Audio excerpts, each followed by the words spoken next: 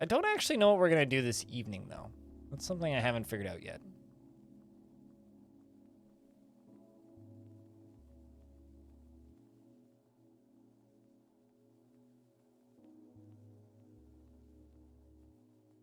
Also, Kiri, thank you very much for the raid. Hello. We're just about to get started with Dwarf Fort. We did a short sponsored thing for Marbles on stream earlier. Thank you very much for the raid. Hello, everybody. Welcome, raiders. Hi again, Kiri. It's good to see you twice in a week. To anybody who doesn't know Kiri, which you probably already do, you should go give her a follow. Plays a wide variety of indie games. Which, Cutest did the thing first, so I don't need to. We're about to play a fort. But the fort that we're about to play, I actually have a video that I put up yesterday of the fortress itself. So if you want to see what it looks like in a nice 3D overlay viewer thingy, it's that.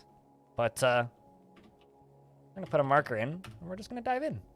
What were you playing today? I didn't actually get the chance to look. Lasagna done? Hell yeah. Settlement Survival. Right. I've seen that game around. I hope that was fun and entertaining. We're going to be surviving in a, Oh, I see, because, Cutest did the thing wrong. There you go. Sorted. Cutest put an @ in there. The bot doesn't know how to remove an @ symbol. Haven't played it since October. It was fun again? Yeah, no, it's one of those games that's been around for a little bit. I need to sneeze. Sneeze complete. But yeah, no, Kiri is part of my stream team. You may have heard her voice on my podcast, and she's a fantastic variety caster of two-dimensional indie games and some 3D stuff. And some AAA stuff. That's what I was looking for. And simulation sickness-friendly gaming. Thanks, Reza. Cheers. But yeah, if you would like to know what the fortress itself looks like, is either look at that YouTube video that I linked, or this Reddit thread, both of which are doing quite well. But we're going to dive in and go explore some Longdeath. So this is a fortress that I'm keeping alive for 1,000 years. We've been running this fortress since August 2020, so it is very large. We are currently building a pretty big defensive structure because the humans, after like 400 something years, decided that now would be a really good time to invade the dwarves, which is a bit annoying. So we are now at war with a human faction, which I'm not thrilled about, but because of that, we're having to build some defenses. So yeah, if anybody needs me to relink that video or that Reddit thread, let me know. And if anybody has any questions about Dwarf Fortress, I can probably answer them. The current living dwarves in the fortress are Dragon, Letharticus, Anonymo, Anthony, the Squid, Malden, Merc, Red Octobear, Bloodcat, Disco the Third, Diamond Destruct, Massive, Volleylol, Tygo, Lilim, Katsu, Zindros, Stone, Hoshan, Blue Space Weeb, Paranoid Metroid, Rory, Do It, and then there's a bunch of unnamed merchants, followed by Frog and Arch and Jimmy Tibby, Radio Free, Olive, Mist, Wait What, Wilmer, Jacknerick, Banana the Third, and of course Navy. If you would like a dwarf in this fort, I do have a bunch of unnamed merchants, but they are not full citizens, so there's some stuff they can't do. I've got some things to clean up, as well as a defensive structure to finish making today.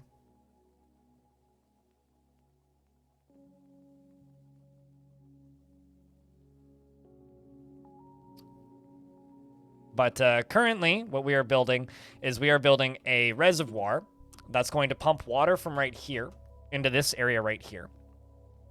It's going to flow down into here, and then up over to this way, and then down into, then down into here. And then I'm going to need to widen this a little bit, probably.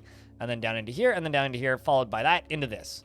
And then this whole thing right here is going to get filled up with water. But currently, I just need to smooth it, and then we got a lot of stuff we got to dump out of here, because I do want to save all of this ore if possible. So we're going to get this smoothing, and we do need to remove all of these boulders. But aside from that, this area is pretty much done. Then down here is going to be this kind of double layer drowning setup where things can be drowned down into here. And then we have a drain right here, which will drain the water out and then down into this draining hole. I kind of probably should make a drain up top too for this side for like maybe down into here. So I think I'm actually going to do that. But aside from that, that's basically it. Actually, you know what? Let's just do a flat diggy thing.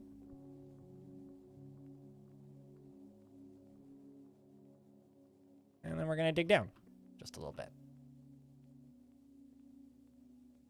Anyone about to die? I don't know because I don't actively check.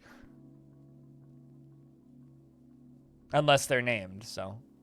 I mean, I could go through them all one by one and tell you, but I know it unlikely because they only just arrived. They usually arrive at about $40. Why was it an oddity? Because they've been bringing us tribute and our allies and trading with us in very large volumes for the last 300 years.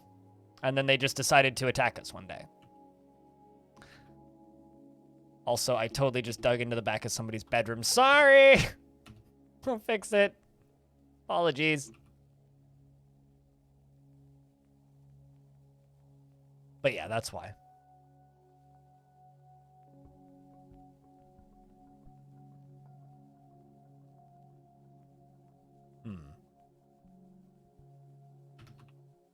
This is going to be our second drain.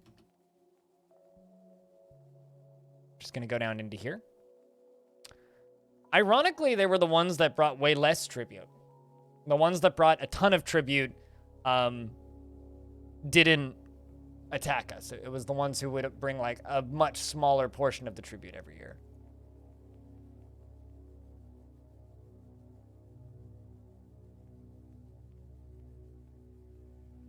Okay. We need to connect this with over here. Or I could just make it its own separate thing entirely. I think we'll just connect it. It's not hard.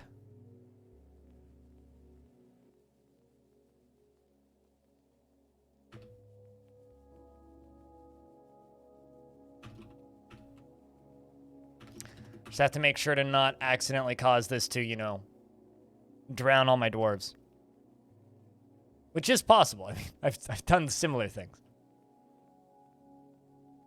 Dwarves are smoothing all of this. We're also still removing stuff. But yeah, so there are several human factions. There are the Confederacy of Sport and the Realms of Stone. The Realms of Stone have been bringing us tributes for about 300 years as well as the Confederacy of Sport. But the Confederacy of Sport, as of this past year, decided to go to war with us. So they've attacked us, which is not optimal. I mean, obviously I'm still at peace with the Mountain Home, who are the Ignited Creation, led by King Massive, my king. So there is that. Also, something that's worth noting is our old mayor did finally die, so Do It is now the mayor. And our king would like us to make 2 iron picks, so we're going to make 2 iron picks for the king. We are in late autumn, currently, which means the fortress is 401 years old.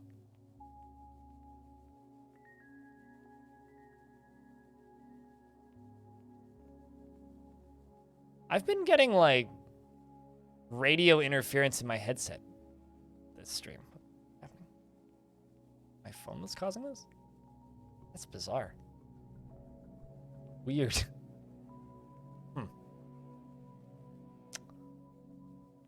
Yeah, you died of old age, but you lived literally the longest possible life a dwarf can live. So I think you did pretty well, regardless, you know? Like, if I were you, I would be very happy about how long your life was. Like, that, you lived for 170 years. That is as old as a dwarf can possibly live. You literally did as well as you could have hoped.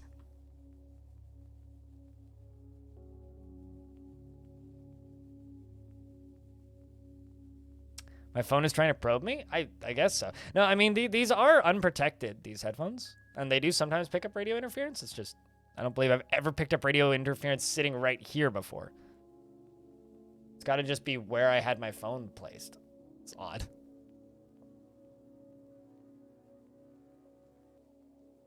Time to run away from Lizard Musk. Fortunately, he's not my phone provider.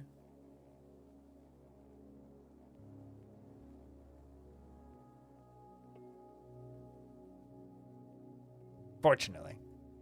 If he was, I feel like I'd have a problem, potentially.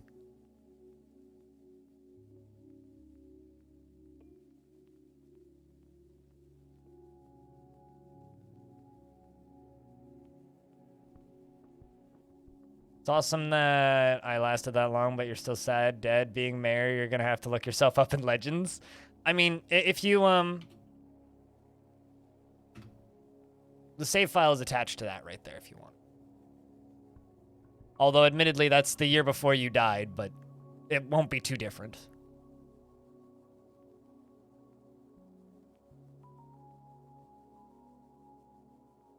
Cutting through and into here. We have actually had some children in the fort recently, too, which is good. The population currently is just sitting at 30.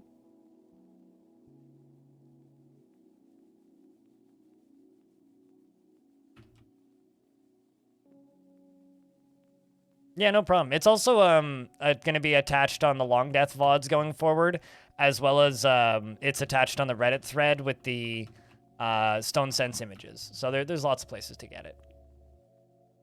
It's also just on the DF database, so you can just go look it up if you want it.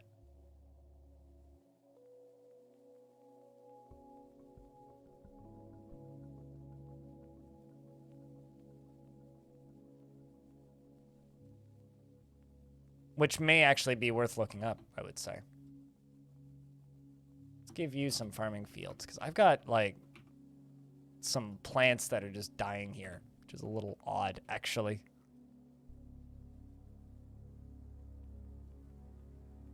Who's depressed over here? Bloodcat's a little depressed. Wants to practice a craft. You want to pray to Shin Russet Amber. You want to practice a martial art. Weren't you in the military? You are, in fact. I'm going to get the military training.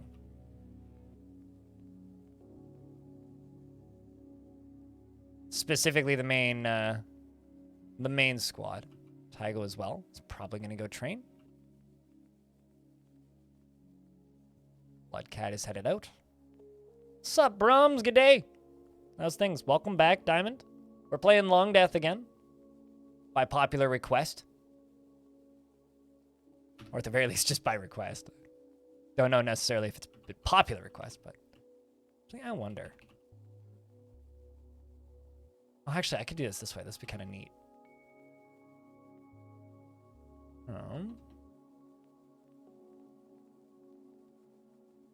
Let's make you out of bismuth. Make it pink. Why not? So they'll build that bridge. Once they're done building that bridge, I will connect it to this lever over here.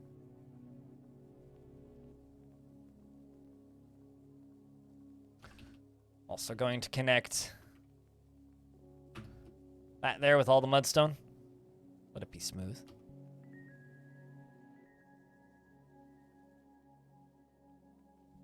Looks like we are slaughtering some wild boars as well. Plenty of other jobs for these dwarves. Let's give this one stone detailing, just as an example.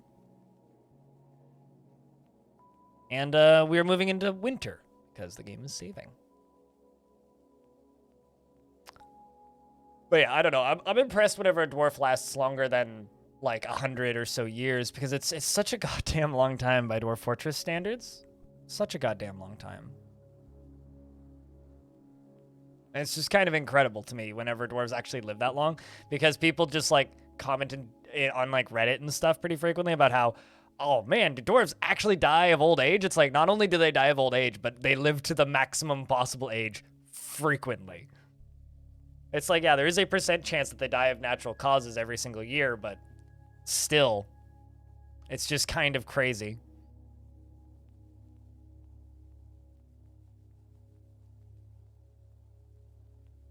I should just name, you know, Sock Smell, because you sort of asked for a dwarf. I should just name a pair of socks after you. Like, just name an actual sock drawer after you.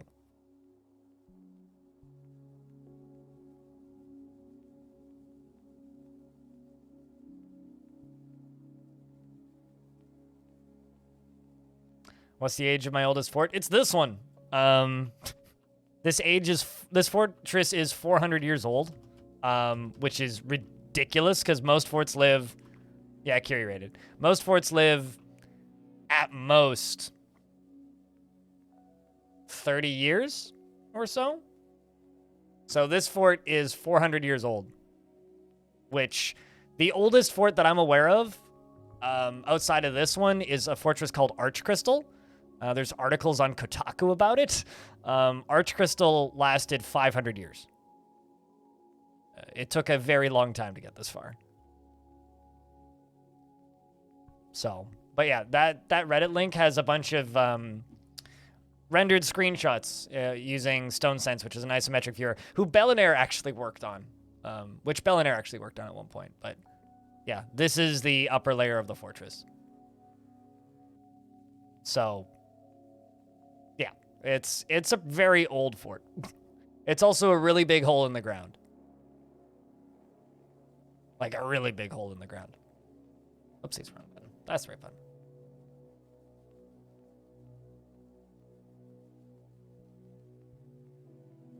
There's also a video with some more screenshots attached.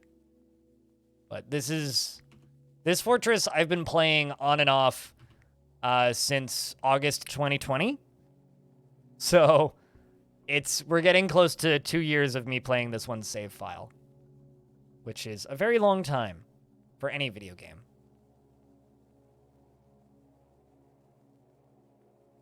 Curious if you're just going to construct it after that. Nope. Really hope nobody gets stuck down here. Would kind of suck.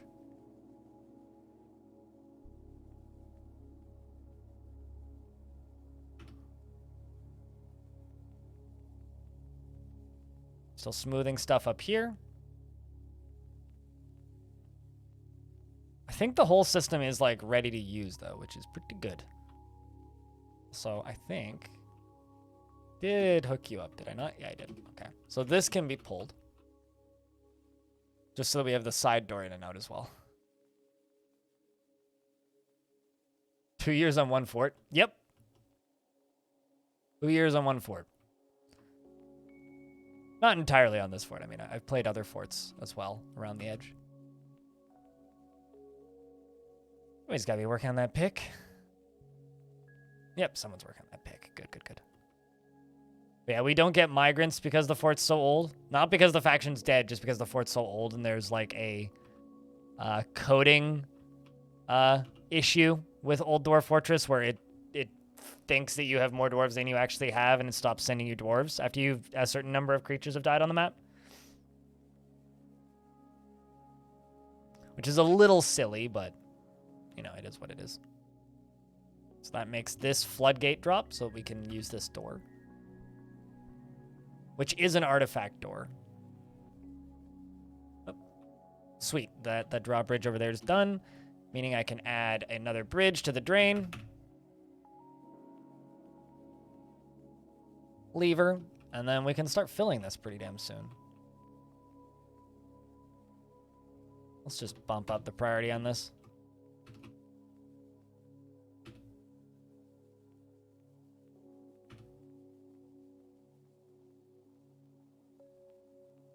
Nice comments on there. Yeah, there's quite a few comments on the Reddit post.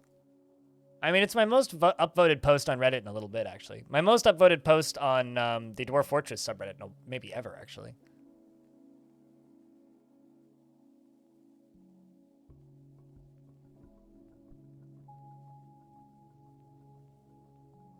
Which is kind of cool. I don't know. I mean, my goal of this fortress is to get it to close to as legendary a status as Arch Crystal. That is my goal for this fort. So, I mean, it's a lofty goal. I don't know if I'll pull it off, but I can definitely try, and I'm trying. And how I managed to keep it so low. So in the init files, you can just change it to whatever you want. So I've set it to a maximum of 55 dwarves. We did sit at 55 for a while. Currently, the population's only 30, technically, but it's actually 49 because I have a bunch of merchants, but the merchants don't count towards total population. I was one making a legendary fort. Have Tarn mention it on the blog page. Because he still mentions, what do you call it? Arch Crystal pretty frequently, because Arch Crystal had tamed dragons and made it to 500 years. I want this fortress to be as legendary as Arch Crystal. Although, I mean, part 1 on YouTube has 20,000 views now, so I guess that's probably getting pretty close.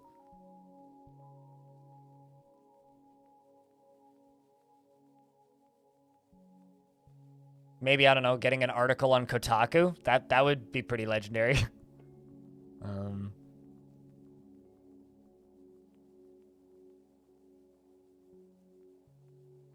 I just want to get it to 1,000 years. I think that would be enough for me more than anything. Link building to trigger. Let's follow that. What, part 1 having 20,000 views comment? It is kind of scary when you think about it.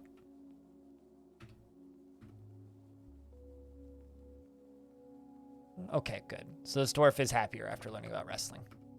Some dwarves really don't like working. Should apply for a Guinness World Record. They'll probably be like, what's a dwarf fortress?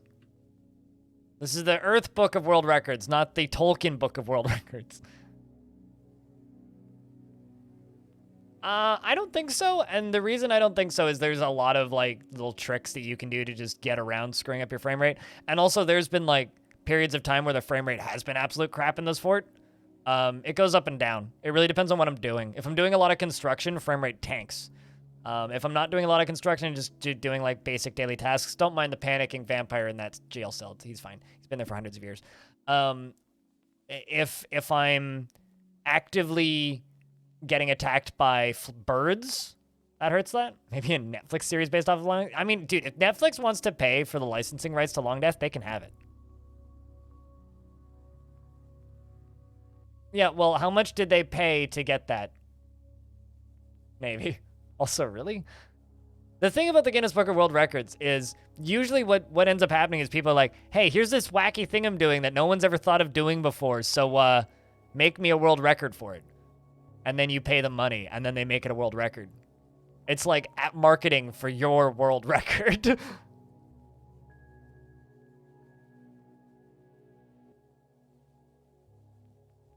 Which I think is kind of hilarious, but also kind of cheapens it, I guess.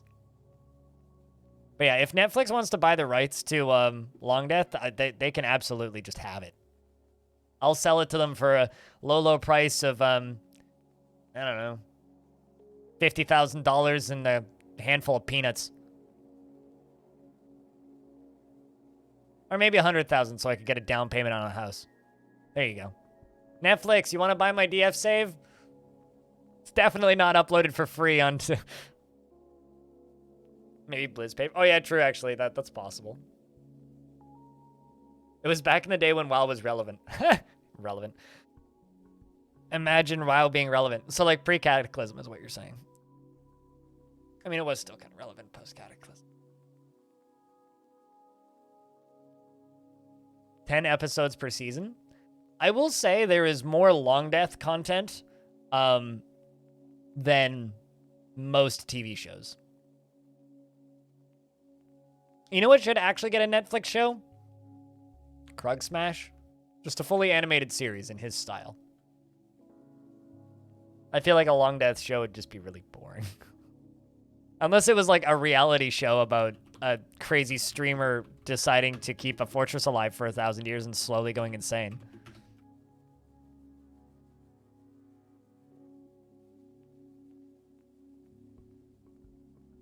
Hey, Kumas.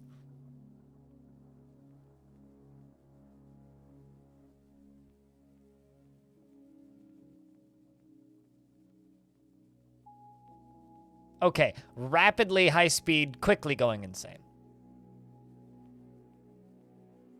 Like, I would watch a Netflix adaptation of, like, the Honeystoker saga and the adventures surrounding that. They could just take those videos, those YouTube videos as a script and just animate the whole thing. Boom, done. Easy peasy. Winter is always coming. That's the secret.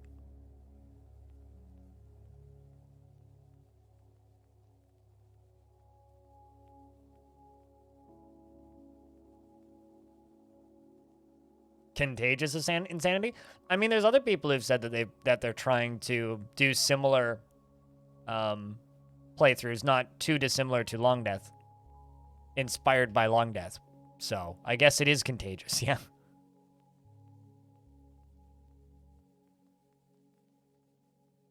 Under animal remedies, watching armor demonstrations. I think they should all just be fully decked out. . . . . . . . . . . . . . . . . . . . . . . . . . . . . . . . . . . . . . . . . . . . . . . . . . . . . . . . . .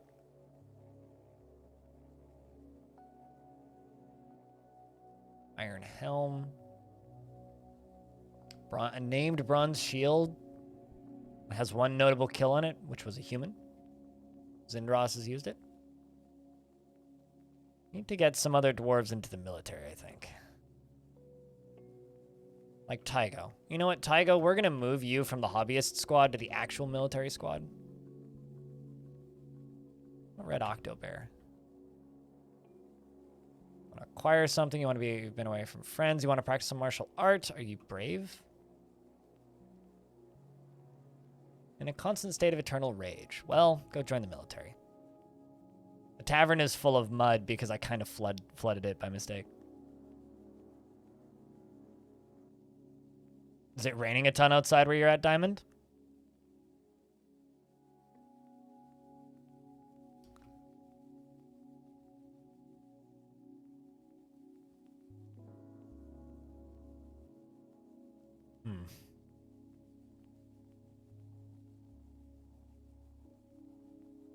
I'm going to put a garbage dump right there. We're going to begin dumping boulders out of here. There's not a lot in there, so it should go pretty quickly, but...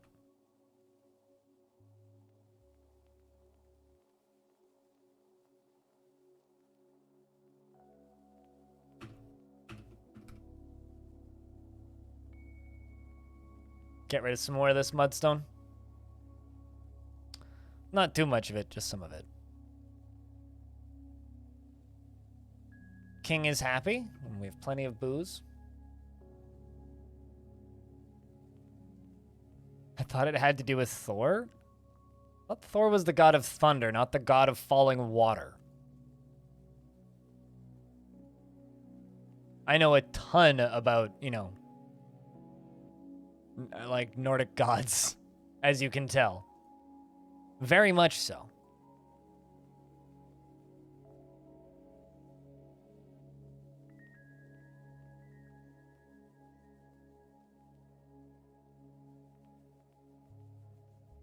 I mean, raindrops have fallen on my head. Unless he's talking about, like, Indoor Fortress, where, you know, things are just kind of a mess.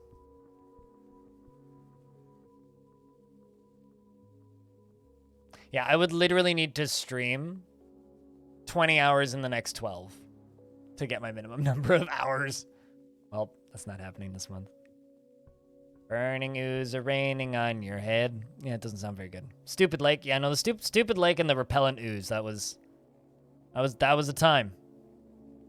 Shall we say. That was, in fact, a time.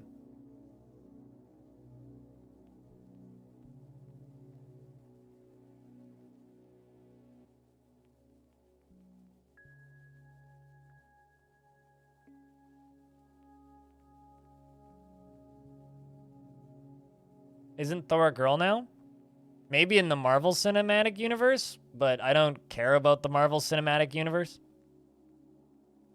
Like, in the slightest. Also, I think so.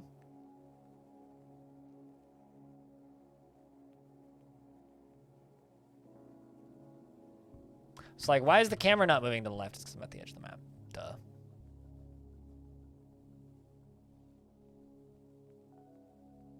Not that I really care if Thor is a girl. I don't, because I don't care about Thor, period. I kind of didn't like those movies. Initially, they were just kind of boring, I would say. They had a few, like, decent, funny moments, but they were just kind of boring. Hey, Casey, what up? Hi, it's good to see you.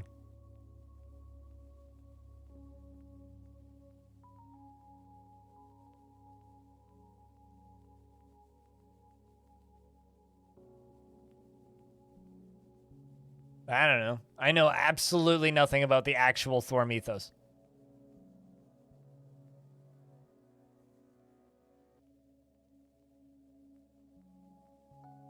Quit time with God of Thunder, she left Thor. Eh.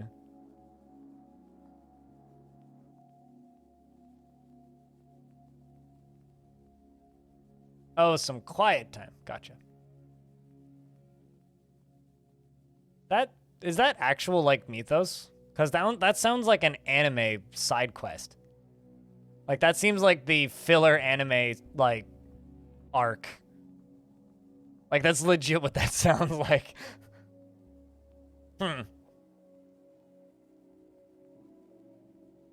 Yeah,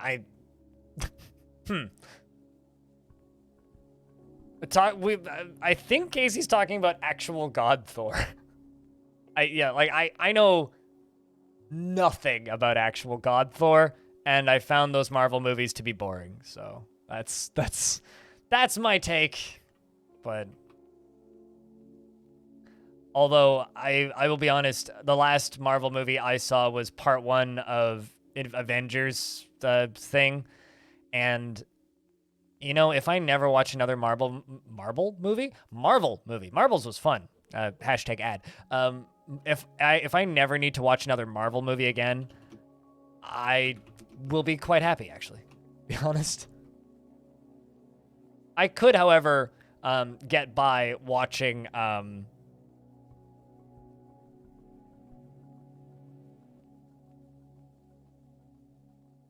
I could get by watching Iron Man, the first one, maybe once every other year for the rest of my life, because that was a good movie.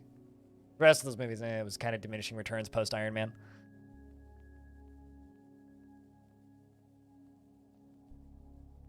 Is a massive dick and was generally known for his cruelty and lust for violence for the sake of it.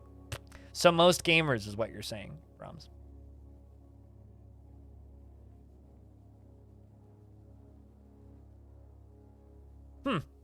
Well, I guess I just learned something about Norse mythology. Or Kudo.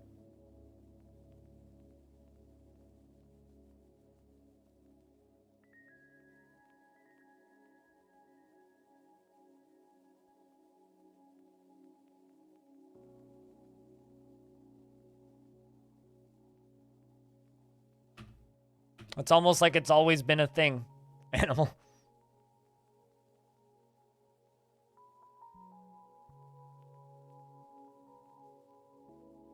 I mean, I read it the first time you said that, Casey.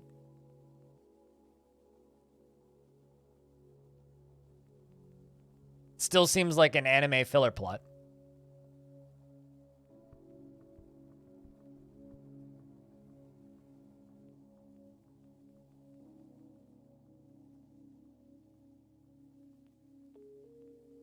Which is poor writing, I would say.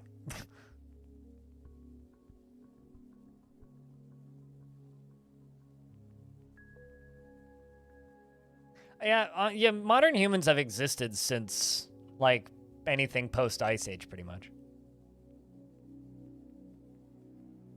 You feel like the Norse pantheon? I would take the Norse pantheon and raise you the Greeks, but touche. I would say that I know more about Greek mythology than Norse. They're all over that. What's the local tea in this fortress? Local tea. Like, are you asking what the dwarves are drinking? Because not tea. A lot of strawberry wine. I'm not sure. Is that a Britishism or something? I'm not sure what you're asking. The gossip? Well, the mayor just died of old age. The king's getting up there, too.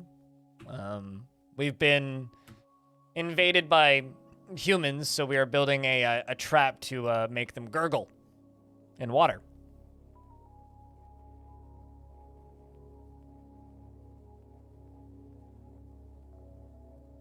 That we've domesticated ourselves?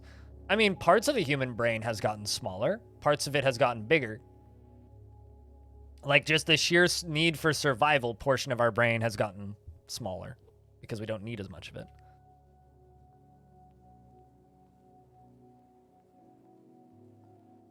I've also never heard the slang term tea in relation to gossip before.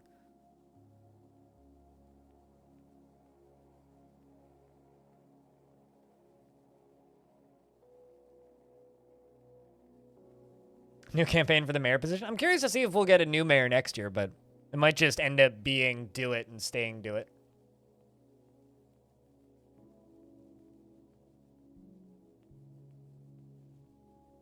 Well, I mean, look at the skull of a proto-human, and then look at a skull of a modern-day human. Proto-human skulls are far bigger and had much more space for brain. It sounds like a Britishism to me, but I don't know. There's a dead thing over there in the corner. Or somebody left food. What is rotting?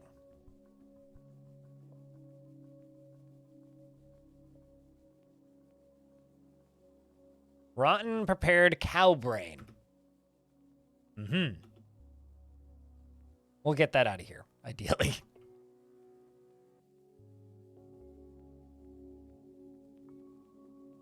But yeah, I don't know what's the Zoomer thing, because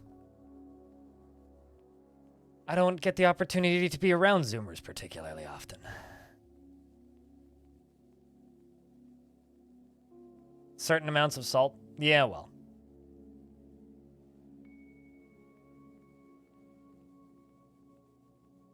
Huh.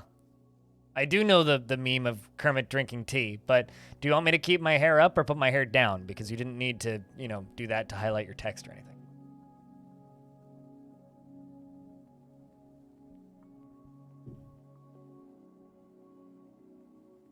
Because currently hair is up. I can either keep it up for another 2 hours or put my hair down. It is what you can do with it. Whales have way bigger brains than us, but aren't smart enough to do math and stuff that we can. Have you ever asked a whale if it can do math? Twitch gave you an option, yeah. And I'm asking you which option you want.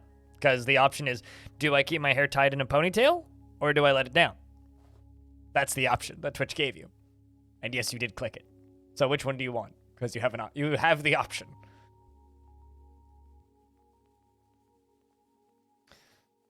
All right, hair's free.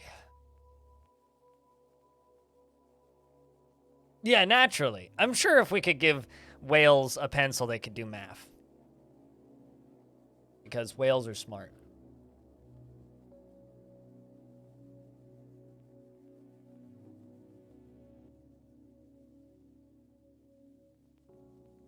Just wish I had my hairbrush on the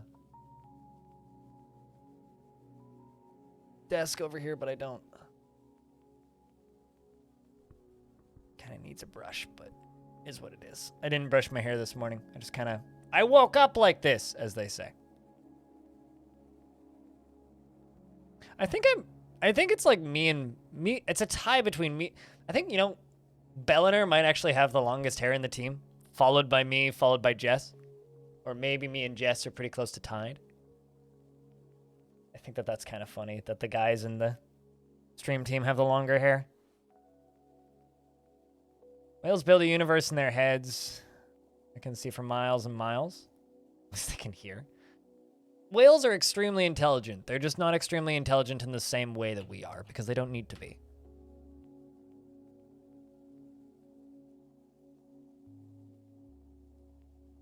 They're also perverts. But, you know, that's a different subject. Animal. In regards to dolphins. Dolphins are horrible, horrible creatures.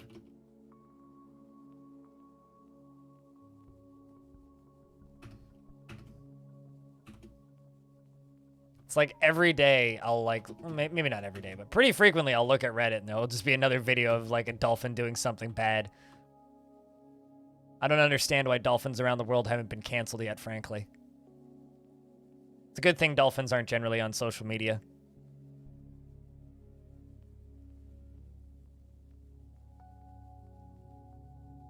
You know, can I just say something that's super self-centered about our species?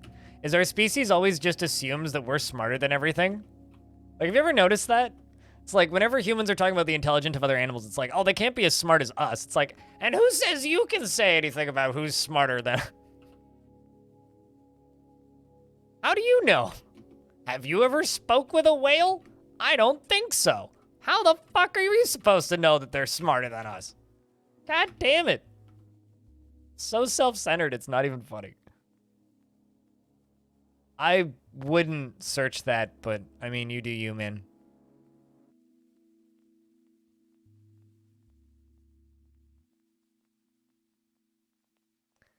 They've got it all figured out. We don't. I cultivate mushrooms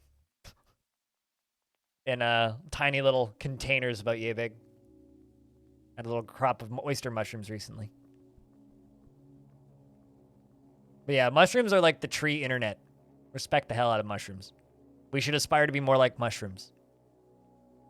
They just vibe, grow on shit, and then shoot their spores out into the air, and then chill out, and move on.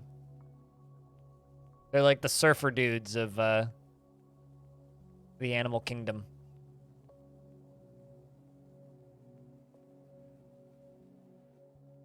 Trying to smooth all of this.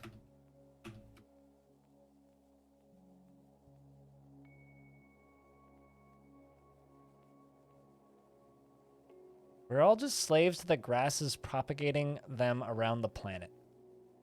And, I mean, don't forget about our overlords, Frog. House cats. Come on. We're a servant species designed to feed, clean, house, and protect cats. We're like the slugs from Star Trek that Dax is. Where they just like, oh, it's a slug that lives inside of a human-like creature.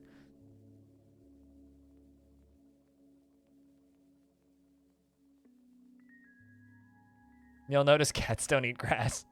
They do touch grass, though. Was it called Fantastic Fungi by chance, Nudist Nun? Which has the voice of Miss Marvel. Doing the, Cats eat all the grass? They do eat grass. Well, cats eat grass when they want to vomit.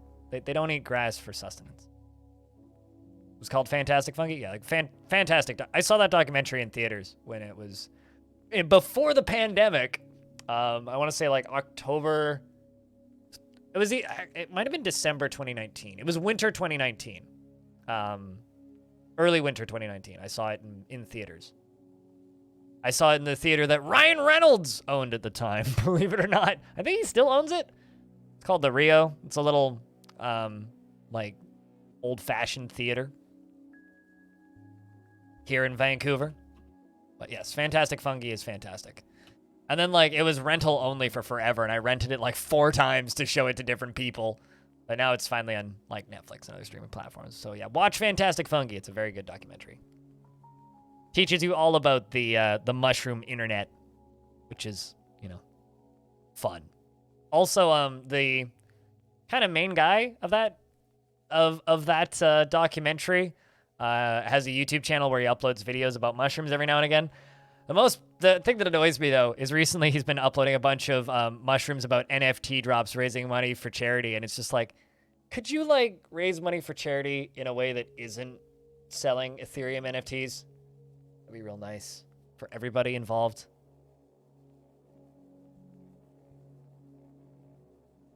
Fantastic Fungi and Where to Find Them. I'd watch that movie.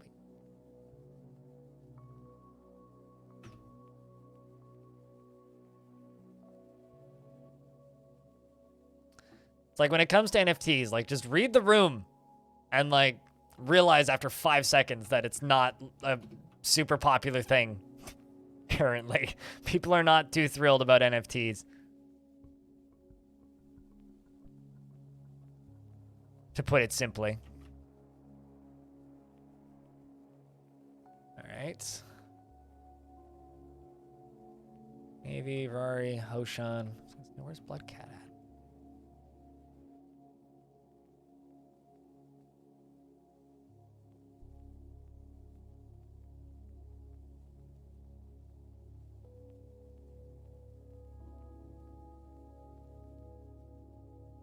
Building up this wall a little bit.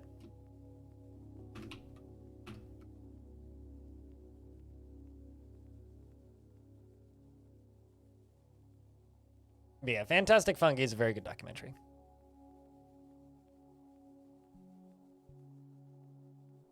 Only if you own will you be into NFTs. Yeah, no, it's definitely a get in early and rich get richer kind of deal. I was reading some comments on a Reddit thread recently talking about that one NFT game that's basically just a really bad knockoff of Pokemon, where they were essentially just stating that like there was this one person who got into it early, and he was talking about how in the first few weeks of it being out, he was making about $300 to $500 a day, just in like his land rental, the rentals and sales of his bred like NFT Pokemon knockoffs, right? Because you can breed them just like in Pokemon with different rarities. And that game was had such a massive fall off of support from its own community that the studio behind it has pivoted entirely to a non-NFT version of the same game, monetized like a normal mobile game.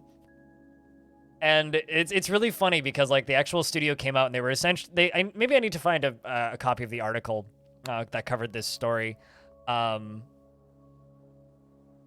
Maybe I need to find a copy of this story to talk about on the podcast. But essentially, what ended up happening was the only people that were participating in their NFT game were people that were trying to make money.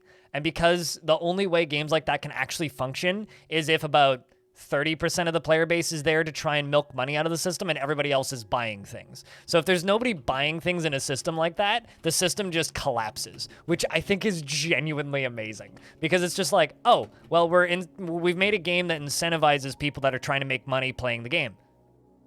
But in order for the game to function in the long term, there needs to be people just playing the game and not just people trying to make money off of the game. But because nobody who plays NFT games is there just to play the game, they just want to get the NFTs and make money. It's like a self-fulfilling prophecy of failure. It's kind of hilarious. I kind of love it. I love that it's just like destined to fail and they have no way around it. Also, are these up? Yeah, investments are open. Heads up, chat. Yeah, you're hoping that there's bigger idiots than you who are going to get in next. Yeah, absolutely.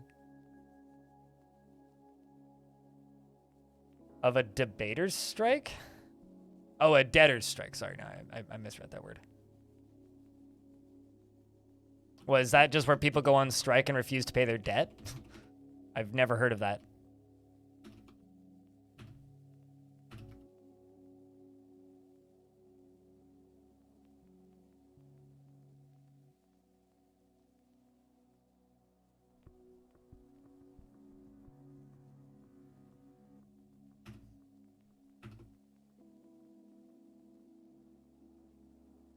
Also, hey, Cajun Bard. What's up, dude? 1460, nice.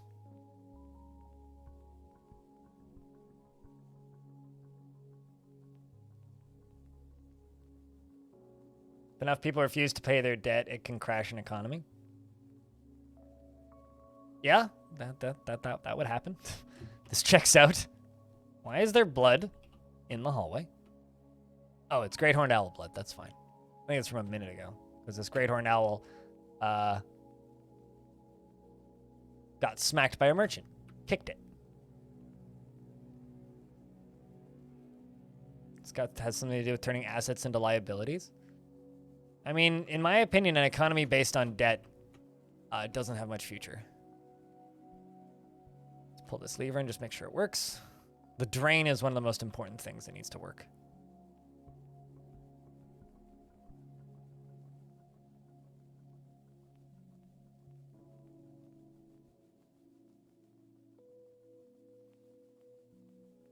Let's just cut all this out. Line all that out. Credit cards suck? Credit cards aren't so bad, but it's...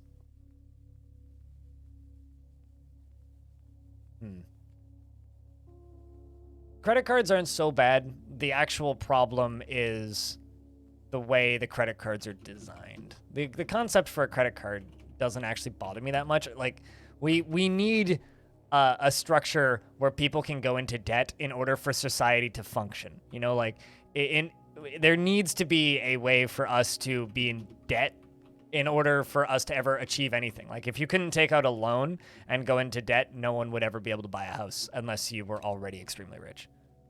So it's a good thing that debt exists. The problem isn't the fact that debt exists. The problem is that it's far too easy to misuse. All right, let's just make sure there's nobody stuck down here. Yes, there's nobody stuck down here. Perfect.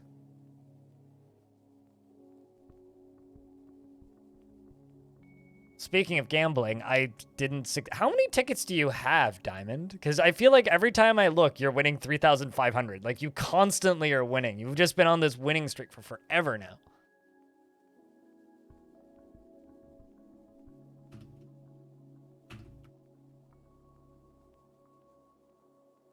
$10,934. Okay, not that many, but still. Pretty good. Good win, Nuclear Sneeze, and Cajun Bard, by the way. I feel like there's a lot of people in chat I haven't said hi to. Admittedly, Marbles makes it kind of difficult to say hi to everybody.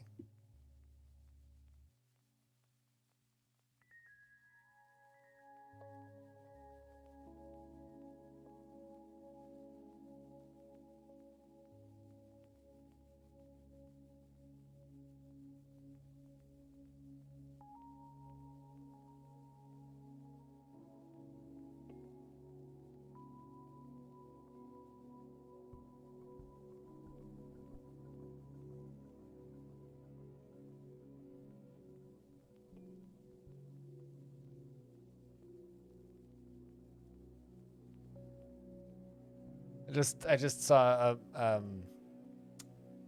a meme over on on /our_trees, and it's very funny to me. Hold on, just have this. Hi, Nuclear Sneeze. Hope you're doing well. You don't need to say hi. It's fine. I just funny meme. At least I think it's funny. Also, goals. That's all I have to say. Is goals.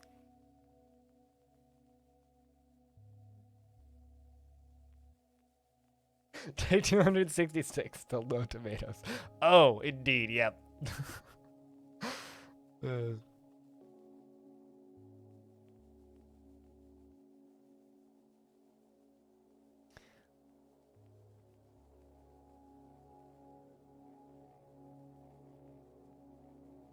big issue with debt is that people are allowed to own a large collection of other people's debts and to gamble into turning those debts into profit.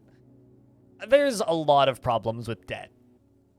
But the biggest problem with debt is the way our financial system works. It literally has to exist. And, like, trust me, it sucks.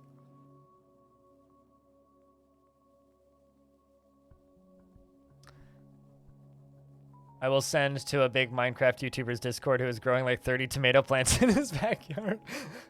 Well, if he doesn't harvest tomatoes after day 233, you know it's bullshit.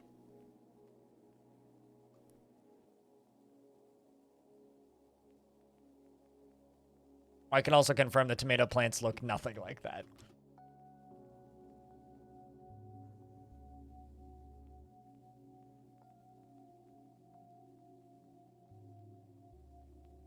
Also, I would recommend literally everybody watch The Big Short. It's a fantastic film. I watched that movie with my mom, and around halfway through the movie, my mom looks at me and says, I didn't know that we were watching an educational film. Such a good movie.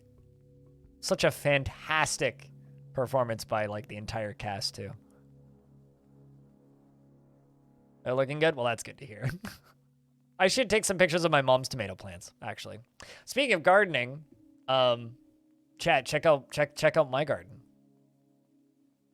How do you feel about cabbage, chat? I got red and green. Green? Red. Look at that red cabbage. That thing is huge. It's like bigger than my arm. Like the leaves are massive. They're like the size of your head. It's not actually that easy to tell how big they are on here, but I also have a bunch of greens. Picked a bunch of these, or rather, picked a bunch of the greens over here. That's a tomato plant right there. We also got celery and kale. These are all going to get much bigger. These are the greens. There we go. We also have tomatoes. Yeah, I harvested most of these. Spicy greens.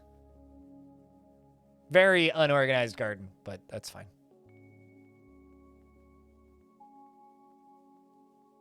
The book is also excellent? I'm sure, yeah. Speaking of books that are pretty excellent, I started reading this. Made it most of the way through the first chapter. Confessions of a Recovering Engineer. Not Tarn's book. That's underneath. That's above Tarn's book. I already read Tarn's book. Confessions of a Recovering Engineer is a book about city planning and how to not design roads like most of North America does, and how to design cities in a way that's, you know, pleasant. You know that meme? These kinds of walkable, livable cities are illegal to build in most American societies. It's literally that, but the book.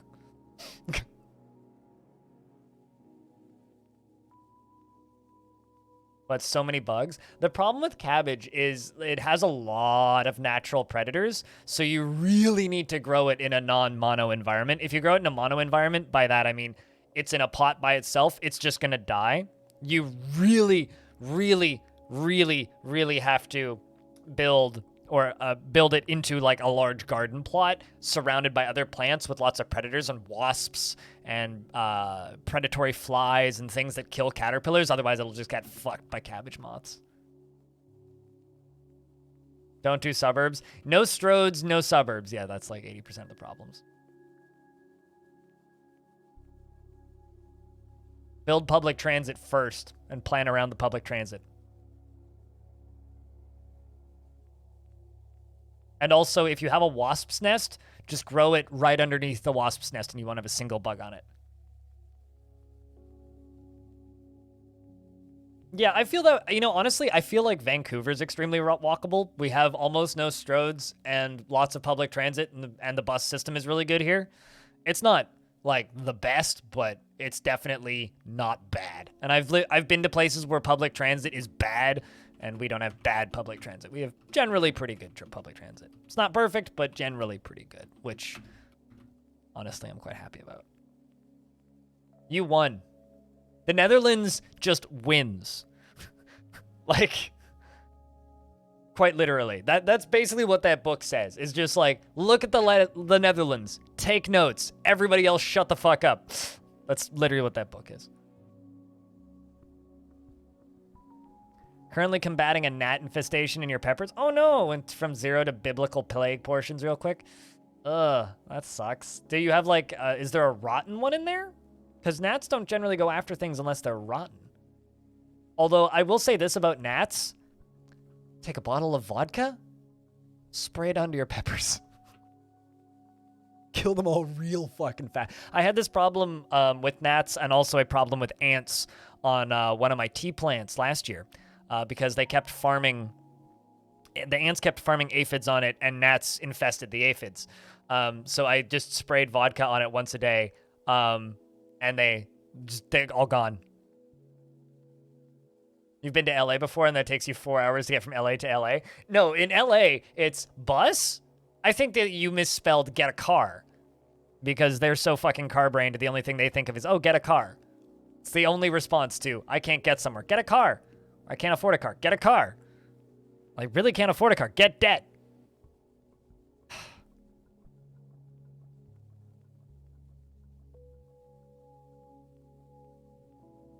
Also, we're into spring. I think I need to make my dwarves some new clothing. I've seen a couple complaints about clothing.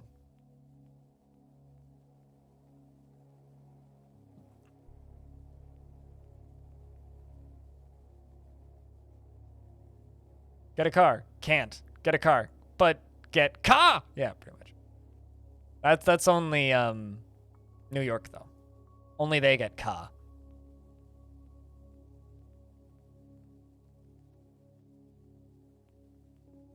Oh. This has nothing to do with anything, but the first half of the Brigador audiobook is now free on Steam.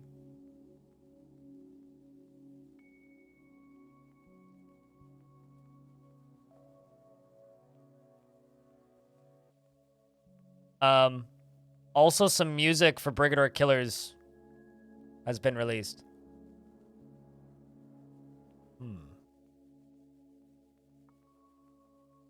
Looking forward to Brigadier Killer. So fucking bad.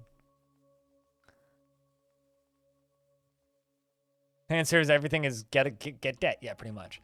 All right, so nobody died of old age. The king does want 3 more picks.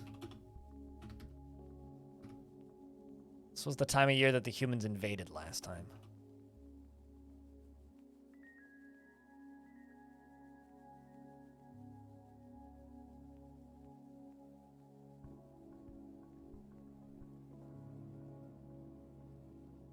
Get debt, then you're a good citizen. Get debt, don't get educated, don't get a good job, and go work at Starbucks, and you're a good citizen. Also, buy a new car every year and stay in debt. Not free on your screen?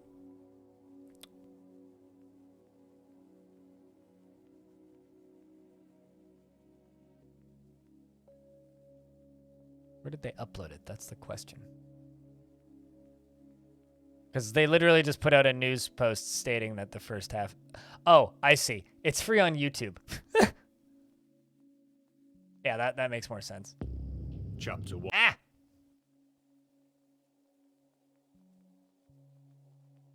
There you go. Never mind. I didn't copy-paste the thing I thought I did. Let's try this again.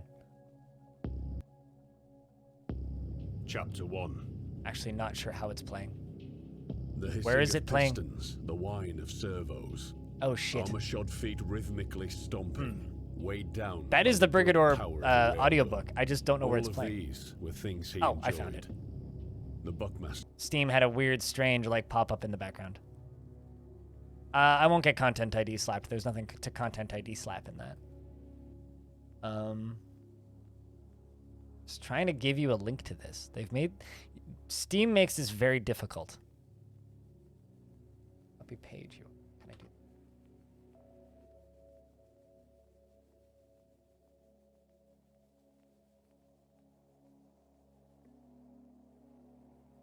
But here, it's linked in there if you want to listen to Brigadier lore. It's actually a really well-written audiobook. It's totally worth like the $3 that they charge for the whole thing.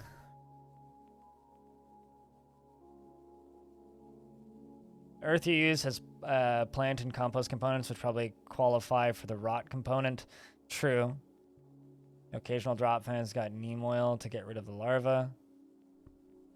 Are you going to take a couple of days to see the effects? Yeah, best of luck. I mean,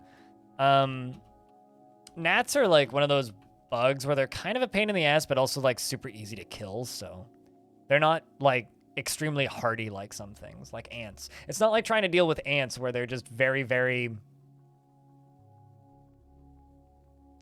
Ants are borderline indestructible, right? Like, can we just agree on that?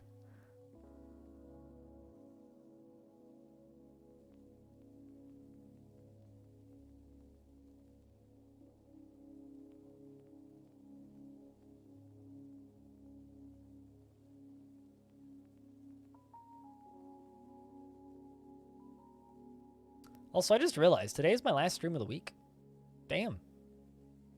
Already first week back. Done. Kerblam. Just flatten 10 ant in the kitchen. You just flattened 10 ants in the kitchen. Sure, but have you ever tried to flatten an ant on a plant without killing the plant in the process? Also without setting the plant on fire.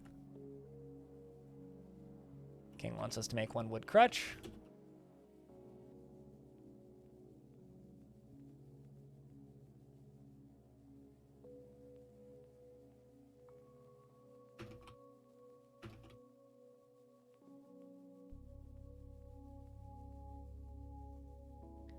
Probably stepped onto them one too many times as one small child. Yeah, possibly. I dug through an anthill in my garden a couple of weeks ago.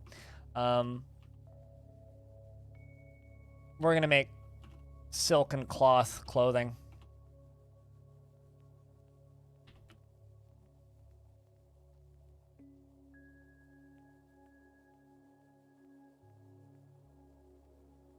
Because I've seen enough dwarves complaining. Did cloak twice.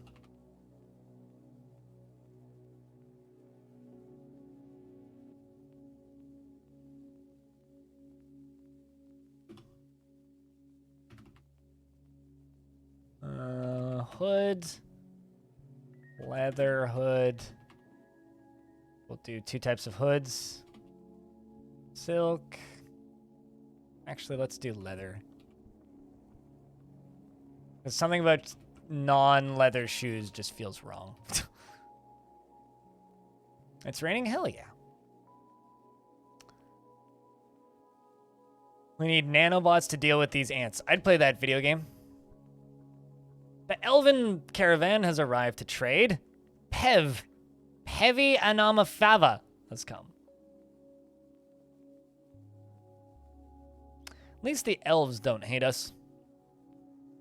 Against all odds, we're at war with the humans, but elves are still kind of okay with us.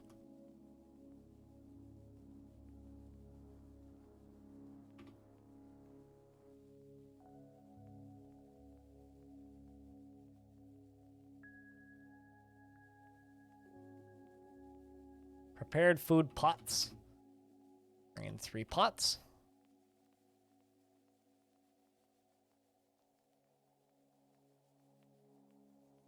A lot of stuff is being put away.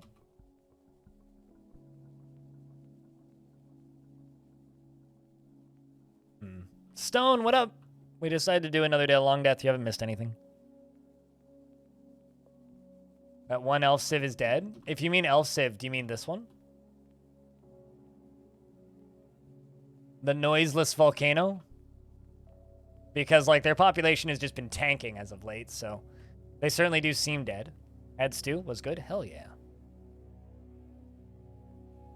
Because, like, there's this elven faction that's the one we trade with, the Fragrant Bear, and they're very much alive. And then there's this one up here, which very much seems dead. And these are the humans that we're at war with, the Confederacy of Sport.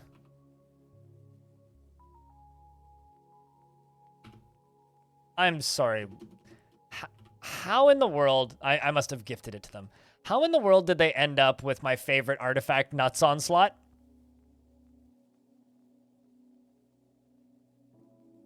This truly is war.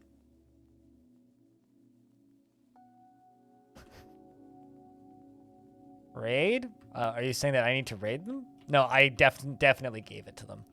Or sold it to them at some point. They were our former tribute partners. This is true. Actually, is it listed as at war with them? Yeah, it is. Okay. I also don't know if they will attack us beyond that initial fight. Hard to say.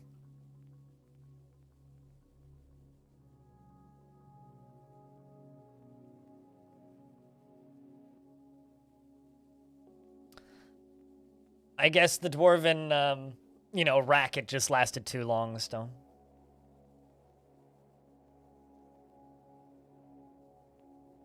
They might be already on the move to your fort. I mean, I'm not going to go fight them. Straight up. I'm not going to. I don't have enough dwarves to have multiple squads, and unless you have multiple squads, it is a terrible idea to go sieging things. Because essentially what can happen is they can just turn around and be like, yeah, you die now. Because we got back first, and then your guys are going to come back single file and die one by one.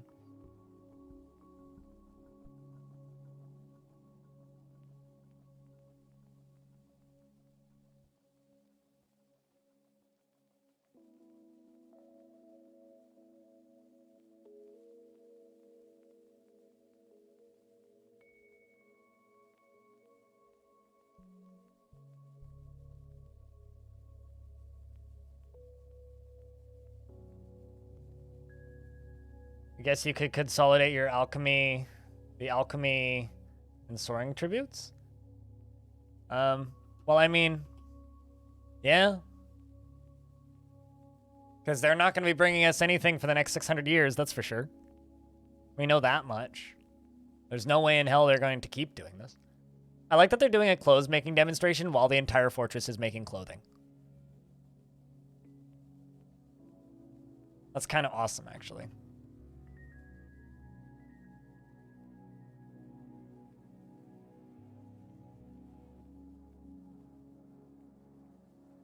An end of an era? Yeah, for sure. Speaking of an era, Longdeath has gotten, what, 500 upvotes over on the Dwarf Fortress subreddit? Those screenshots are quite popular, gotta say. Quite popular. Yeah, 488 upvotes currently.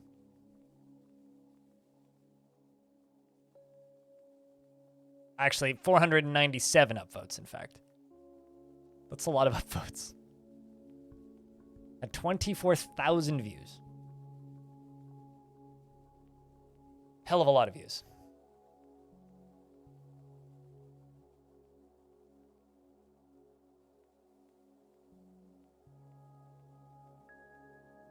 Of course, that'd be a lot of bloody effort. Totally up to you.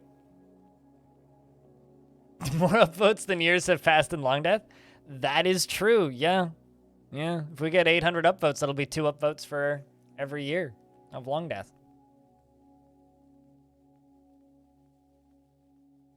And the YouTube video for it has got 1,500 views.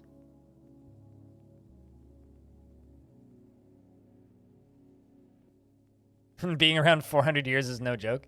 It's a rare thing indeed. I'm just happy some people have downloaded it. It means that the people get to mess around with the save. It's like something like 17 people had downloaded it as of last time I looked. Yeah, 17 downloads.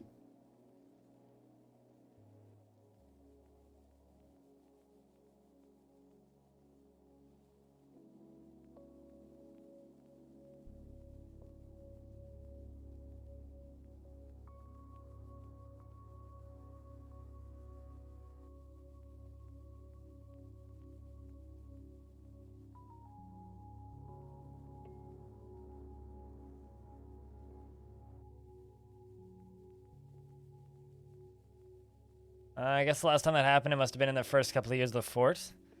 I've never posted screenshots of it like that before. Not in that format, anyway. I've posted various VODs before that have done well.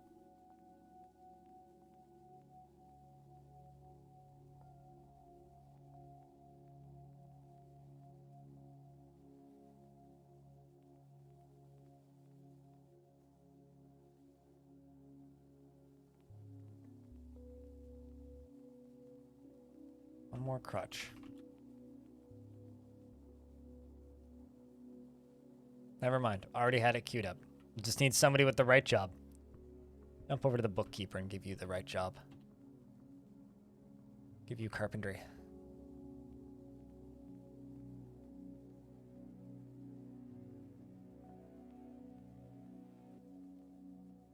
Yeah, I mean, like, I kind of agree with that, Stone. It's like, to me, Longdeath is just kind of Longdeath. Like, I don't really think of it as such a crazy thing. But when other people who haven't seen Longdeath before see Longdeath, it's like, oh my god, it's huge. It's the most that's what she said fortress that I've maybe ever seen.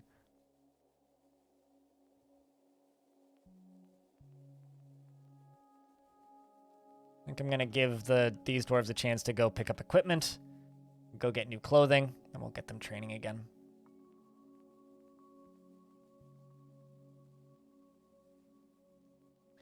Your ego or your bit badge animal? Actually, your bit badge is pretty huge.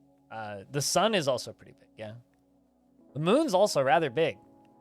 Maybe not as big as the sun. Mariana's Trench is pretty big. I don't know. Speaking of bits, it only costs $1.02 to surpass Darren for the #1 spot on the bits leaderboard. Moon big? Moon pretty big, yeah. Uranus is also pretty big. Space is pretty big, too.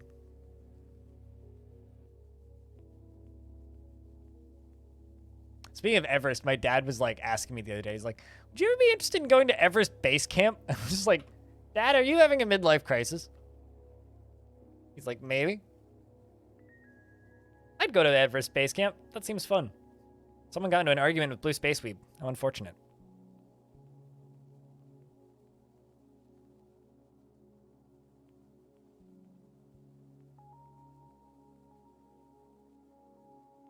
I keep checking this Reddit thread because I want to see it hit 500 upvotes. It's at 497 right now. 497! A lot of upvotes.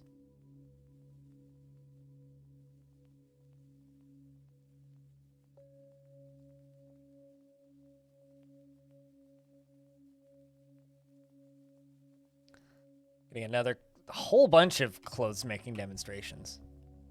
Looks like Malden is teaching it. Legendary clother. Well, absolutely, I would pay attention to a legendary clother teaching a clothes making demonstration. I think it's funny because there's so much clothes making that needs to be done, yet they're all just watching the clothes making demonstration and not actually making clothes. I guess it's like, okay, guys, this is how you make a sock. It's teaching them how to make a sock, and then they all go and make socks.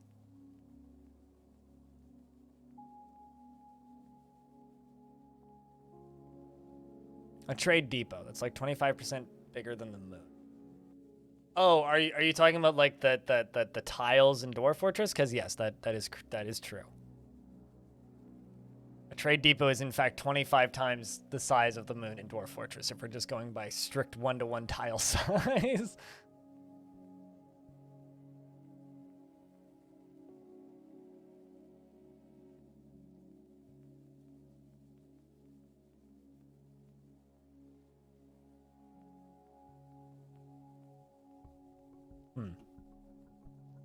Feel like I need more dwarves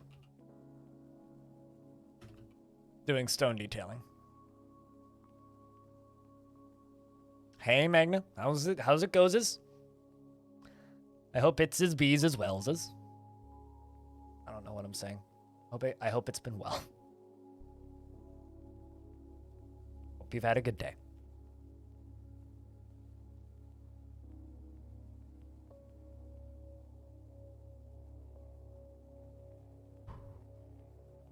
Does anybody have any plans for the weekend, by the way? My major plans for the weekend, aside from, like, you know, editing or recording a podcast, is I get to go backpacking, and I'm going to try and watch some more episodes of Deep Space Nine. It's only a one-night backpacking trip. Very short one-night trip. We're going to walk up a mountain, sleep at the top of the mountain, and then walk back down the mountain the next day. Be a nice short trip.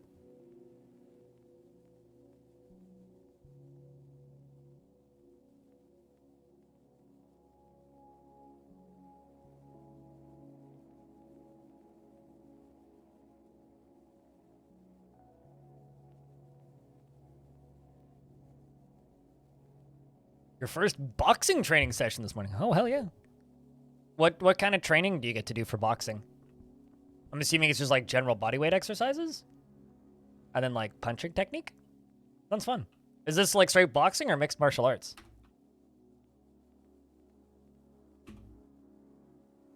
Boxing is a sport that I feel like I'm constantly exposed to, but know like nothing about.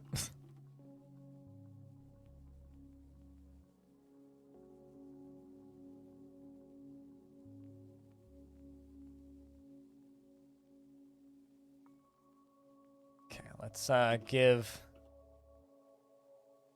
my military dwarves a break.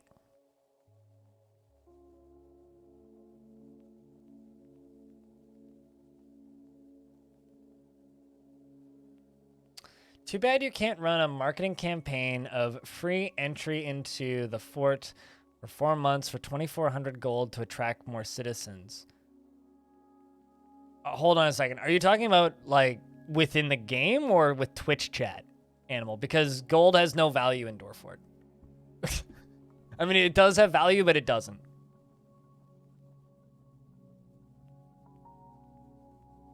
Like, the dwarves have no concept of money. Like, gold is a constructible item that you could make if you want, but it has no practical purpose aside from just being a bartering good.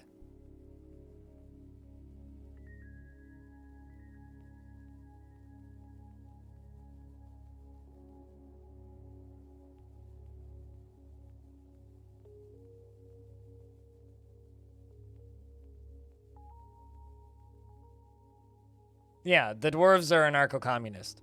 They've been that way for a very long time. It's a roller fortress tycoon? I'm in. Sign me up. Also, chat, good news. Longdeath hit 500 upvotes.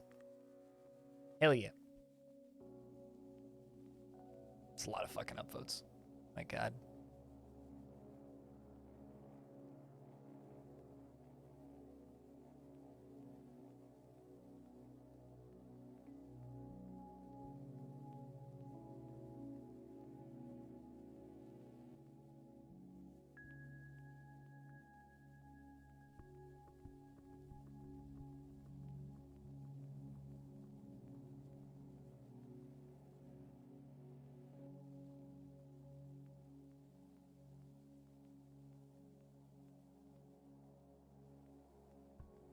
Magic Crystal television ads. Yeah, I don't know. For Dwarf Fortress, they're really, yeah, I don't know. All that Tarn really needs to do is he needs to fix that cap where you stop getting migrant waves at a point, unless your faction is dead. That's all that we really need. If that was fixed, we wouldn't need we wouldn't need marketing campaigns for your fortress. I mean, even as it sits, we really don't, but.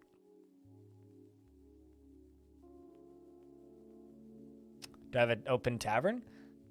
Yeah, all of my stuff is open. It's literally, if you are at 3,000 dead on this screen, the game stops sending you migrants and visitors. Doesn't matter if you have an open tavern or not. And I'm not very good at reading, but I think that number's above 3,000. You know what's funny, Aqua? One of Tarn's goals is to be able to make dwarven fortresses that can walk, i.e. Howl's Moving Castle, and flying fortresses.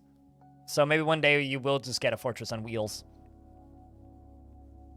It just rolls up like a fucking Jawa sandcrawler.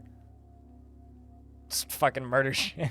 Yeah, no, flying and moving fortresses are two things that Tarn has talked about wanting in Dwarf Fortress for as long as Dwarf Fortress has existed.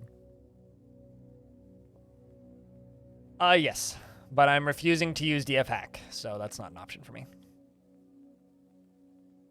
The whole point of this fortress is I want to keep a fortress alive for 1,000 years in vanilla.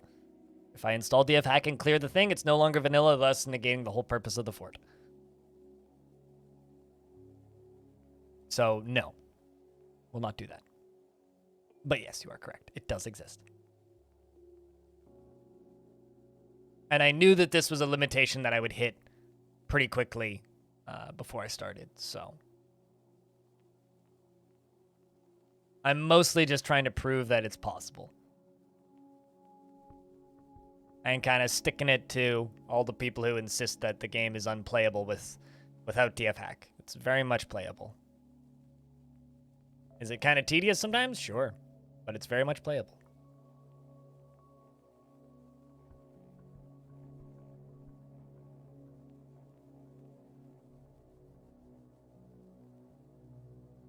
If you could clear it out manually? If I have to modify the save file, I'm not going to do it. So quit asking of different, if you did it this way, if you did it this way. No. We are going to play the game without modifying anything.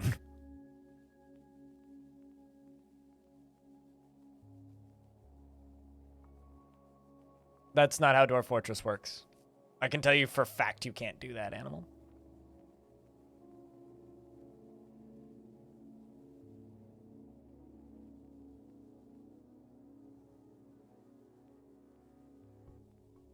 Exactly.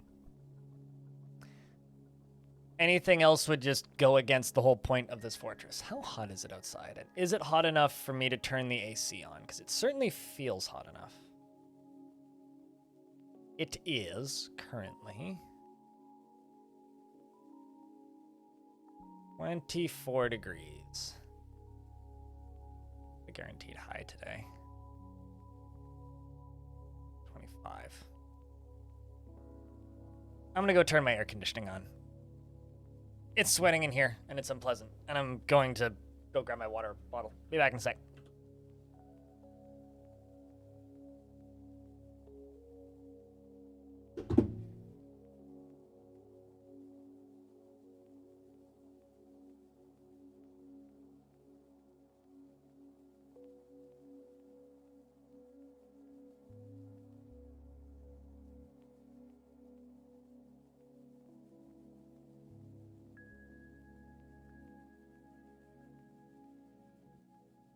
I'm also gonna pop outside briefly and water my plants because they're in direct sun right now. Give me like 2 minutes, chat.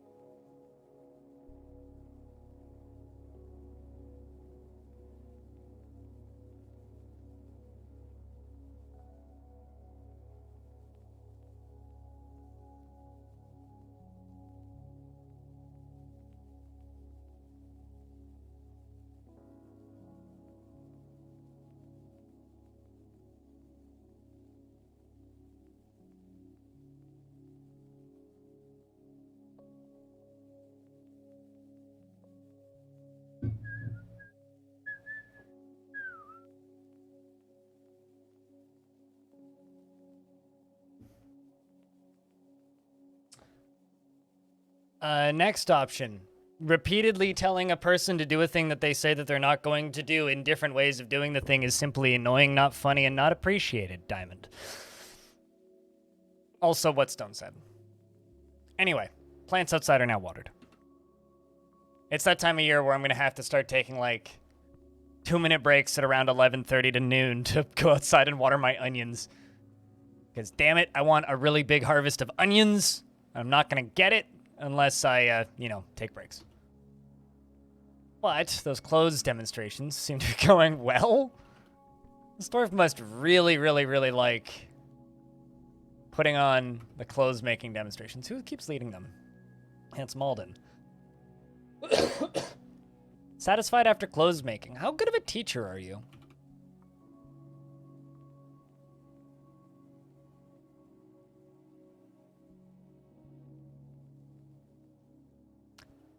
A proficient teacher. It's a proficient teacher. Proficient at teaching. Can't say I've ever been proficient at anything except for maybe playing Dwarf Fortress for long periods of time.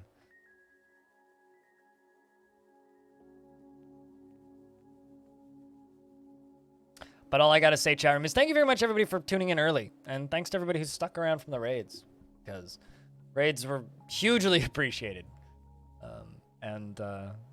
It's been a good stream so far today. We got to play marbles, which is weirdly mainstream for me, and now we're doing the normal stuffs. Full plan for the day today is probably Longdeath, and then maybe we try and finish Starship Troopers? You're not here late. You're here right on time, Stone. You skipped all of the sellout content and made it here in time for the good shit. Perfect. I don't see what could possibly be wrong. Marbles is some good old mindless fun. Hell yeah. Couldn't agree more.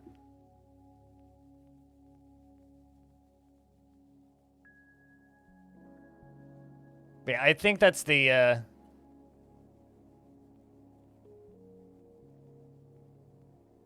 I think that's the plan for today, is Longdeath, and then we'll try and finish Starship Troopers, because I'm like 2/3 of the way through that game from what I can tell.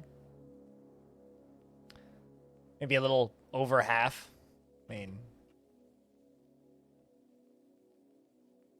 yeah, I'm 5.3 hours in, and it looks, and Kiri finished it, and so did FG, I think, and they both played it for about 11 hours. About 5 hours left in that game. Man, I just typed in Starship into my Steam, and I saw this. Anybody remember this game? Don't buy it, by the way. It's fully abandoned. It's one of those, the developer had kids and then just was like, nah, I'm not going to work on it anymore. Bye. Damn shame that. Although it is free to play, so I guess that's kind of cool. Damn shame that. A wizard is never late, nor is he early. He arrives exactly when he means to. Yeah, just like Stone, right? Stone, you're a wizard, correct?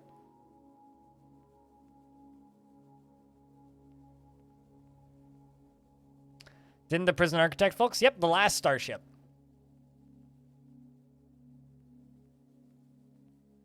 This game.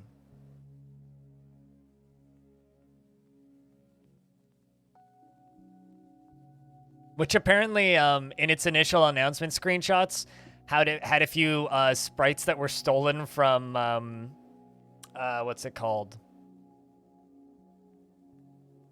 The Terraria space game. Anyway, they've since replaced them. They were like, sorry, we forgot that those were still in there. They were just placeholders, and they've been there for the last 2 years. Whoops. You need to watch the YouTube vid? Oh, the vid that they put up on their YouTube channel? Yeah, Starbound sprites. Yeah, that's what it had in it.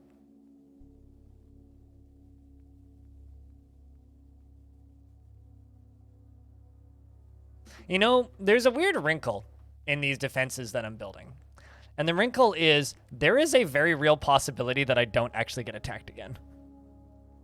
Building this huge defensive structure, and I may never actually need to use it. Not that that would be a bad thing, you know? Not actually having to use your weapons of mass drowning. Positive, I would say. It's less lives are cost, but it would also mean that I've then just wasted building like, quite a bit.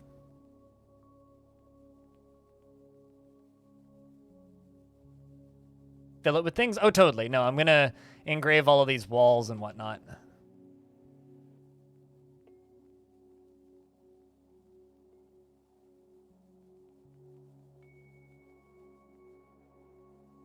I don't think we'll get too many more attacks from monsters because most of the monsters in the world are dead at this point. Also, a lot of the big monsters that could attack breathe underwater. All of the titans and stuff can't drown. Which is kind of hilarious. They're all hydrophobic. They go underwater and the water disappears because they fill up the entire tile.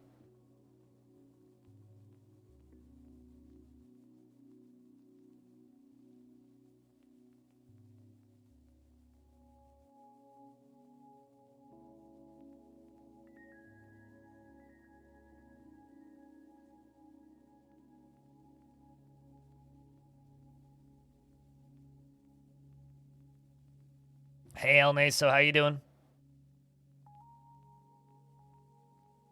What? Got a sad dwarf up here. English! Well, that's sad. You are married. May have to boot you out. Finishing up the last of this bit up here.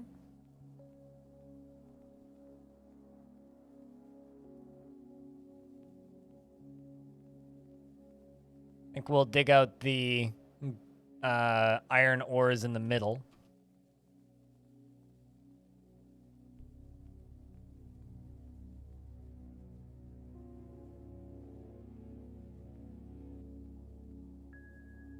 So what is this? This is our hell of a death.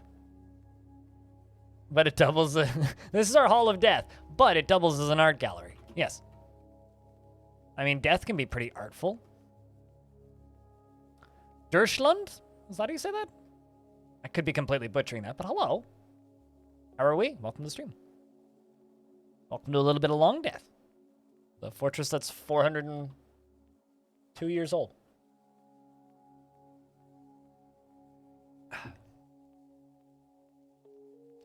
Hopefully we'll hit 404 this year. Death in a beautiful environment. Might as well die looking at pretty artwork. Like Death by Snoo Snoo. Definitely optimal.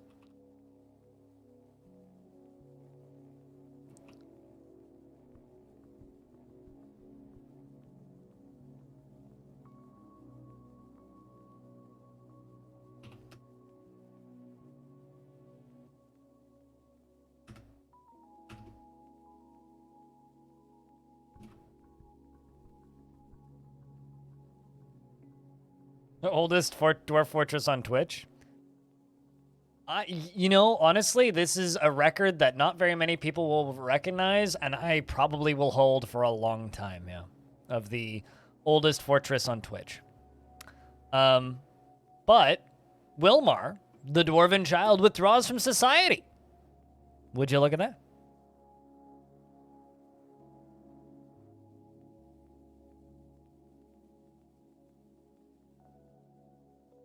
Looks like he's going straight for the craft store shops. I think. Wait, where are you going?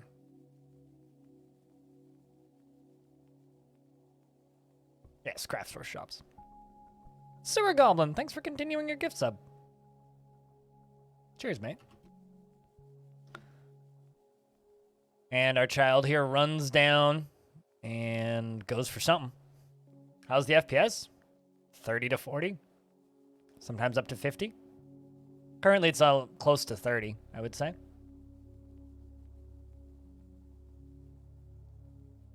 It's perfectly playable. Currently, it looks slower than it actually is because this child is carrying something really heavy, but...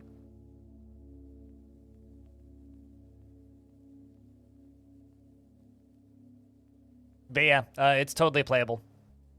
I'm a firm believer that FPS death is kind of being inevitable is kind of a myth.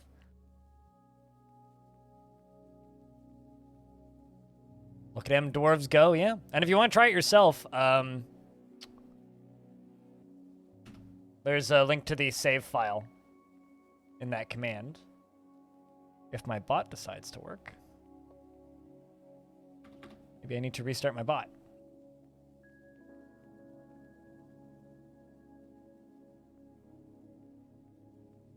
There you go. That little DFFD link down at the bottom there will take you to exactly where you need to be. Then you can download it yourself.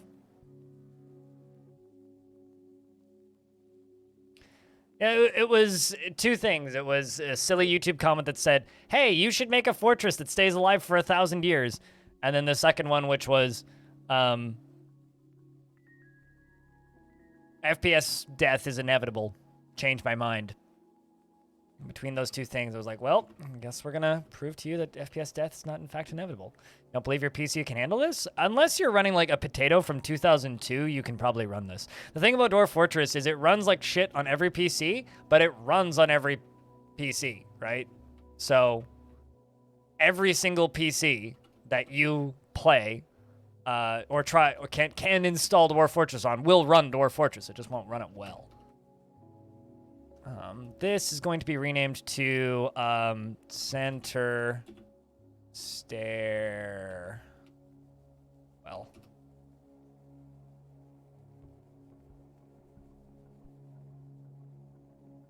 I mean, this computer is from parts that were all purchased in 2017, with the exception of the CPU, which was purchased in 2018.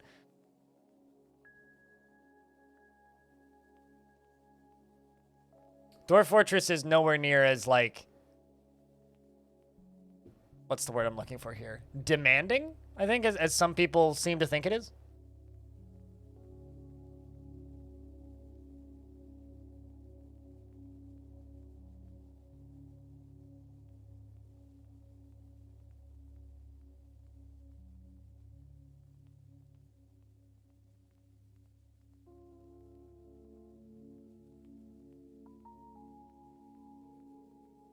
Is way older than 2017?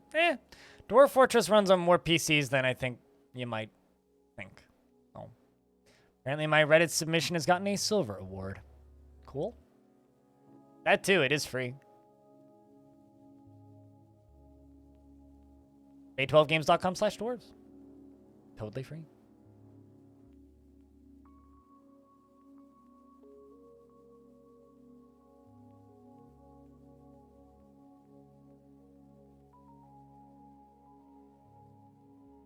Yeah, I mean, generating a very large world will take a long time, and your game might run a little slowly, but the comments about Dwarf Fortress overheating your PC also kind of don't happen. There was a time where they sort of did, but those times are kind of long past. Just the default embark size. Also, there's only, 49 dwarves in this fort, meaning it actually would probably run better on an old computer.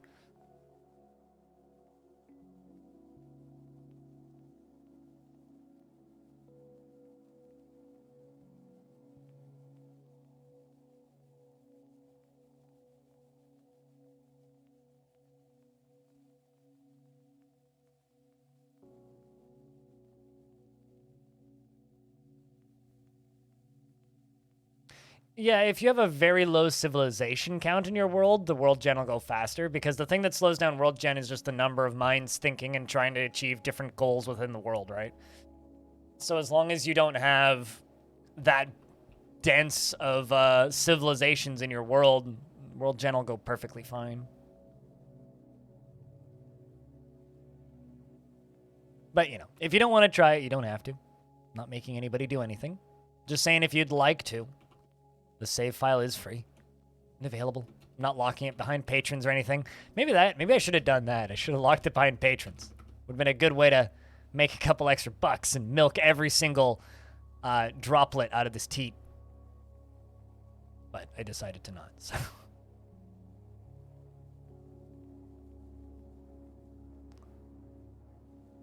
Yeah, you can. It just takes a really long time.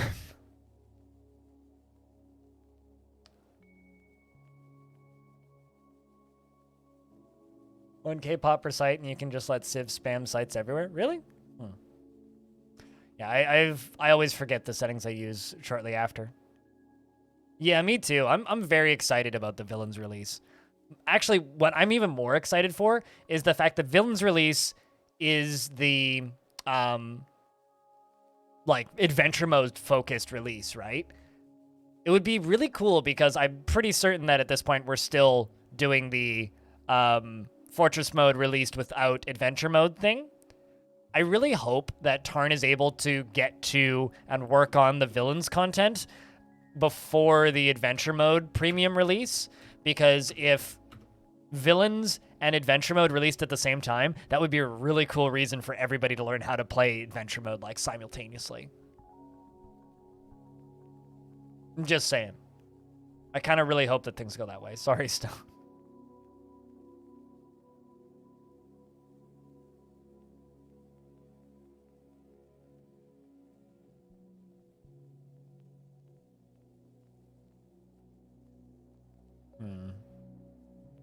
At least we know that we got invaded on year 400, so I can very easily keep track of it. Bah! That was way louder than I was expecting. Whew. Swoop. You made my heart jump a little bit. Robin, thank you very much for the 6th month with Prime. Welcome back. Check, can I get a big round of beers for Robin keeping that sub alive for his 6th month? Jeff yelled, "Pizza's cooked," and it scared you awake? Should have just put a pizza on your lap, so it could have smelled you awake.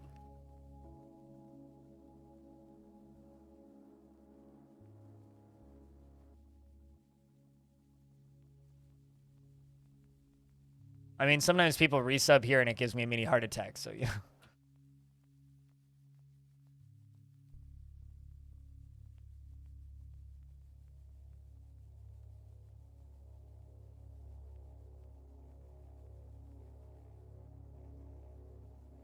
Alright, well.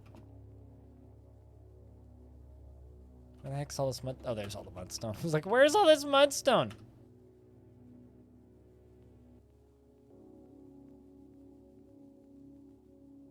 Because we're back in an age of mudstone.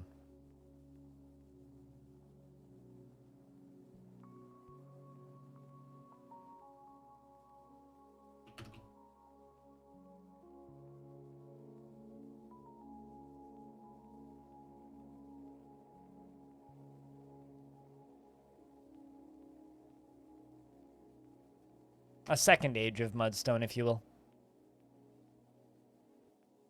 Naturally, animal. What else would you do with pizza on your lap?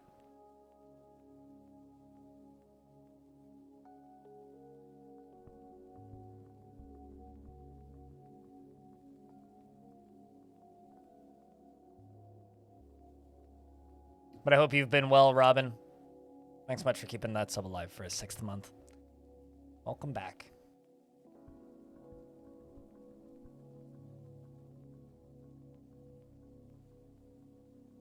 The one issue with me waking up early to do a sponsored thing is I'm like weirdly tired. I'm abnormally tired. You know, tired, sleepy. Ugh. Been surviving? Yeah, I gotcha.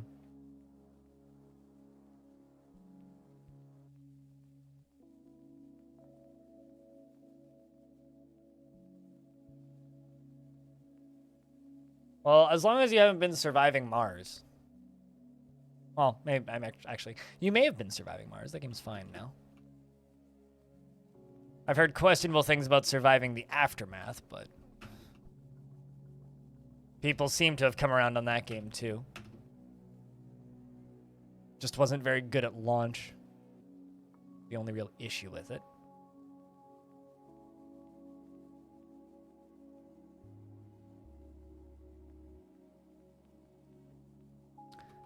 I'll run up here to go grab more blocks.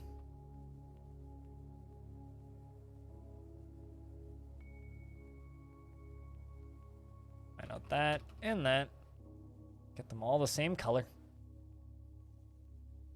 Not that they need to be the same color, I just want them to be the same color.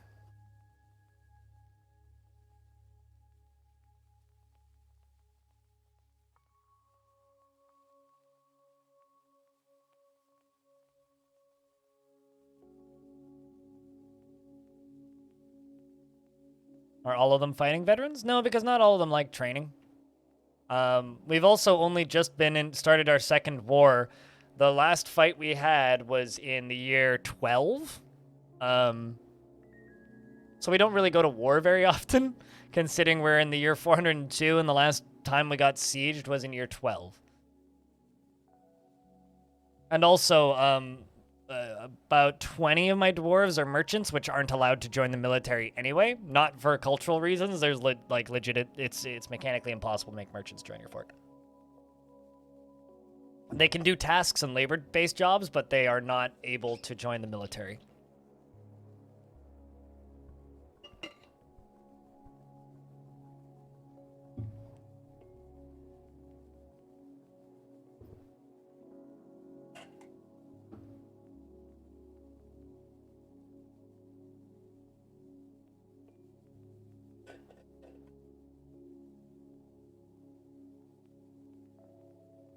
Pouring some more coffee. Hold up. Merchants, yeah. So we haven't received a migrant wave since about year 120. Not because the faction's dead, but because there's a restriction in the game that once you hit 3,000 dead, what's it called? Once you hit 3,000 dead, you stop getting migrants and visitors, and I refuse to modify the game or use any tools or external tools like DF hack for this run. So this run's entirely vanilla with no game modifications. So once we hit that cap, which was 3,000 dead, we stop getting migrants and never get another migrant.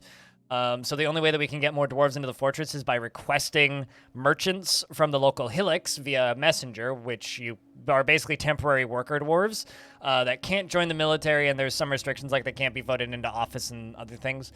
They're basically second-class citizens, but they're able to work, and if they have children in the fort, those become fully classed-up citizens. So basically I invite in couples from the 2 local hillocks that we have, and they make babies in my fortress, which is what keeps the family trees diversified enough that they keep getting married and having kids.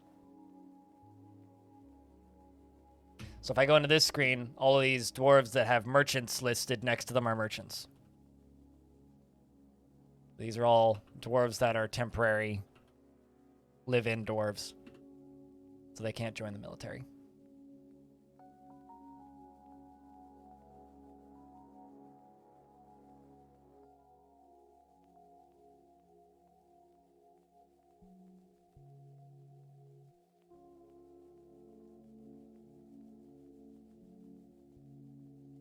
You didn't know about the death cap? Yeah, because most people don't keep their forts alive long enough. Although, I've had forts that have lasted, like, 15 years that have been very heavy combat forts with 200 dwarves in them, and those ones have hit the death cap before. I think people hit the death cap and they just assume that their faction is dead and don't really think about it beyond that point.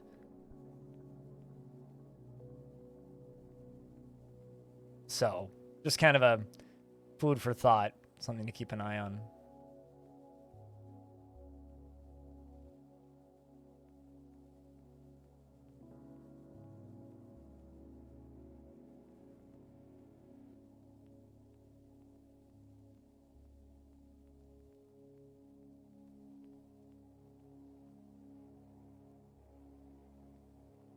Speaking of, right on time. And they arrived on the right side of the fortress, too. So, what we're going to do now is we pause. Looks like they've sent 2 axemans this time. And if I zoom in on them, they don't really have silver battle axes. Interesting. I gave them a lot of silver battle axes. Hold on a second. Let's see. I doubt it, but it's just a silver battle axe. Doesn't say who made it.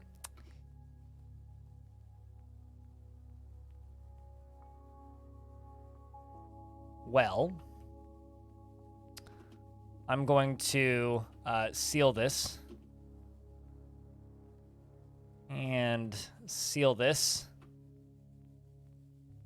Don't think that there's any dwarves up here right now.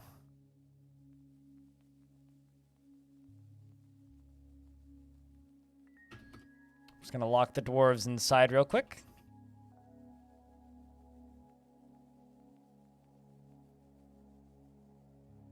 We are going to close the top door.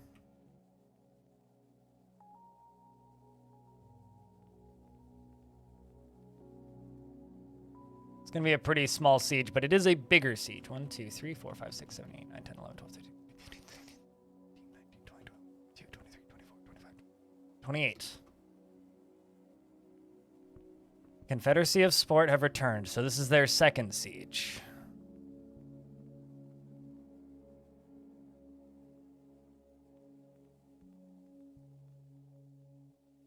All right, who's coming to pull the lever? Oh, no.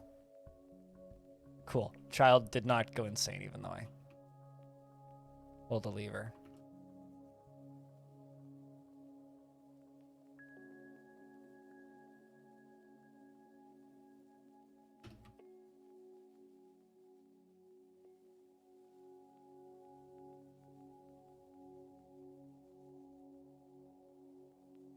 There we go. Zindros is coming to pull the lever.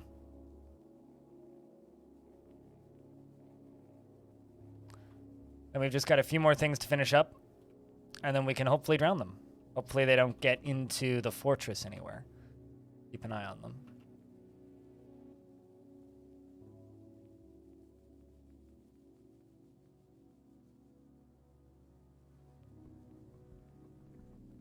Where are they headed? They shouldn't be able to get into the fort anywhere along here. Nope, doesn't look like it. They might be able to get in down there. Which, if they do, depends on how good they are at climbing. They are just humans, though. Cool, we were just able to get the door shut. Phew. Alright, because the door is now shut, I will release the dwarves.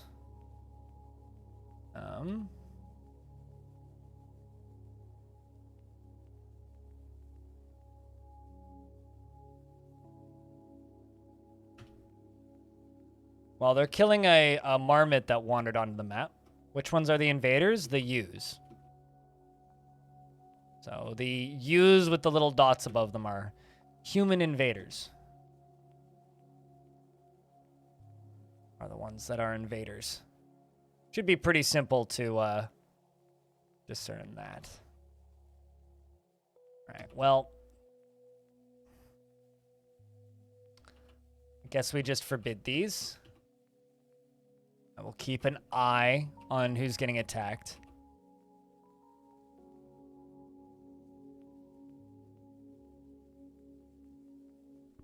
Let's just give a couple of different dwarves.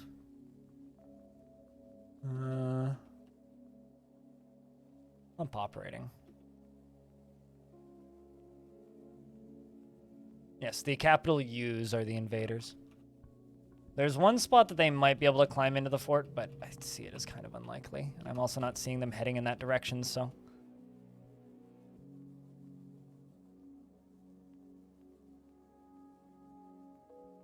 Yeah, seems like they're just kind of holding over there on the right.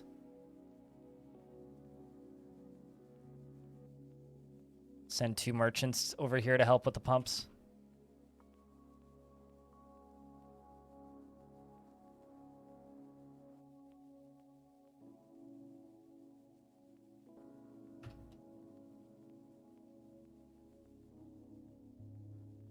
Got 2 coming up to operate pump.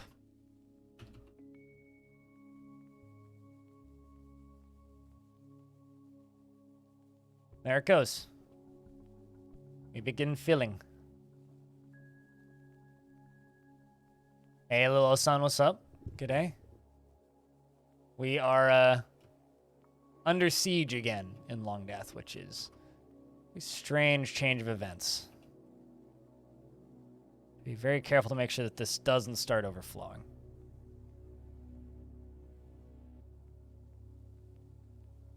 Because this is going to fill up. Kinda need to just make sure it doesn't overflow. It does, I gotta stop it pretty quick.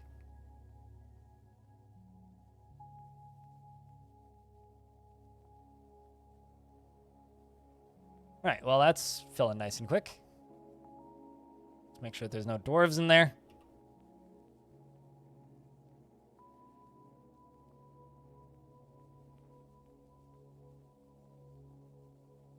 Shoutouts to Navy for the sub. Yeah, no Navy gifted out a 5-pack last night. Very kind of them. All right.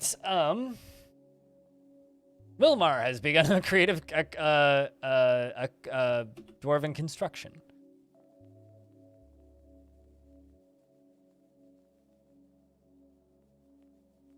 So how big is this siege? Not too big. Like 1 page. Like 50 of them.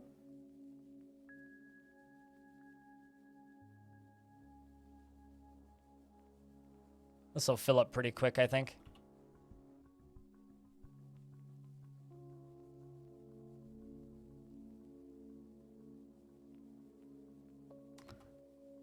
This is a very strange turn of events, I'll put it that way. I'm not bothered by it, not saddened by it. I'm just kind of slightly concerned for frame ratey reasons, but for a second there I thought it was flooding somewhere it's not supposed to be. It totally is flooding exactly where it's supposed to be. Did I hook this up? Yes, I did. Okay, so I need to unsuspend all of this construction.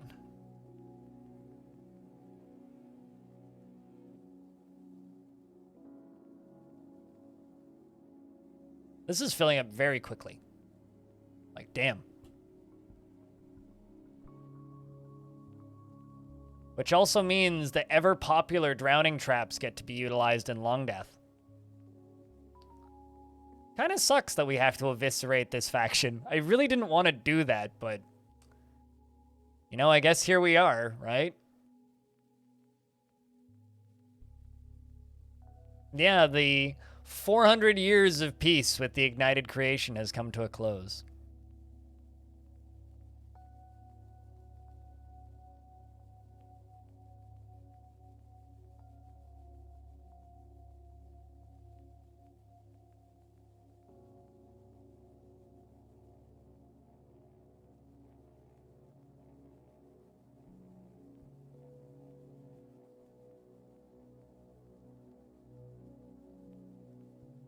Hi, Wilmer. You're making an artifact right now. Someone's calling me out for virtue signaling in Longdeath VODs. Well, I apologize. Not much more I can say. Sorry you feel that way. But hi, Wilmer. How are you? Yes. Well, not baby you anymore. They're now like 1 year old or so.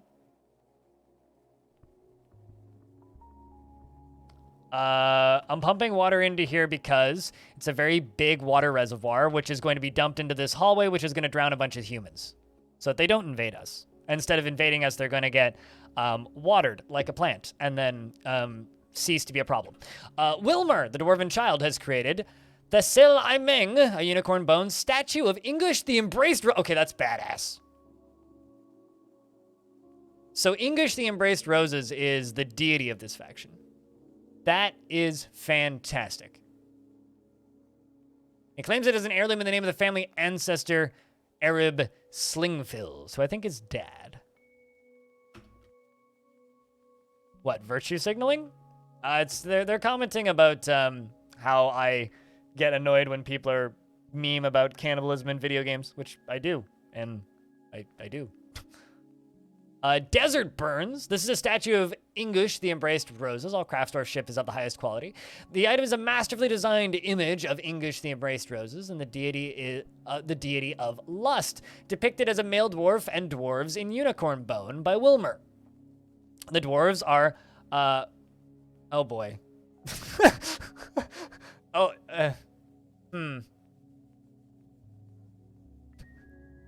You're 1 year old, and this is a statue that you made. The dwarves are prostrating themselves before English, the Embraced Roses. It is encrusted with oval quartz cabochons and decorated with tapered cut, baguette cut green glass gems and horse leather, and encircled with bands of unicorn bone and almond wood. This object menaces with spikes. Yeah, it does. of blue jade. On the item is an image of a pea plant in almond wood. On the item is an image of the focus of excavations, the almond wood figurine of Nomal group channeled in quartzite. Am I using a particular tile set? Yes, Vic. That's it. Click that and it'll download. So that's a statue. So I'm going to put that in my temple to that deity because it's too fitting.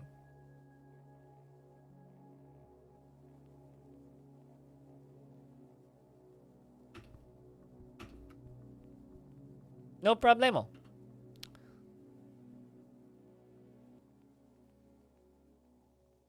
If there's anything else you need, just give me a shout. Although, yeah, I can't pay off your student loans.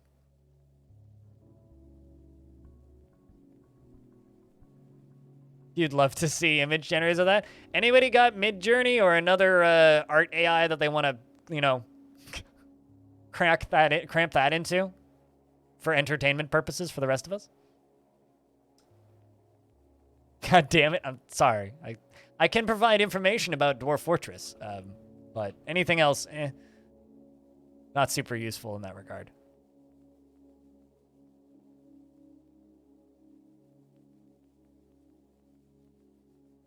Annoyed when caught in the rain. You know what? I'm actually just gonna give them like a few more tiles so that they can have coverage when they're up here.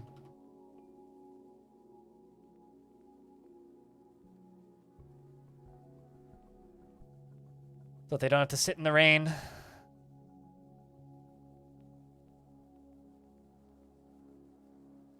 It's about half full. Oh, it'll get there. Still filling. How deep is it in the center? 2? 3? Perfect.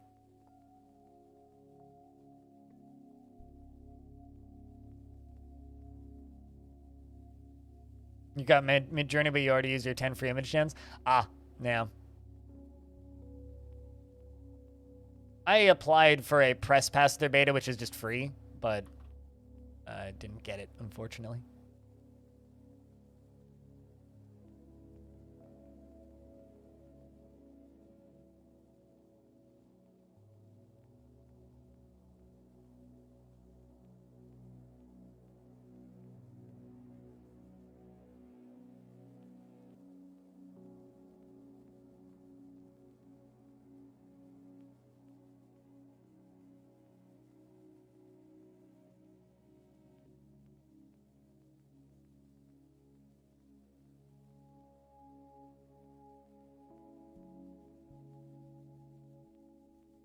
Don't spend money on things. I'll just say that, animal. It's fine. Almost always not worth it.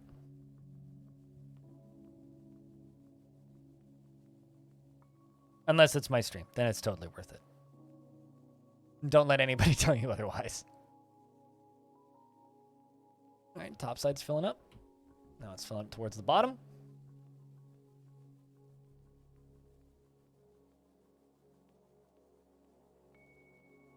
Temps finally below 25C inside. It's time to squeeze in a workout before bedtime. Go get that workout in. It's very important. Take care of yourself. You have a good night. Nuclear sneeze.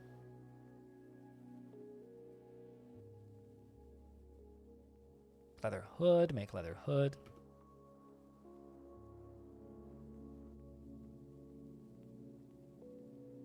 Oh, are you going to generate a tile set for Minecraft in Midjourney? Ooh, that's a problem. The humans appear to have found that the dwarves were just hanging out right there. They seem to be cycling around. They're not going for that tree, are they? Scared all the dwarves away. Here's a thing that I can do, as long as I'm careful.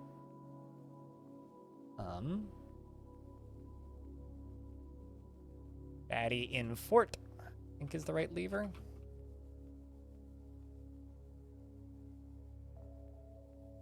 Should be this one. Let's see.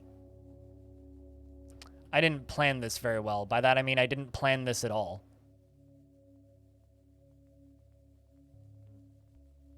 I did not plan to get sieged. Oh man, it would be so funny if the drawbridge crushes one.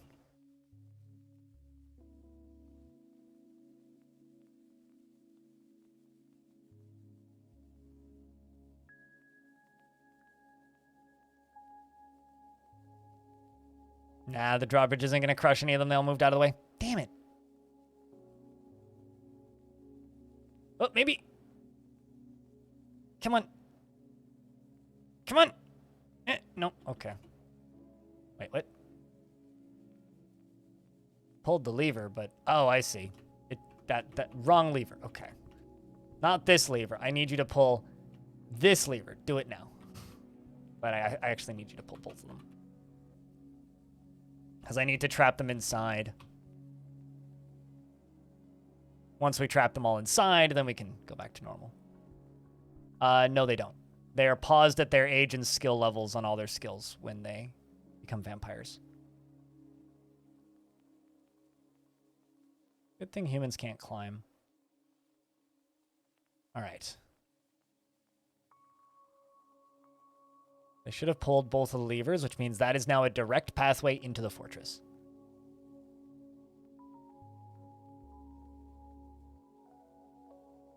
Means they will now walk in this way.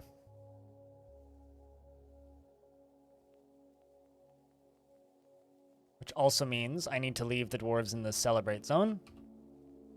And add these to this burrow. I also need to forbid that. Add this to the burrow. And pull that lever as well.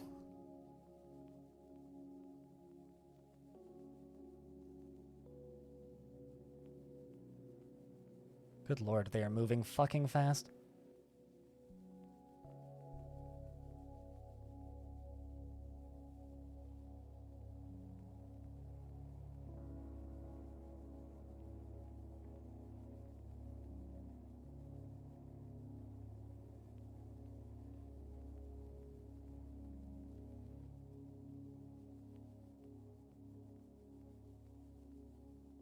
Okay, I will let them walk down to there. Let's see, are there any others coming? Or is it just that early group? I think it's just that early group. Did I plow through before I got the hang of the game? Fuck if I know. I've been playing this game on and off since 2009, so I have no idea. A lot? But all of the enemy in there? Absolutely not, no. Most of them are up top still. This is a small portion of them. I'm kind of tempted to just send my military in. Because most of these are... Yeah, they're entirely unarmed. Where are you headed? Oh, I see. You're part of the military, that'd be why.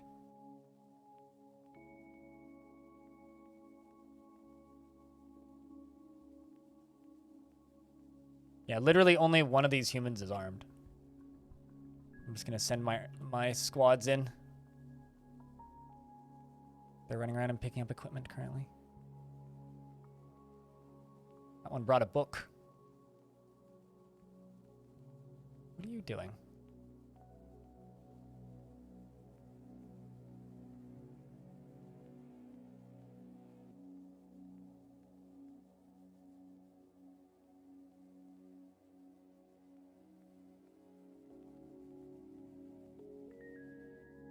Hold on a second. I'm trying to figure out where is in the burrow that's not supposed to be.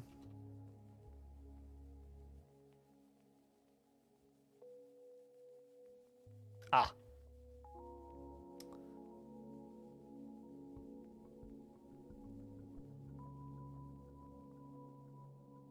Currently erasing.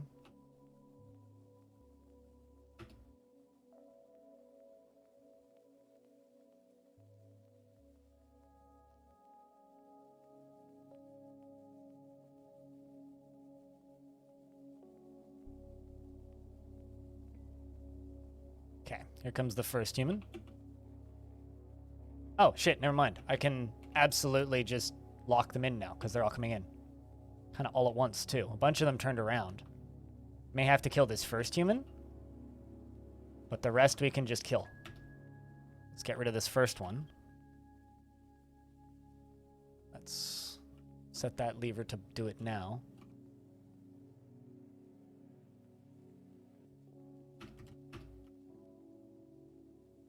So we're just going to have to kill that first human. But aside from that first human, you say it like it's so easy, W. Kitty.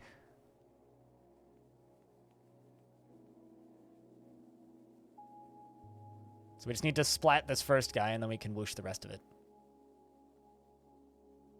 Our unarmed soldiers are probably just guys that the guys the king didn't like? Yeah, probably. Or just underrepresented minorities. Terrified while in conflict. But killed cost. But at what cost?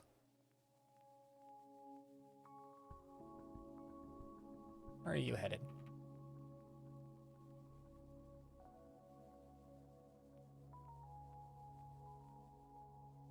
Why are you going this way? What are you doing?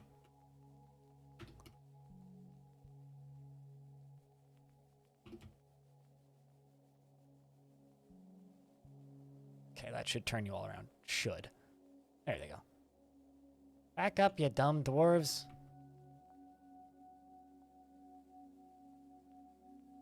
Comes another one. There we go. They all turn around. Perfect.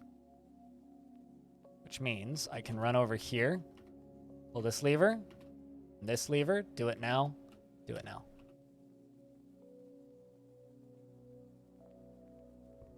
The dwarves are out. Pause. Most of the humans are in. I don't see any more up on the surface.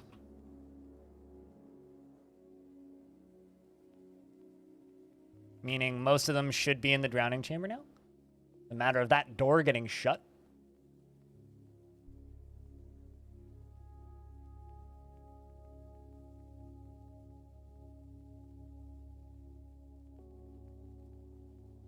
Okay, top door's shut. Anybody coming to pull the bottom lever? My tavern keeper is. Let's see if this human makes it out. This human might make it out. I might have to go stab this human to death. I think I'm going to have to stab this human to death. All right, there's a human in the fort. I repeat, there is a human in the fort. Operation Dwarf make human go splat.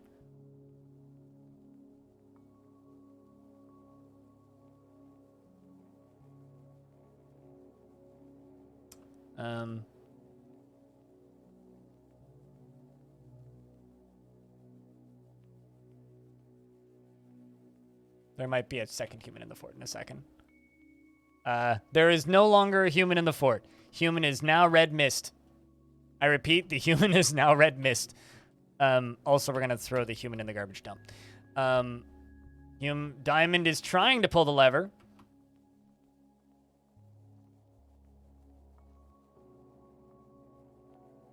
Okay. Diamond, have you pulled the lever yet? Diamond, can you please pull the lever? Bloodcat is screaming, I must withdraw.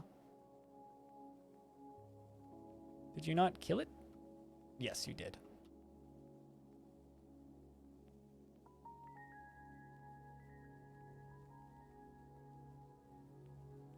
Come on. God damn it. Second human got into the fort. Well, time to go beat up another human. At least that was easy. Sweet. Door is shut. And, appears Red Octobear is dueling with a human. Covered in their own sweat. Decked out in iron with an iron short sword. Is stabbing the human to death. It's taking a very long time. Because the Red Octobear is not very talented. But he has improved his dodging, and that was satisfying. And says, I was attacked. You will know my ferocity. After, slashing the human in the upper leg with his short sword. Tearing his pants. It's fine, though. He's become a sword dwarf now, leveled up, and the human is now dead. Painting the floor red with blood. Anyway, because the humans should theoretically be, like, all trapped in, we just have one more lever to pull. Which I think is this one. Yeah, Batty Lock. Pull the Batty Lock button.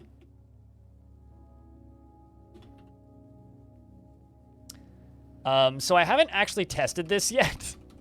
So I'm just going to get these pumping again. We're gonna assume that they're gonna go back to pumping. Yeah, they are. Okay, so we just need to like fully fill this up with water. Once this is full of water, then we can, you know, actually do the drowning. But until then, we can just operate the fortress perfectly normally because all of the humans, from what I can tell, are in our trap here, and we just need to wait a minute and then drown them all. So should be fine. We're just we've just gotta, you know, finish pumping. So Diamond, our manager, is gonna go back to operating a pump with the assistance of some dwarves.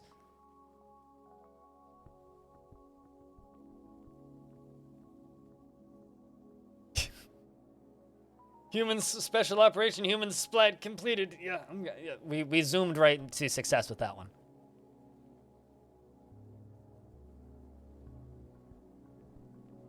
All right, so this should go back to healing. You play FS 22. FS. I don't know what. Oh, Farm Simulator 22. And you currently look over the farm and you and your friends played last summer because I'm in a farming mood again. Holy shit, it's a lot of work to keep a farm running alone. When last summer you 4 people kept it running. Oh, did you have like your pandemic crew last summer and now everybody's outside being like, video games? Meh.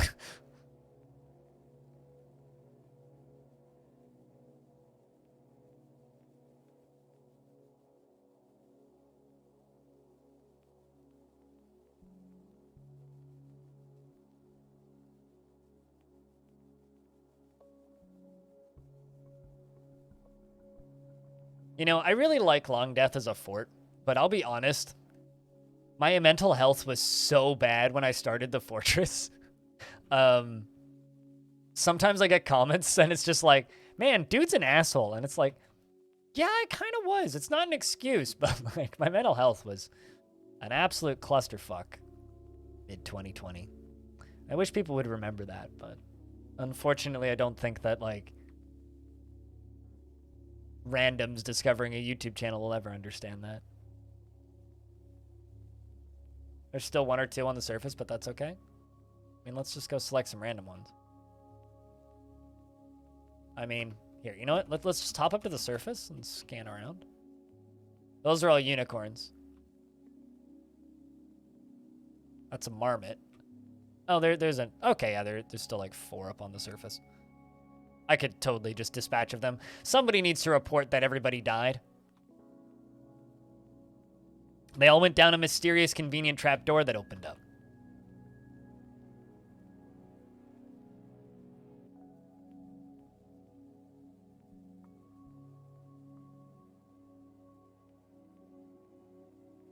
Shitty mental health is never an excuse for being an asshole, but at least it's an explanation.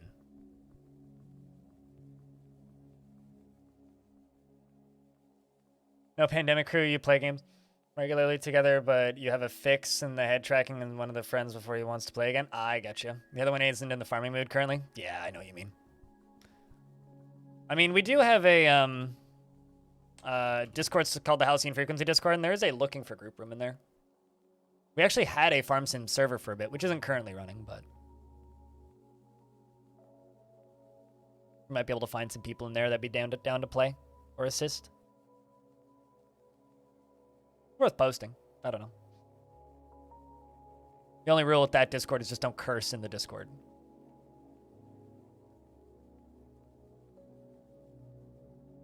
The bit before you went into hospital? Yeah, I mean, that's, I would assume would be pretty logically understandable, right? Because, like, you know, got hospitalized for a week and a half. But I will say that, like, I've seen several psychologists in the last 2 years, and there's a lot of shit wrong with me. And being aware of that stuff helps a lot. It also makes it easier to be more mindful of that sort of stuff. And when I started recording Longdeath, I wasn't aware of any of it. So I'm a much more thoughtful person when it comes to what I say now. I'm still not perfect, but I'm a hell of a lot better than I was. Like, nobody's perfect. I very much don't pretend to be. I am a downright asinine piece of shit on a good day. But at the very least, I'm a tactful asinine piece of shit now. More tactful. I'm not going to say I'm perfect. I'm not going to say I'm better or anything, because I'm certainly not, but I'll say this. You never fully live with anxiety, or you never fully get over anxiety, depression, and you definitely never get over being bipolar. However, you learn to live with them. And I'm learning to live with them slowly. All right. And I've got epic hair to boot. I mean, the epic hair is just like an extension of my ego, right? And also proof that anxiety forces you to do things like, you know, not go to the barber in fear of getting a bad haircut. It's genuinely part of it. Also, hi, Keegith. Or Kriegith, rather. It's the E. The R before the E. Okay. So we got humans down. Fingers crossed.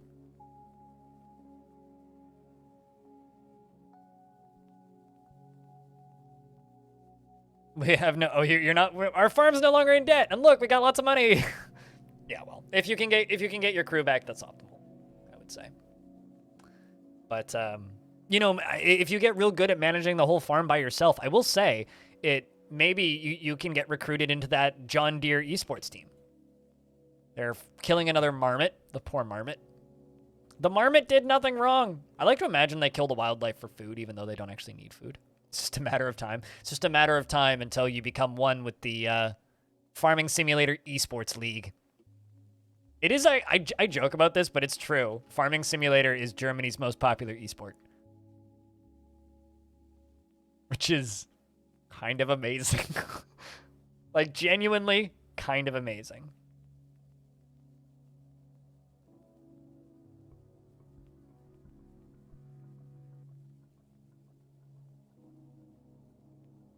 Oh, really?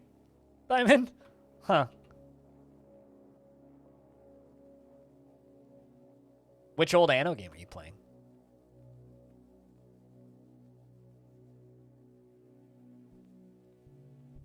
Let's get some other dwarves with the pump operator job.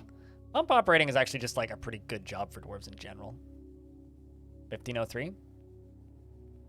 I think I know which one. They all have different names in North America, so I have to like think about which one that is.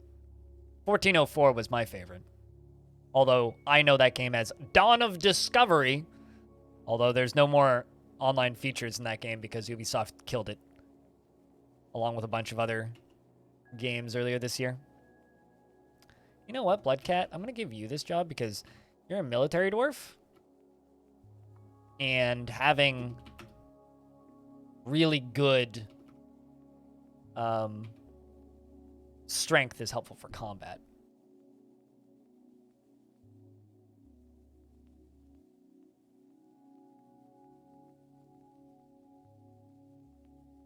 It appears my mom found the GIF button for texting.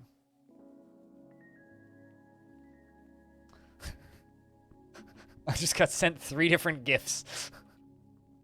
I remember the day she found the emojis button because all of a sudden all of my texts contained nothing but emojis. And now she's found the GIFs button, so I keep getting Parks and Rec GIFs.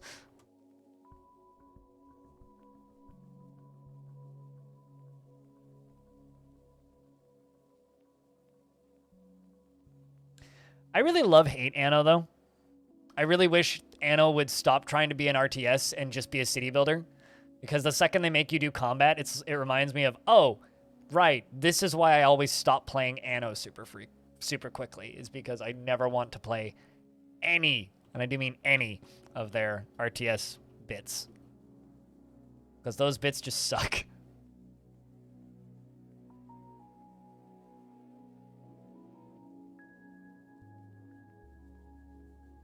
And then there's also that cyberpunk game thing recently that came out called Anno, which isn't confusing at all.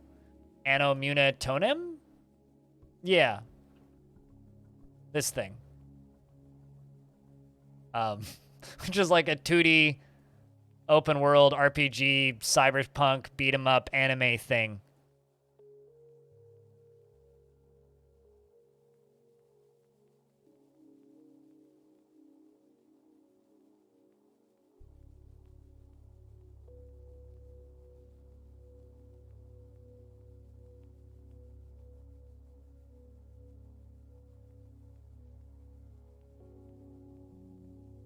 I don't know what that sentence means. I'm like 180 on that. Is miss the combat arts part in the new ones? What? Sorry, can you try that again? I don't know what is miss the combat parts. In the olds, you have land army and you can command the city while you can construct. Sure. I just don't ever want to play combat in games like that. Until you saw the RPG part in that anime game? Eh. Yeah, I don't know. I have no interest in Anno Munitonem. I just think it's confusing in a world where Anno exists. Okay, so you missed the better RTS parts is what you're saying. I guess I could see that. I feel like I need to give this thing more flow space.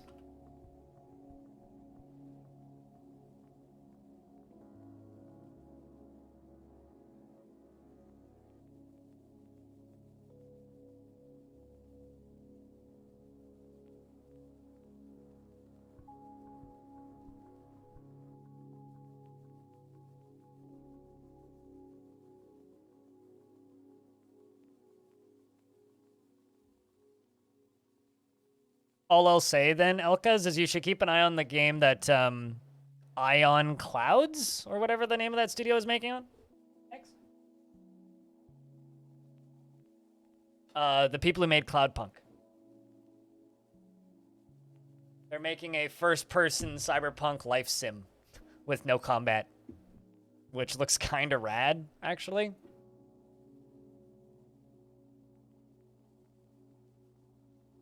Yeah, Ion Lands, that's the name of it. Yeah, they're making Nivalius, which is a first-person cyberpunk life sim with farming. Which looks kind of rad, actually. Just visually. You're shit at it and always lose, but that's another talk. I mean.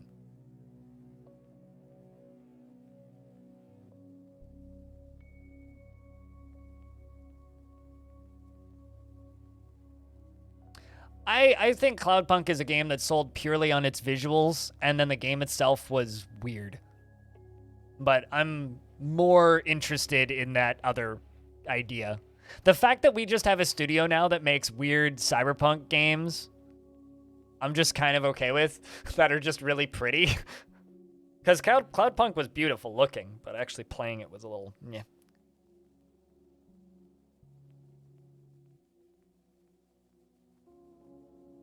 Drowning time? Give me 10 minutes.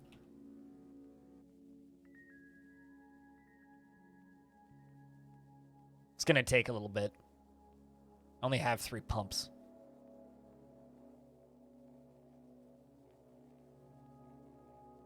I just like that Cyberpunk 2077 was a popular enough game that... and sold well enough, but also was disappointing enough that it issued in like a new era of, hey, let's just glue neon on everything and call it cyberpunk game design.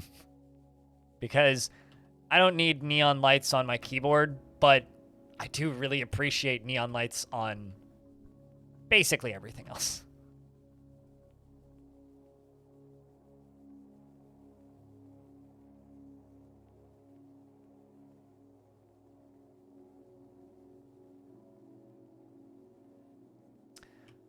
But yeah, no, this needs to fill up all the way. And currently the bottom layer is about 40% full right now. Although they did stop for a bit while I was trapping the humans inside of it. I could actually just slowly drown them if you want me to do it that way. Should I do it that way? It would be a very slow drowning sesh, though.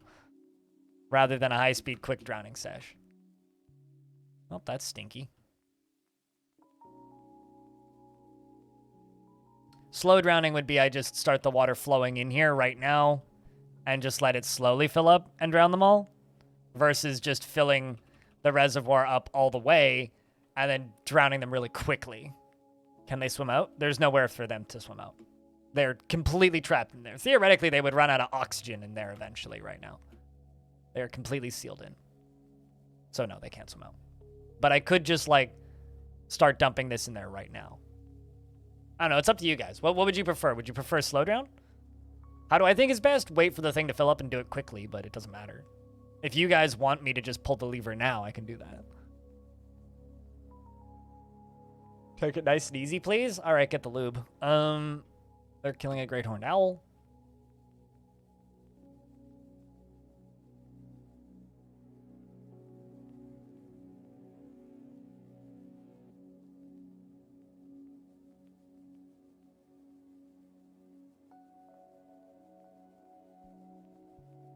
I mean, Hall of Death. Well, I mean, humans showed up, Aqua. So, I'm not sure when you left, but it is full of humans. I could probably just kill them, too, because it is mostly unarmed recruits that are very weak.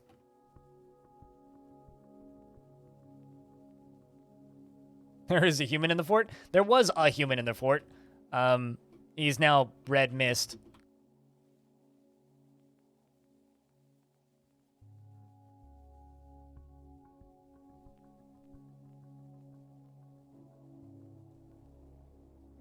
Oh, I see the problem here. Remove that zone.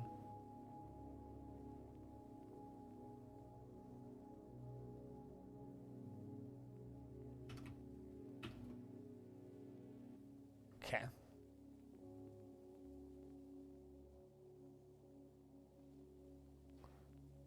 Let's collect those human bits.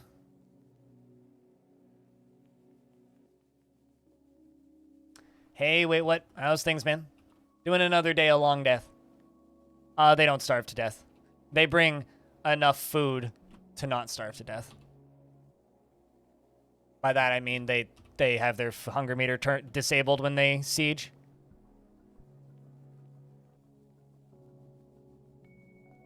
Also, intelligent meats are not edible in Dwarf Fortress, period. So, dwarves have this thing called morals. They will not and do not consume intelligent life forms meat. So, dwarves will not eat elves, humans, or goblins, or kobolds, or gremlins, or anything that can speak. So, it doesn't matter. It's a Friday and the weather's fine. Hell yeah! Bit hot over here. I actually have the AC on because it's about 25 degrees Celsius in here without the AC on, which is unpleasant. So,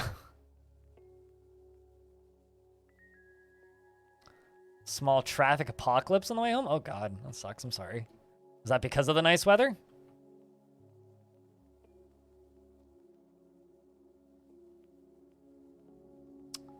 Not in Dwarf Fortress. You have to actually mod your game to do that, which I haven't because I don't want to encourage that kind of behavior. And I kind of hate, you know, bullshit about eating humans. It just kind of, it's literally one of my phobias, and it bothers me. It makes me feel sick when people joke about it, so no. Play a different game and watch a different stream if you want to talk like that.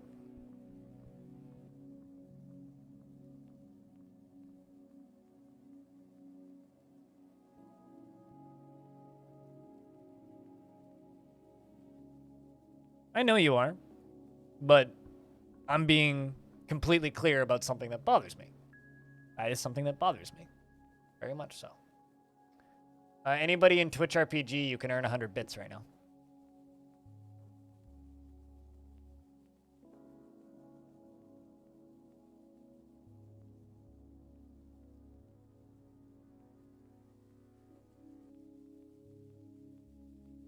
Brings the mood for DF back?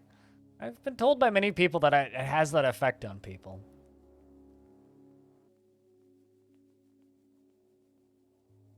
You're being stone-faced? You're not being seashores walled?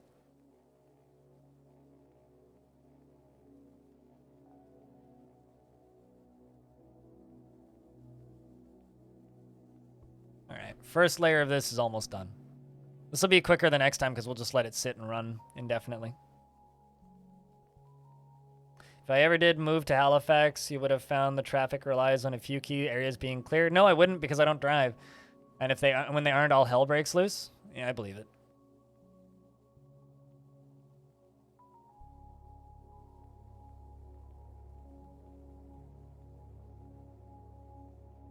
but I wouldn't notice about traffic because I couldn't tell you the major traffic areas in the city that I live in right now, aside from the obvious ones, which are the bridges. But I take rapid transit everywhere, so. When I was considering moving, my ex could drive, so that would have been the plan there. She would have driven, but obviously that didn't happen because she moved out. Why don't you just download it and try it out, WKitty? It is free, and it'll run on anything. And it's one of those games where if you play it for an hour and like figure out the basics of the visuals, it's a lot easier to watch, and it is free. One of the best free games you'll ever play. It's like RimWorld, but better in almost every aspect.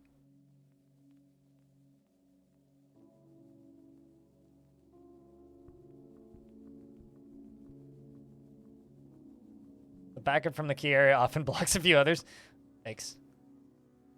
Sounds like a well-designed city. I don't know. I haven't been to Halifax since 2008. Been a long time.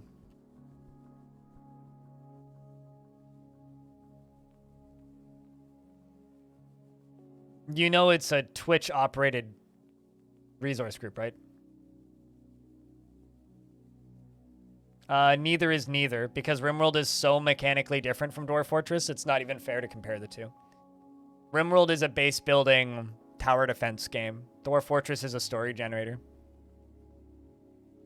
RimWorld markets itself as being like Dwarf Fortress to have free marketing from Dwarf Fortress. That's the only reason they do that. It's really nothing like it. I thought you were going to say cookie clicker, Aqua. Although Solitaire isn't free. Microsoft Solitaire is $2 to get rid of the ads. Well, you're the product with Solitaire.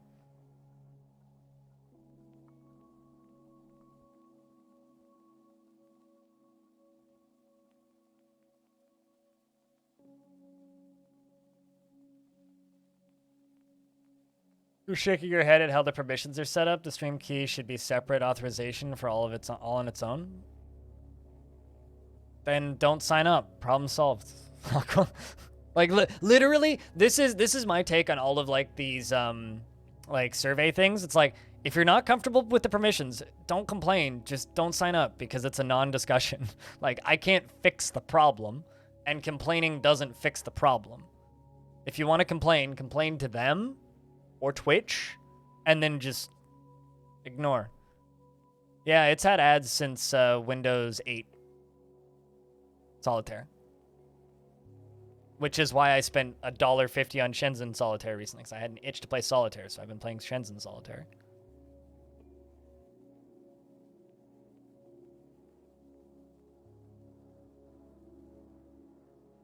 You need to know that those are roguelikes. This is a colony builder. Completely different kinds of games. WKitty. But whatever. I'm not here to convince you to play games. I'm just simply saying it'll make watching it easier.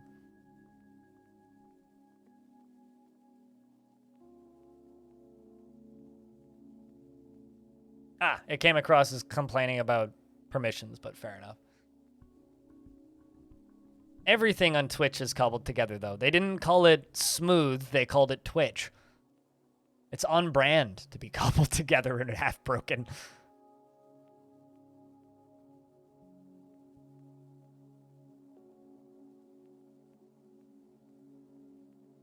Do any of these humans even have armor? Oh, there you are. Copper mail shirt.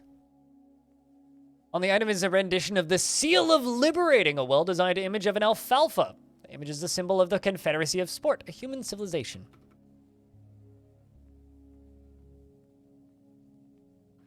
I would actually argue that Microsoft has been redeeming themselves as late just because they've been so good to the games industry, but their OSs have been annoying for years. Xbox has been really good as of late. Microsoft's still annoying.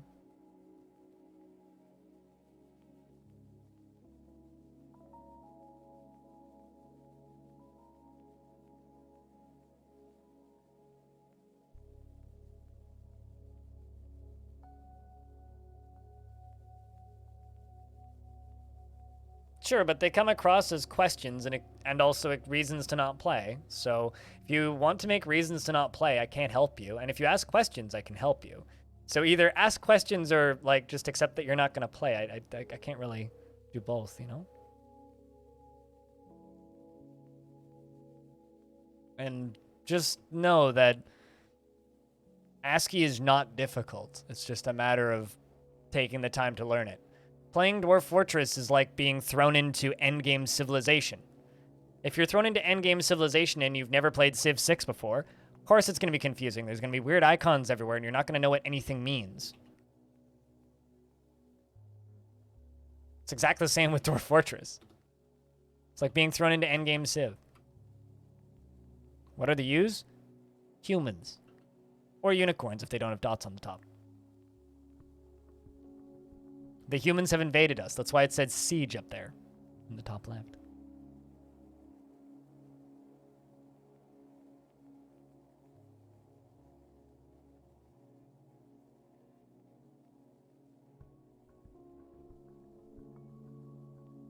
Proton go burr. Speaking of anti-cheat, so you know Valorant? The video game Valorant by Riot Games? Well, Valorant is adding in a new feature soon, which essentially, if you report a player for, say, saying a slur, it will listen to a recording of all of the voice chat from that match, because that game has built-in voice chat, right? It'll listen to a recording of all of the built-in voice chat from that match, and if the AI can identify a curse word or the slur in question, that player will get a ban. But they're beta testing it starting this week, or just like in a few, it's like on the 1st, I think is when they're starting it. And so they're going to be recording all of the audio from every single Valorant match and running it next to an AI to try and identify curse words and slurs so that they can roll the system out entirely. And I have a question. How is this not bigger news that they're literally listening to every single match of Valorant? And how are people not up in arms about that being extremely creepy? Because that is extremely creepy. It's like, I get that we need to like police people, but the fact that Riot Games is listening to every single match of Valorant is weird. That is so weird to me.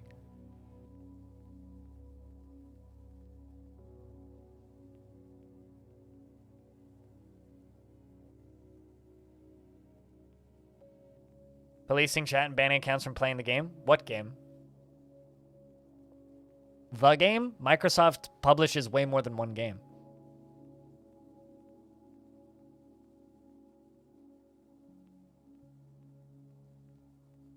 I've never heard of Battle Eye. But yeah, it's creepy as hell to me. I mean, I don't play... Oh, sorry, Minecraft, not Microsoft. Sorry, starts with M and ends with T. Microsoft, naturally. Has an I after the M. It's my bad. I can't read. Well, my eyes don't work. I can read, my eyes just don't work, so sometimes I read too quickly.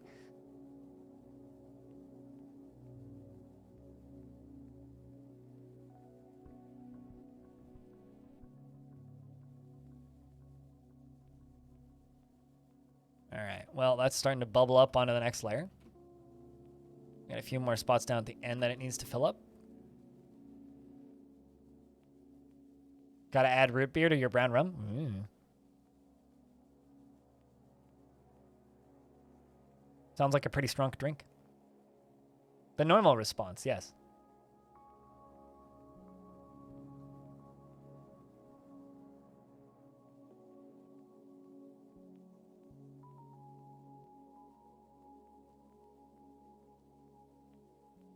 God damn it, why does Nucrium keep tweeting out these gaming dad jokes? Yesterday it was, what do gamers use to bake bread? Nintendo. And now he's saying, why can't you blindfold a Pokemon? It'll Pikachu. Shoutouts to Nucrium, I guess. This is the proper use for Twitter.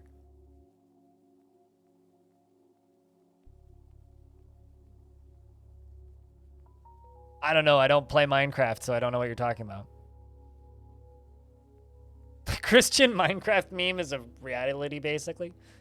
I mean, I heard something about Microsoft wanting to ban people from being able to play on Java. So if you got banned from the official realms, but I didn't hear anything about them like recording voice chat for Minecraft. So at least that's less creepy.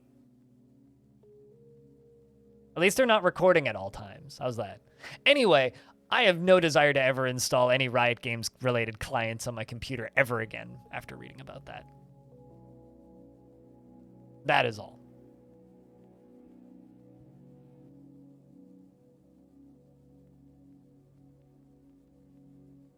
They got Cortana for that? Not on my computer. I actually used a root program to completely uninstall Cortana from my computer. So, not on my computer. Not on my watch! No Cortana here. Although, I do have to, like, high-five and shout out Microsoft for naming their creepy AI Cortana. Because, spoilers for Halo, Cortana wants to destroy all of humanity. Just, you know, spoilers for Halo, I'm sorry, but...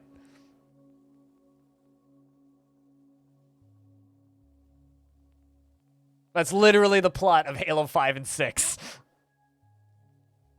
Or maybe 4 and 5. 6 was Infinite. But yeah, it's literally the plot of Halo 4 and 5, and mentioned in Halo Infinite, is that Cortana wants to destroy all of humanity. Oh, dang it. Bloody humans came around again. How inconvenient. All right. Let's try drowning these humans. Wish us luck, chat room.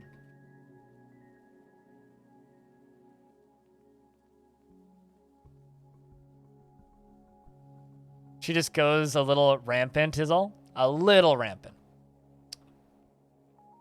Just like we expect all AIs to do in real life. All right, so the humans walked the wrong spot, so we're going to open this lever and hope it works. Oh, shit. That's the wrong lever. Pull that. Do it now. Wrong lever. Dwarf, get back over this. To pull that lever again. To pull that lever. Don't let the humans out. Pull that lever. Okay. Which is the one that I... Chatty top there. Batty and Ford. Batty drowned. That's the lever I needed. Perfect. Whoopsies.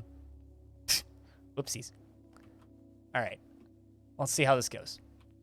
Water should go whoosh. Here it cometh. Not the most efficient, but hey. Ideally, if it would be full, it would build up pressure and then drown them quickly. Instead, we're going to drown them slowly. On the bright side, that is quite literally a wall of water, though.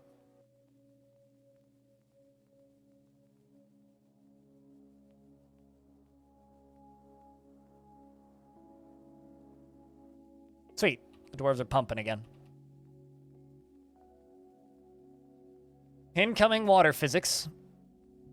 The humans are going, man, it's getting kind of moist in here. Why is the air temperature rising? Oh, dude, Or the humidity level. Insert flush away scene. Yeah, pretty much. Also, look at those boulders all getting pushed. All of the mudstone is getting pushed by the water. It's kind of awesome. Water physics, let's go.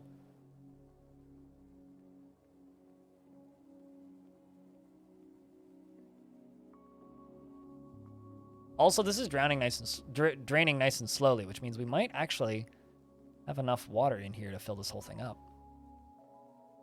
How do you think those humans feel right about now? There's just a wall of water coming around the corner. Pretty bad, I would say, if I had to guess. You know, I try really hard, Diamond, to forget that the movie 2012 ever came out. I've seen that movie twice. It's not a very good movie. That is my nuanced opinion on the movie 2012, is that it is not a very good film. Whoosh. You poor soul. Yeah. Wall of waters with boulders in it. Yep, the humans are dodging the boulders, though, it looks like.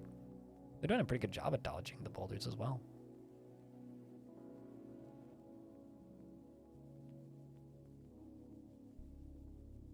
What actually is that? There's this gray stuff on the water first. Okay, it's dry clay. I get it. Oh my god, are they gonna drown in that corner? I mean, that wouldn't be too bright. Wow, some of them are literally drowning in that corner. One of them had to jump over a boulder. That's kind of funny. Water's gonna flow down into here too. Wow, they are all drowning in the corner. They're willingly drowning themselves. Huh. Now they're all panicking. Weird.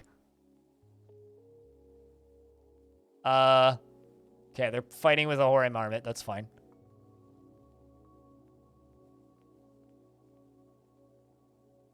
Well, they seem to be panicking more. A bunch of them have died now. Not enough to actually end the fight, and a bunch of them got whooshed down here. A whole bunch of them are getting whooshed down here, actually. This is a pretty efficient little drowning trap. It's quite dramatic, too. Yeah, so the ones that didn't drown in that fight, and you get hit by half a dozen bricks, that's called a tidal wave, you know? It's like, oh, look, it's water. Poof. Smack.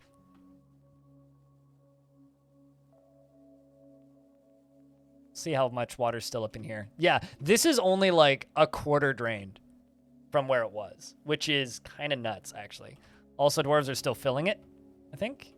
Yep, dwarves are still filling it.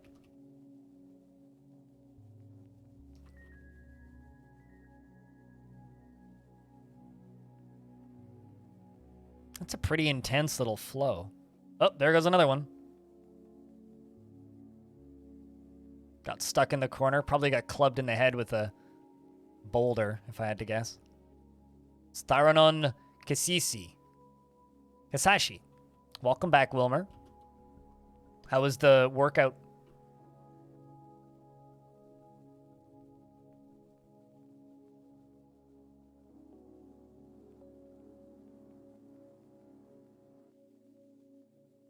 Mud, blood, and stone.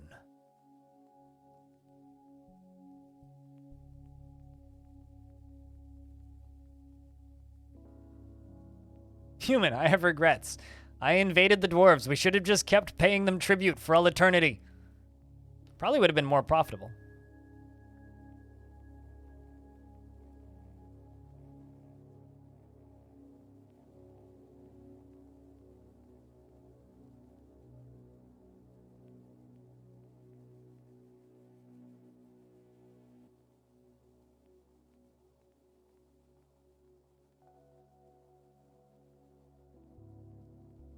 Time for you to no longer be awake.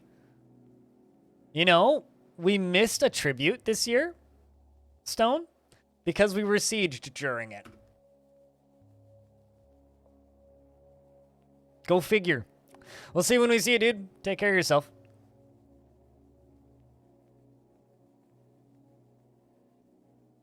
We'll see you Tuesday, I think. Because I did start an hour early. I don't know if I will be on the end of the day today. And Darren, what up? It's good to see you. Hello. We are drowning humans. We're damn close to being finished drowning the humans, too.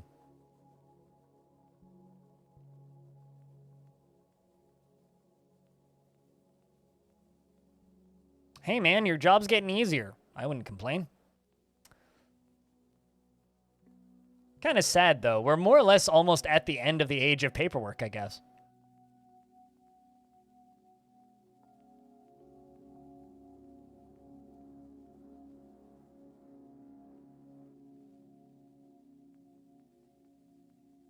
Okay, how are you not dead? You are completely underwater. There you are. Now you're drowning. I was gonna say, human hammer dwarf, you should be drowning. Or human hammerman, you should be drowning. You should have drowned by now. This guy must be a legendary swimmer.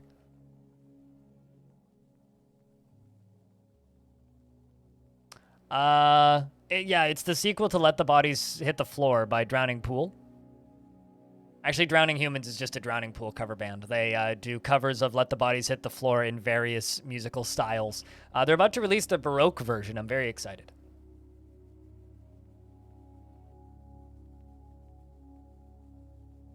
But the brass band cover, pretty good. The rap cover is better than it has any right to be as well.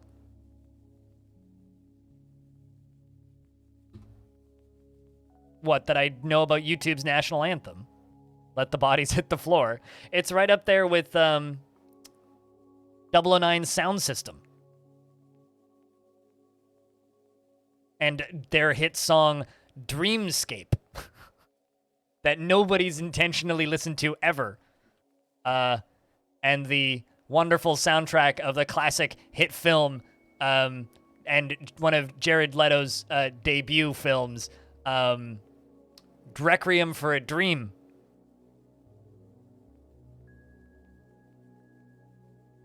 Yeah, I did catch your play on words.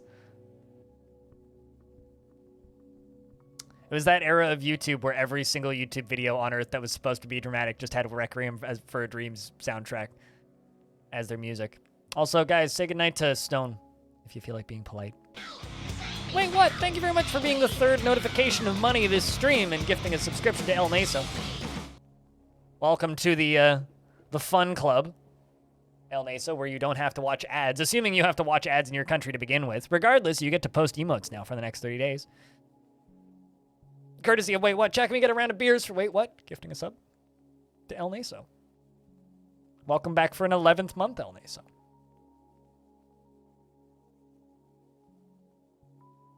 It is the last stream of the month, though, so revenue is appreciated today.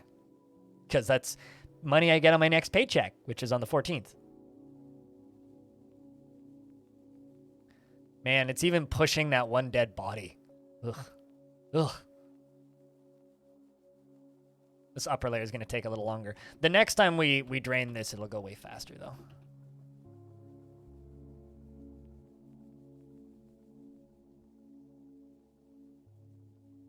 I think I'm going to automate those pumps up top, though.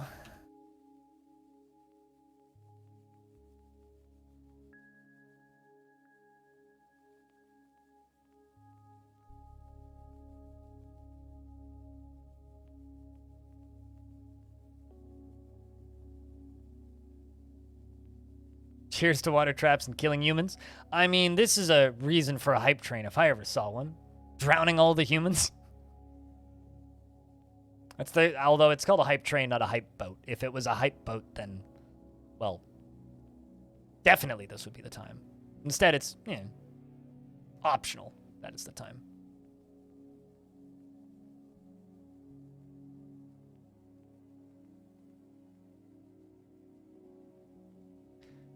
And here it cometh.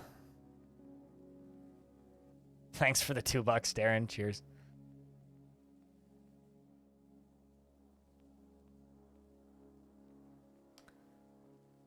This should be enough to end the siege, I would think. Hype cart rolling, not quite. One more person needs to take part, but it's close. It is close.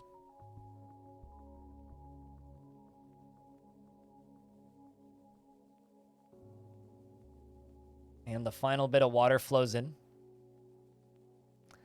There's still a spot up top that still needs to finish. This is pretty optimal, too, because it'll crush some of the bodies.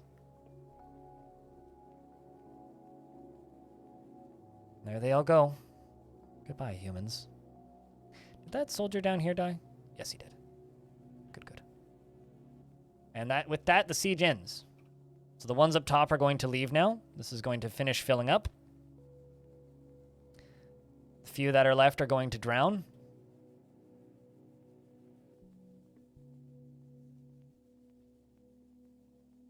I really wish that we were allowed to customize hype trains more. I mean, I would definitely call it a minecart track or something. Obviously, it would be Dwarfy themed, but yeah, there would be a lot of scam trains and titty trains and Papega trains and, all the things that a lot of channels love.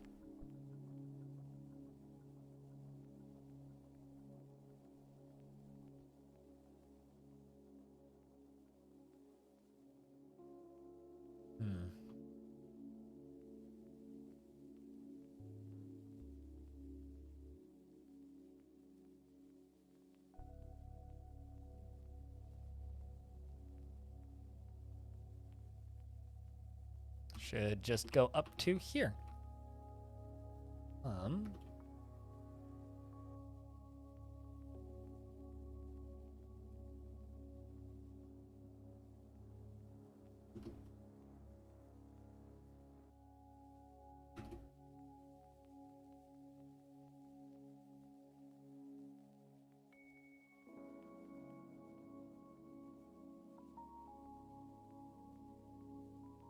All right. Still in early autumn. Just turn off those pumps. Yeah, there's more than enough water.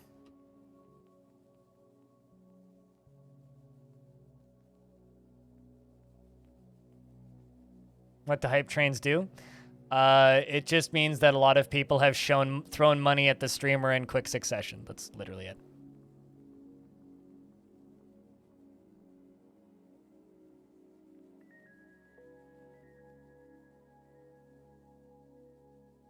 And you're back in time, holy shit. Really? No, like, you know, I unironically every now and again will just listen to Dreamscape and just be like, whoa. It's like everybody's heard that song, even if you don't realize that you have. It's quite literally one of the original overplayed internet songs. Like, it's that and fucking Carmel Dance and Take Me Back like a decade.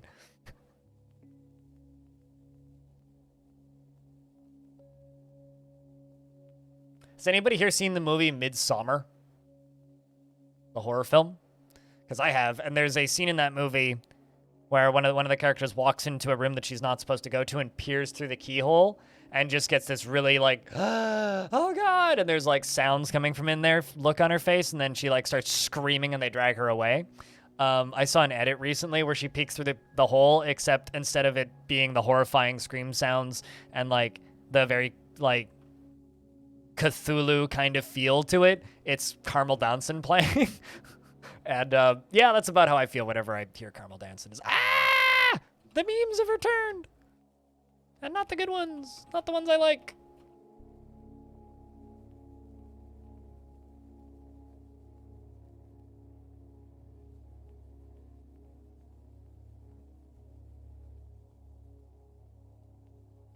Yeah, quite literally. Although I wouldn't say that other streamers are my mortal enemies. I mean, I'm well known for not liking people, but that's a stretch.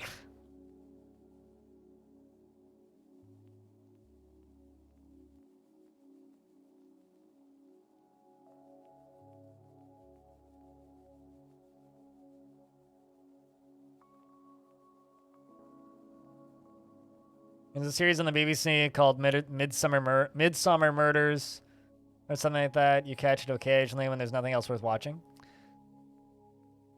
Yeah, I'm not familiar. Understands the psychology of how some viewers with donating by sub triggering is to do the same, and so they've gamified it with multiple people to do it in a row. Yeah, I mean, at the end of the day, don't throw money at stream unless you can afford to do it, and if you want to be very efficient with your money to support the stream, do it through Patreon. That being said, money through Twitch tells Twitch to promote my stream. So, do what you want to do at the end of the day, and don't worry about hype trains. Because it's basically just you unlock crappy limited time emotes if you throw money at the stream right now.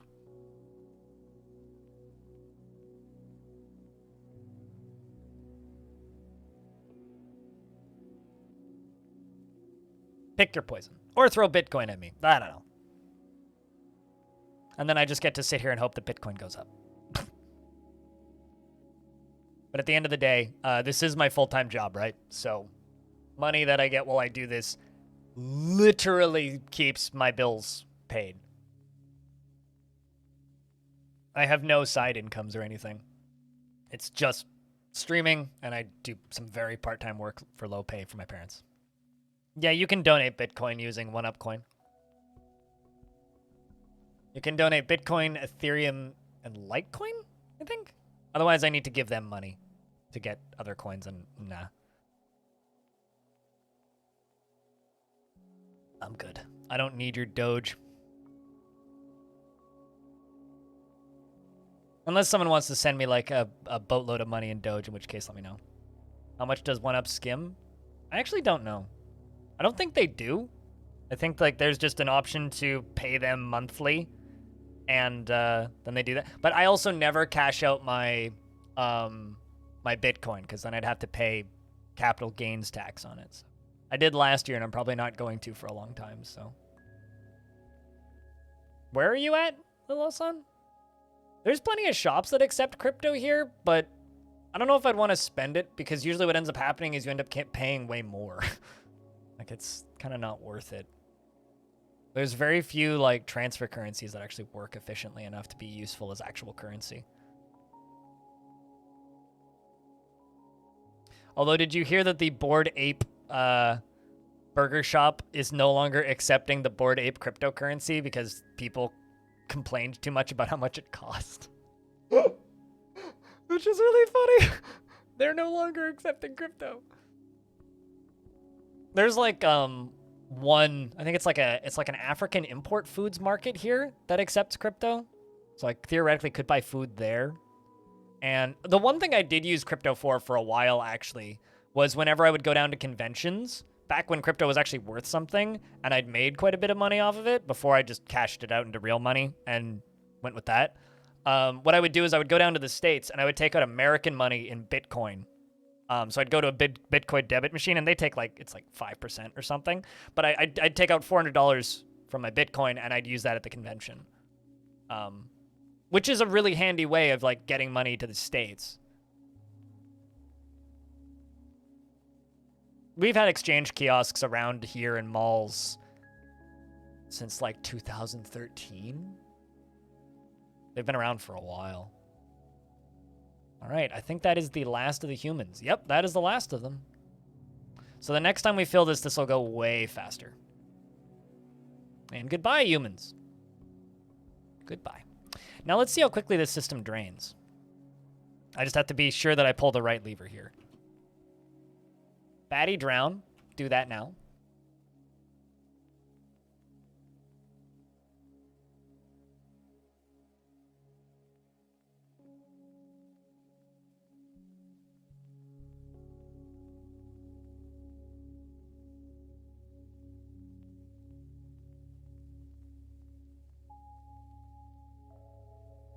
Okay, we got a dwarf coming to pull the lever.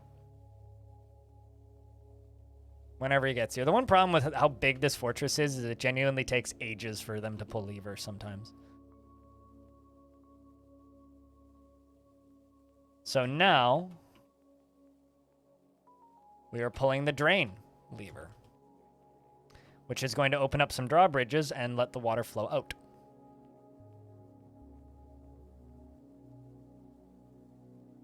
Which in it flows. Holy shit, that's flowing quite fast. Not bad, look at that. So that'll just flow off the map here.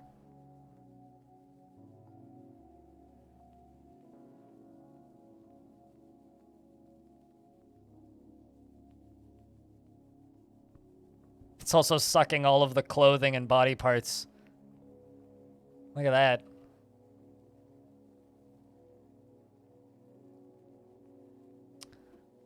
The drain must flow.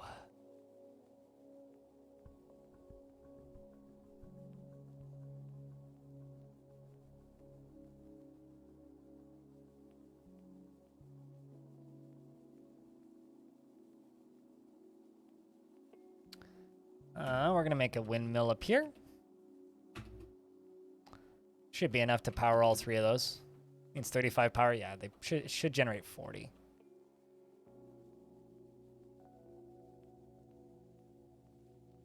It's not an inefficient thing. It's bad.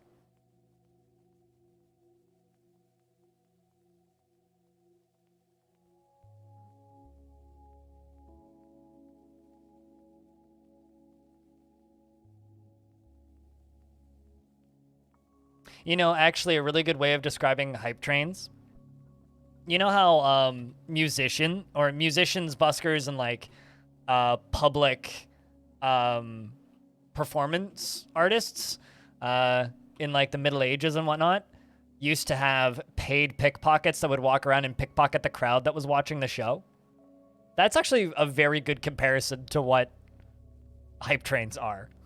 It's like, yeah, it's when it's when the system itself is just like pickpocketing the crowd.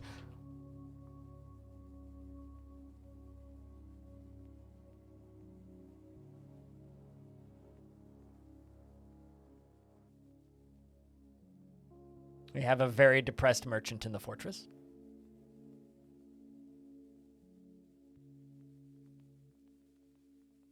But bet I would not win, so you didn't do a big invest. Well, I mean, you won.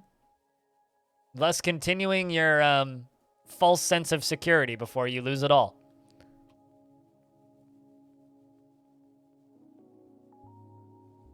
I'm impressed by how well this worked, but I've also built a lot of things like this before, so that should drain pretty quickly.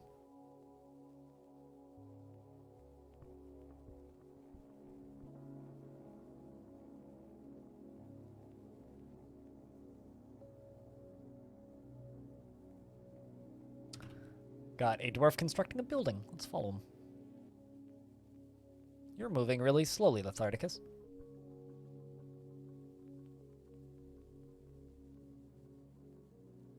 Yeah, at this point in the day, I've normally been streaming for 4.5 hours, but we've been streaming for, or 4 hours and 20 minutes about, generally. But we're actually at 5.5 because started early. You guys got bonus content. Everybody wins. Speaking of everybody wins, WKitty needs a sub. Just saying.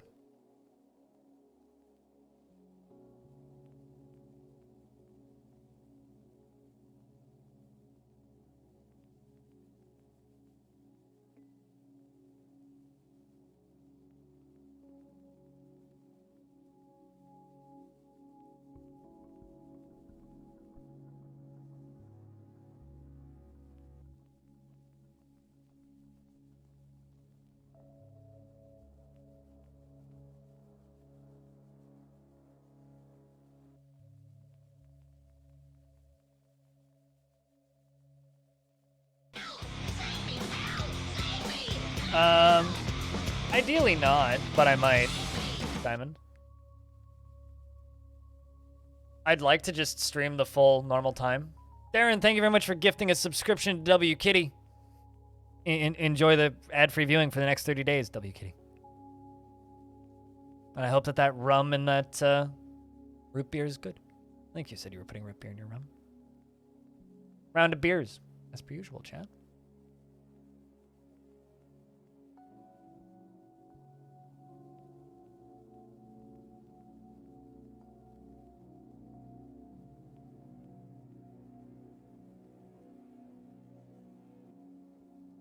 Also, do it. The mayor has given birth to a baby girl. Has anybody not had a kid in this fortress, or would anybody like one? I'm kind of leaning on maybe giving it to Bastet. She hasn't had one in a while. But that's only if there's no takers. Anyone want this baby? This brand new baby girl? You'd like Tele B2? You just died today, so I kind of don't want to just immediately roll into a sequel for you. Admittedly, your dwarf was alive for like 9 months real time. So let's see how many Bastets we've had though. Stat you.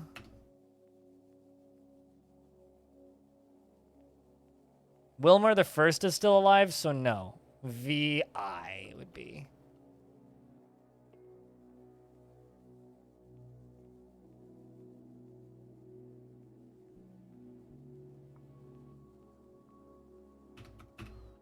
She is the daughter of Dewitt and Saigon Construct Tusk. She is a worshipper of the Spear of Incineration and a faithful worshipper of Shistak. She was born today, which makes her very young indeed, and her hair is clean-shaven, and she has a broad chin.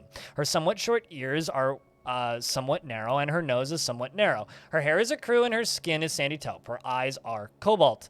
Bastet is likes obsidian and bismuth bronze and wood opal and ash wood and giant giraffe horn and hedgehog tooth and shoes and chains and cows for their hunting moose and the sight of the satiny flower, and when possible prefers to consume prickleberries and beetroot wine, and can't stand cave spiders. She personally values self-control and does not particularly value the truth, and dreams of crafting a masterwork someday.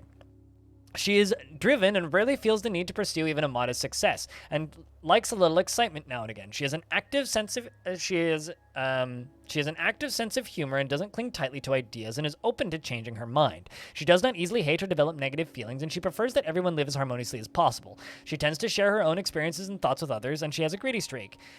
She generally acts with a narrow focus on the current activity and tries to keep her things orderly. When she's nervous, she tends to chew on her cheek, and she needs alcohol to get through the working day. A short, sturdy creature fond of drink and industry. Welcome to the fortress, Bastet.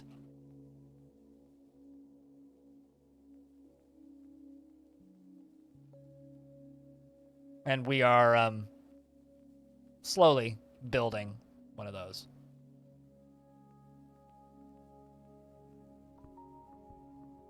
Well, this thing could drain faster, but it's not draining slowly.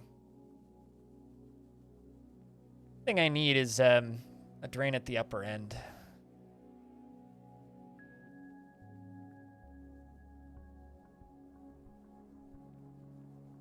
I read the last line just for you, Wilmer.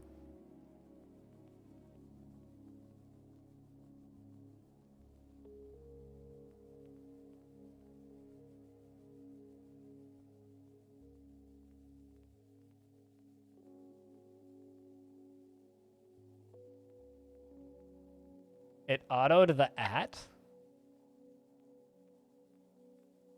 What does auto the at mean?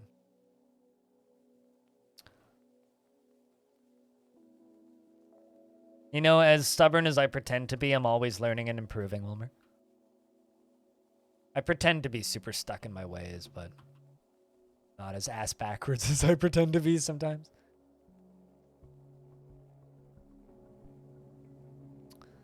All right.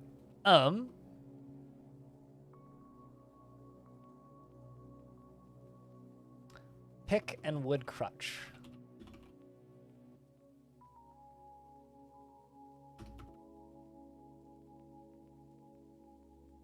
Gotta make a pick and a crutch. A lot of vomit.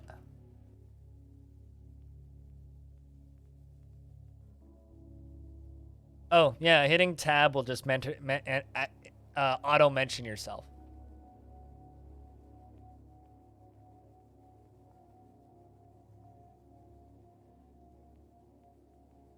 Which is kind of a easy thing to get confused by. I often will automatically at the wrong person. You don't have tab on mobile? Oh, maybe they've added that feature to mobile too. I don't know how you would do it on mobile. Probably like a double tap or something.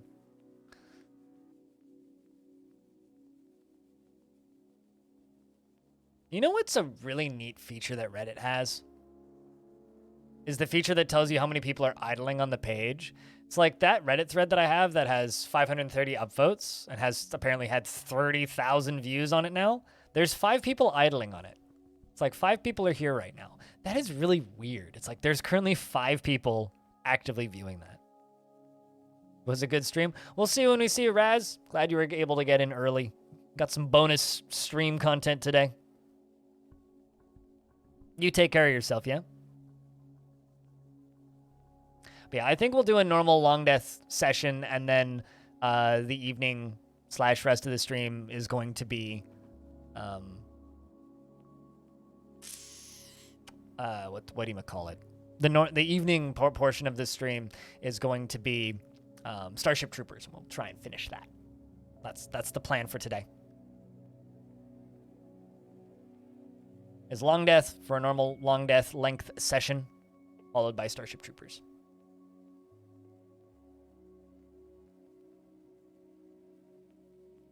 Herb, we'll see you when you get back. This is a very slow Dwarf. Also, we need to open the front door and get a bunch of top door. Get a bunch of unicorns slaughtered because I got too many unicorns currently. I also need to unlock a door.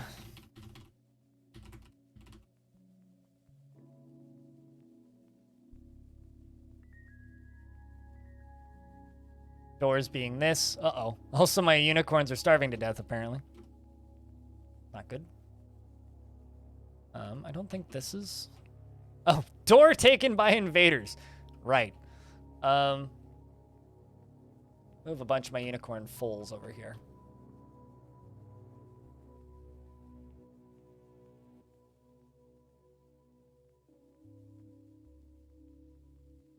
They're just running over there. I wonder if that's going to take it back. Damn, it does. Okay.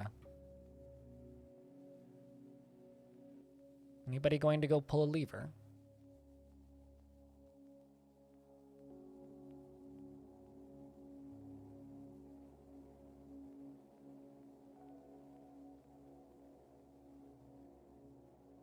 Also, if anybody wants a link to the YouTube video where I do a overview,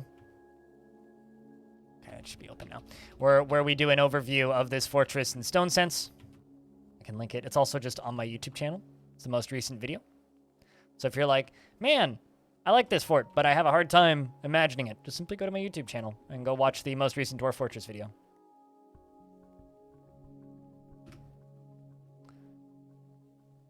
There's also a Reddit thread, which I could link with a bunch of screenshots as well. Courtesy of Diamond, who took the screenshots. Because the save file for this fortress is public, so anybody can just download it. So if for some reason you're like, man, I want to try playing Blind IRL's Longdeath, you can do that.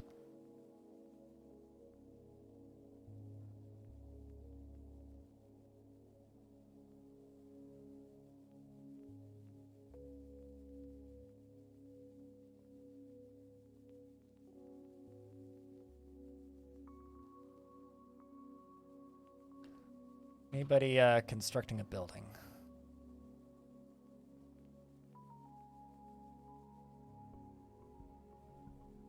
You seem to be slowly.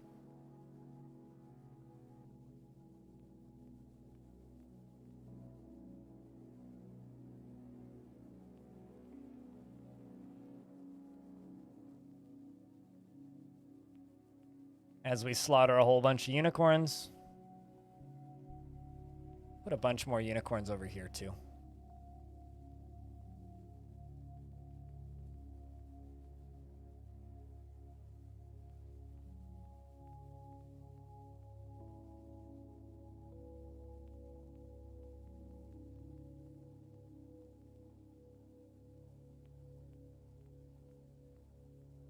The kind of frustrating thing about the humans invading us, though, is I don't have anywhere near as many ways to get rid of stuff, which is quite annoying, actually.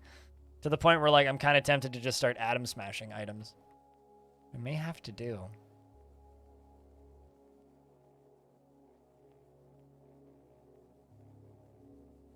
Okay, I really don't want to have to do that, but I might have to.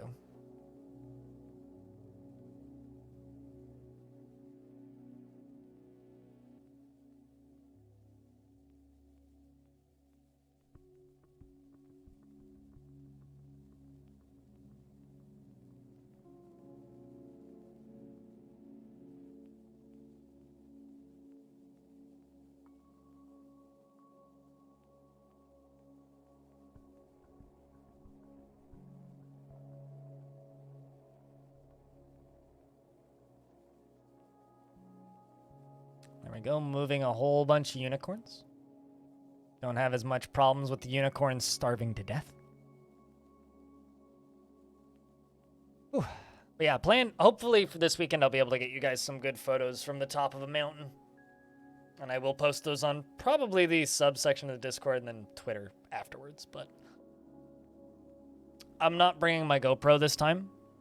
Mostly because I want to know what's involved. But if this trip becomes a regular trip that we do frequently, I'd be down to bring my GoPro if you guys want me to record some backpacking trips.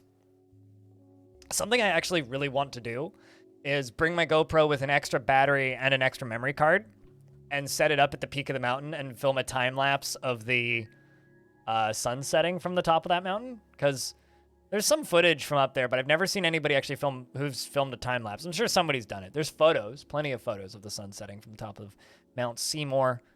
But I would love to bring my GoPro up there and do that. Because I think that would just be fun, you know? Just having some time-lapse footage of the sun setting.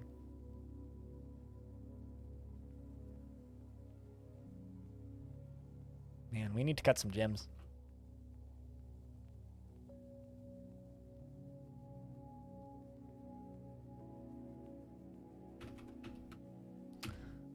Let's just go over to the stocks pile. Let's go to the corpses pile. Put all those to dumping.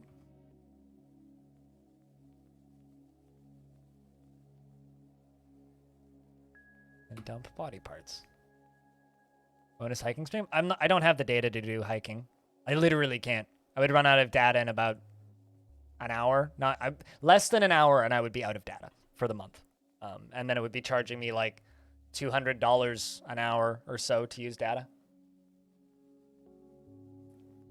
After that, so no, you're not going to get a stream. Unless you want to convince Canadian phone providers to have high-speed, unlimited data at a reasonable price, which they don't have, period, without throttling, which they also don't have. Yeah, that's never going to happen. And even then, it wouldn't happen. And there's a reason why it wouldn't happen. And that's, I don't need to monetize and stream everything that I do. I'll bring my camera with and film bits, but I'm not going to stream everything that I do in my life. Sorry. Yeah, I live in a third world country where mobile data is a restricted resource for some fucking reason. Like, it's stupid, but unfortunately there's absolutely nothing I can do about it. So I'm thinking that this dwarf is going to go up to the top.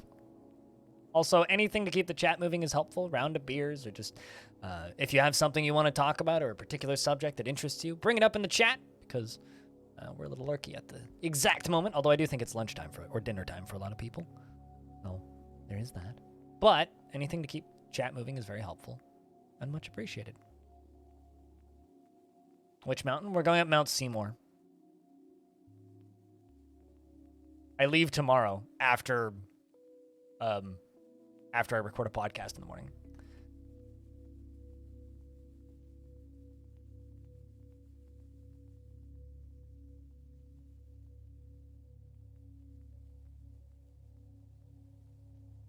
Why is garlic naan so yummy? Because it's terrible for you. Just like all other yummy foods. What kind of bread, El Neso? You hate Photoshop? I also hate Photoshop. It's too fucking expensive.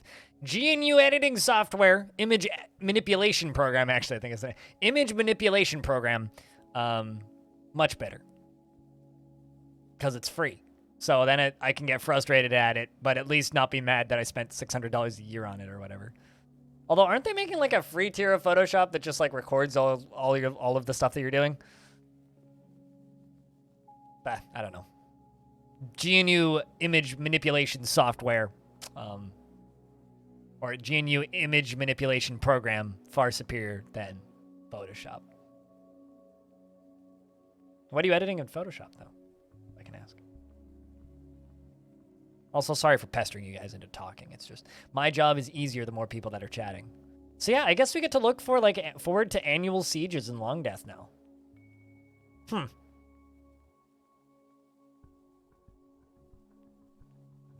Actually a weird thought.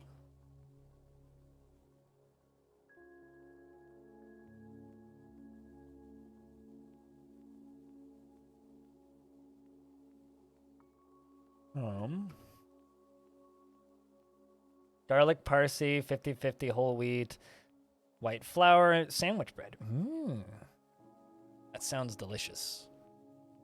Truly. Truly delicious.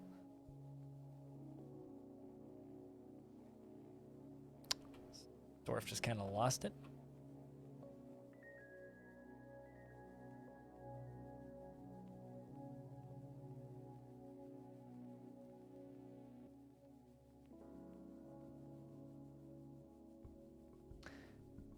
And some stuff in the only software that is compatible with indensing, so you're trapped. Yeah, that's usually what ends up happening is there's some bullshit proprietary like function that you require the Adobe software to use. And it's frustrating. Been there. No fun.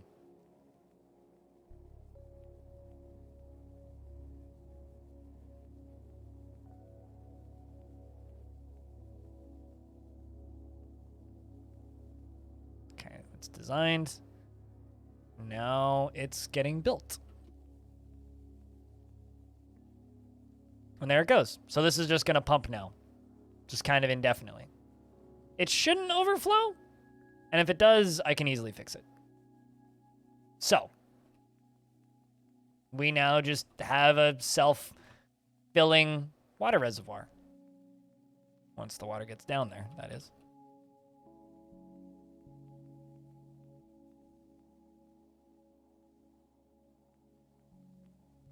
Here it comes.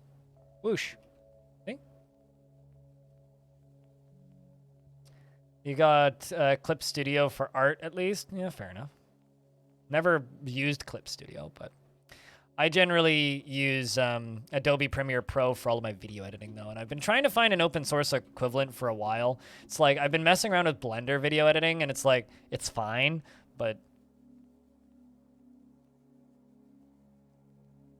whenever I end up looking for art programs and editing programs, I always realize pretty quickly that it's just, I always have better alternatives. You know, it's like, there is no better alternatives. Like, the best option is always just use Adobe, and it kind of sucks that that's the case, but.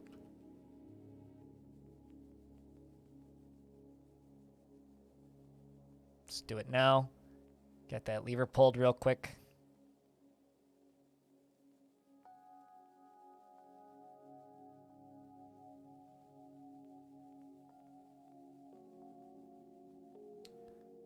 All right, smash that. I know for a fact that there's bodies in there. Do it now. Don't really want the dwarves, you know. Where are they going? Right.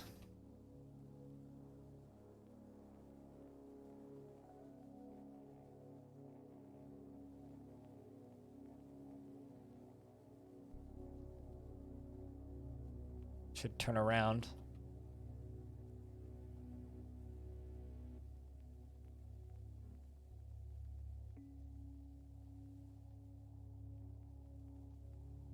Hey, Squug. Yep, this is true. Proprietary software is a bitch, and I hate it. Vacation begins now? Fuck yeah, what's on the docket for your vacation? What you doing? What are your plans? What games you hundoing? How long are you planning to sleep? About Chinese culture. Interesting. Was it on Chinese Cooking Demystified? Because that's a very good YouTube channel. Although that's specifically about Chinese cooking. A lot of really good stir-frying techniques on that channel.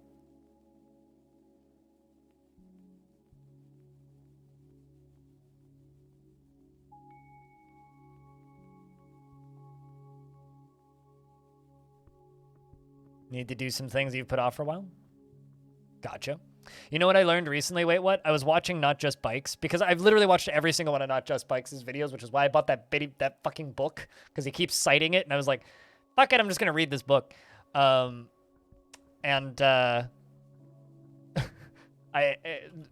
Chinese Cooking Demystified always constantly comments on Not Just Bikes, which makes me kind of happy. It's like, aw, the channels I like, watch other channels that I like. I guess that's kind of how people feel when they see me commenting on Krug Smash videos.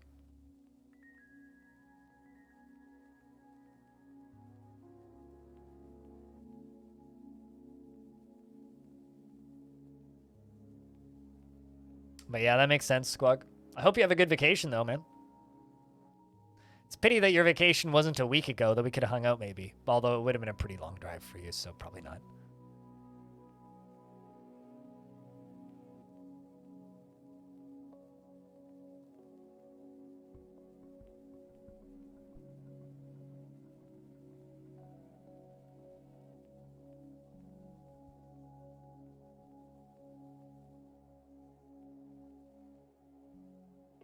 Yep, I was in Quebec for a week.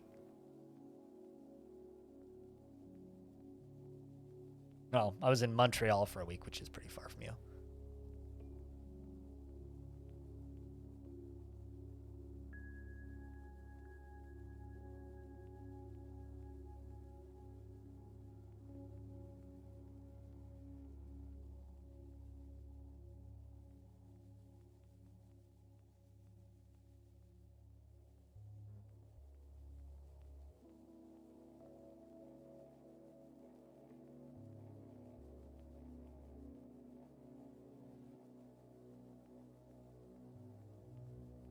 So we are slaughtering unicorns for their burgers.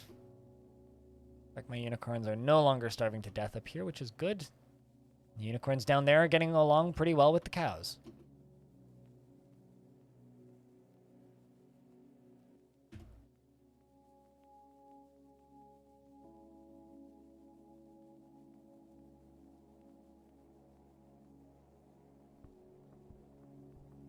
This in Adobe format file and also send it back to them in this.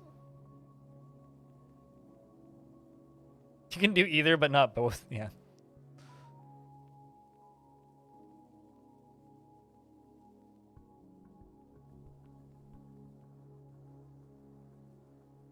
The videos were about some social phenomenon called lying flat, which from what you gather means not having a job and doing very little.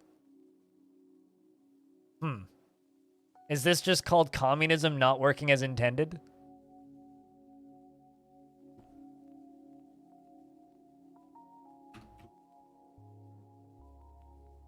Communism, but everybody's a consumer? Communism, but capitalism is too effective.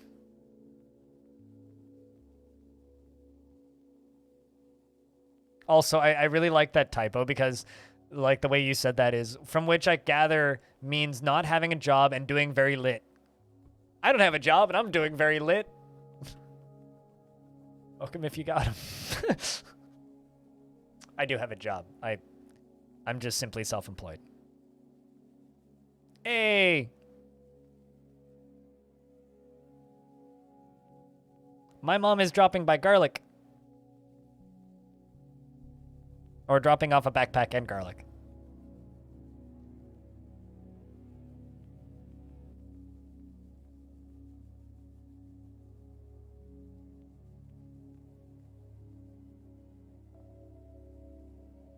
I'm borrowing my parents' mid-70s outer frame backpack. And my mom's also bringing me some garlic. So, hell yeah. Well, it's a result of the 996 work style, 9 a.m., 9 p.m., 6 days a week. You know, as somebody who used to stream video games from his house about that many hours, you want me to tell you what that does to your mental health? It obliterates it!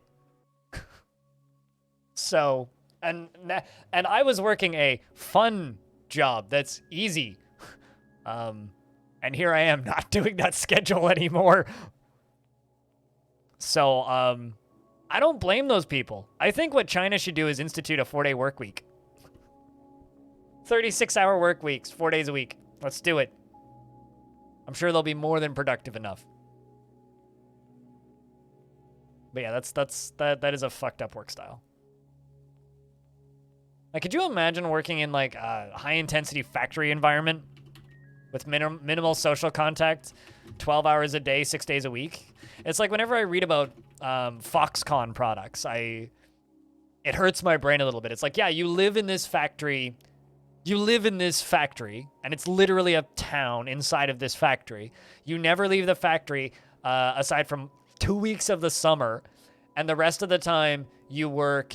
It's like 12-hour shifts, 6 days a week, and a 4-hour shift on the 7th day of the week.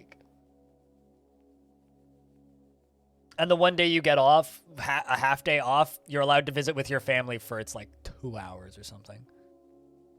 Ah, the game's saving. I didn't see this saving. I thought the game was frozen. It's like, why does game not work? Oh, because big saving logo in the middle of the screen.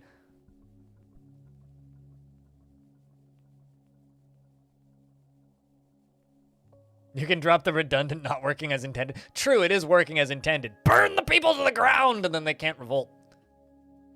Obviously.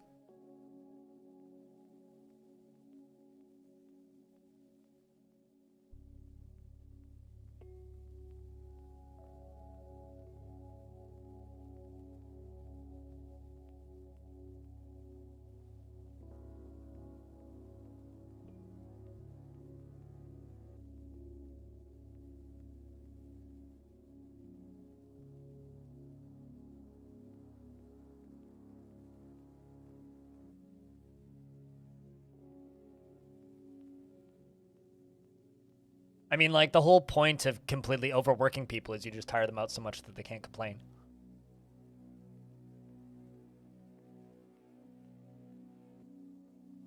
Which is incredible, actually, because by doing so, they will outpopulate the rest of the world. Wait, what? Well, that's most dictatorships nowadays. They claim to be communist, but they're actually just dictatorships.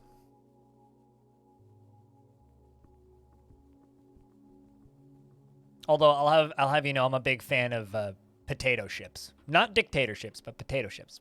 Delicious. Especially with bacon in them. It's another word for potato skins, okay? Not a big fan of dictatorships, just tater chips.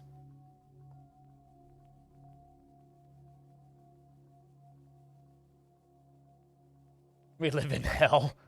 No, we live in corporate business. And we have to abide by corporate business. It's very annoying.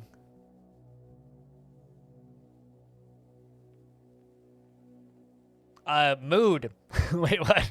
You know, it's kind of... So me and my little sister and her partner and my sister-in-law are planning on all renting a place starting next year, or more than halfway through next year, like September next year, basically.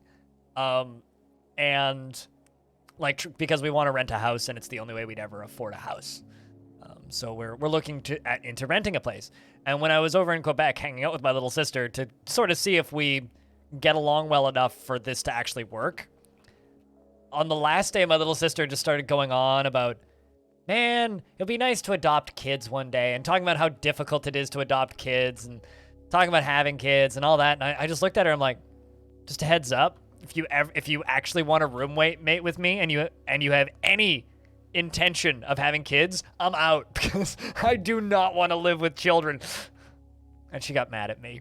He's just like, but what if I want kids? I'm like, then you can move out, or I will move out. One of the two, because this ain't gonna work if you want me to live with children. I'm not here to be your babysitter. Absolutely no way in hell. She wasn't very thrilled. Pulls out a whip for the people. Yeah, pretty much. It's for your own good.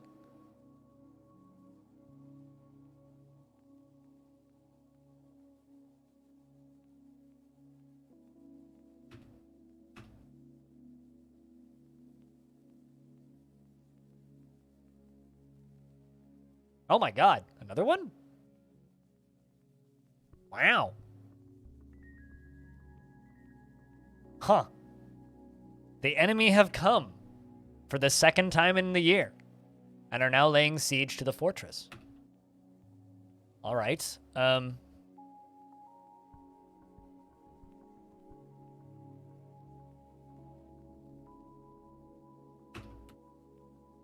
It's time to celebrate the gods of death and lock ourselves inside. Nope, still the same faction. Or rather, I'm guessing it's still the same faction.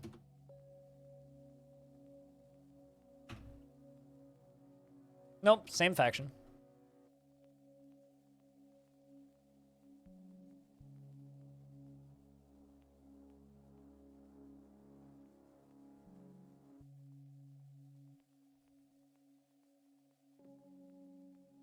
Do you appreciate the chill complaining vibes?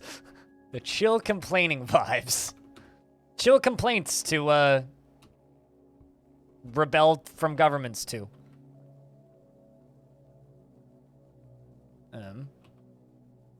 Well, crud. Well, at least it's shallow enough.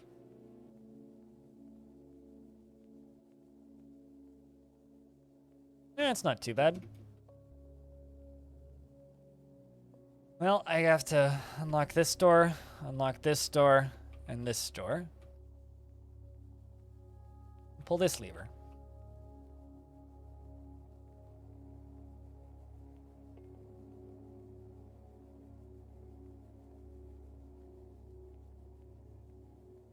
Oh my word, there's actually quite a few of them.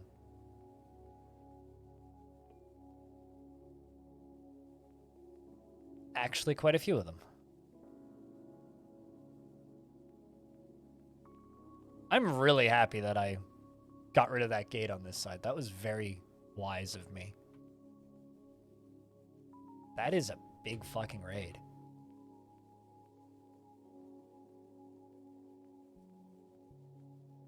Oy vey.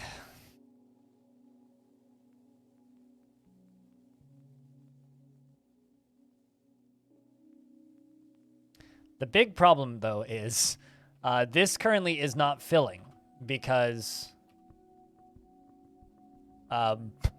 it's currently not filling because we're in the middle of winter, and it's not going to continue filling until late winter, which means all I can really do is trap them inside.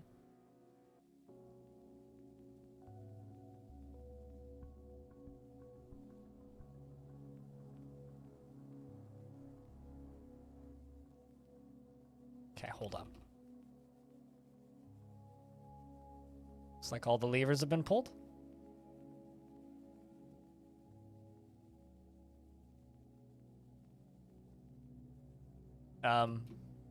Gate, why haven't you shut? Oh, because I didn't pull that lever, duh.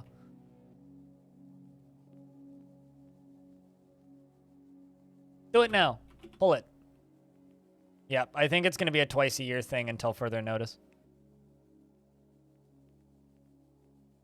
You mean the waist high of water and the stench of our dead comrades? Naturally. This way to the fort. Is anybody coming to pull that lever? Or...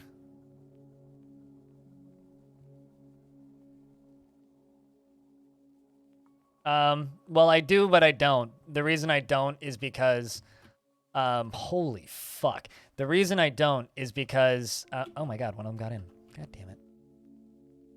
The reason I do not is because,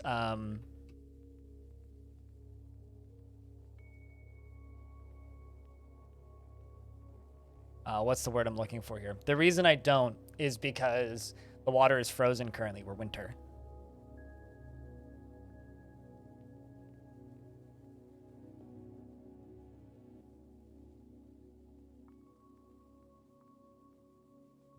So yes, while it is working, it's just might as well not be there currently. All right, here comes a dwarf.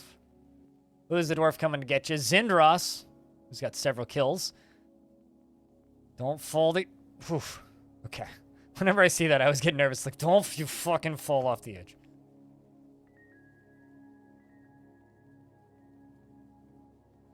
All right, I'm going to pause the game for a second. I need to go use the restroom. I will be right back.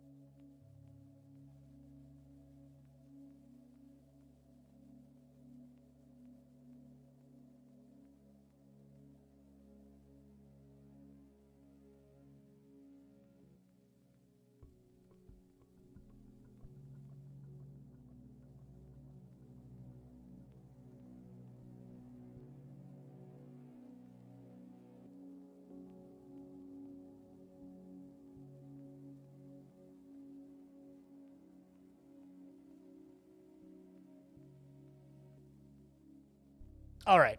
Streamer has returned, and I am repeatedly getting text messages, probably from my mother.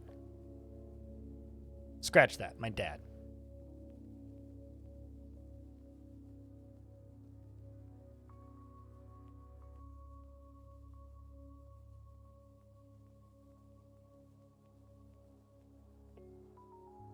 He's asking me which backpack I want.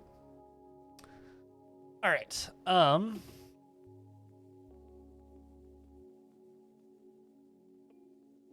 So there's this huge fucking army right here.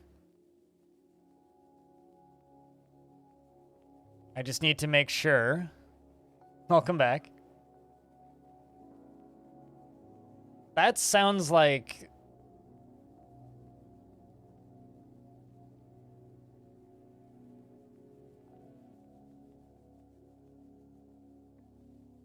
That sounds like kind of hyperactive attention deficit coping mechanism. Watching a stream, Farscape, and Buffy. Now also just like put on a mixtape and play a video game, and you've truly achieved multitasking peak. I'm very happy I went all the way around and did like this double edged wall that's extremely impenetrable.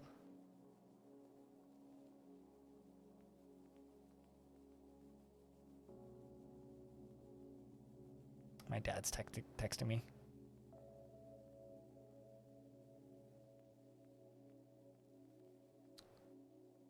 Okay, so we might need to kill this recruit who's out front. Fortunately, they are just attacking us, which is actually quite nice. Wow, that's fun. I love good thunderstorms.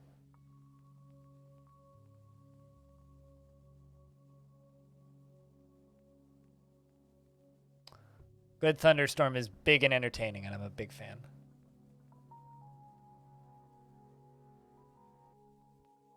My mom's gonna be here in a little bit to drop off a backpack.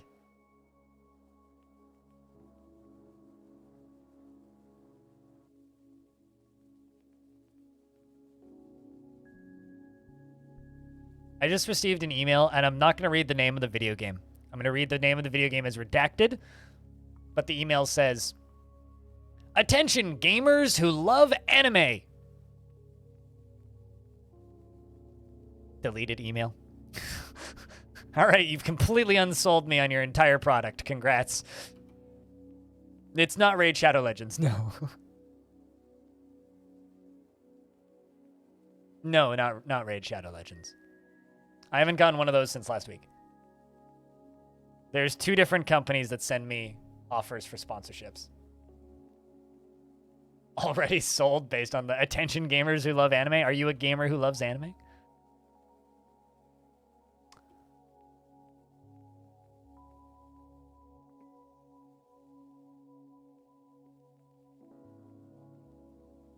So I'm just going to have to lock them in here for a season, basically. 25 earbuds aren't it either. You know, there was a point where I did actually have a stream sponsor that was a wireless headphone marketing company marketing wireless headphones. They weren't very good and broke pretty quickly, and also they were a pain in the ass to work with, and we canceled it after one segment because they didn't pay us for 4.5 months after they were supposed to pay us. Wasn't thrilled.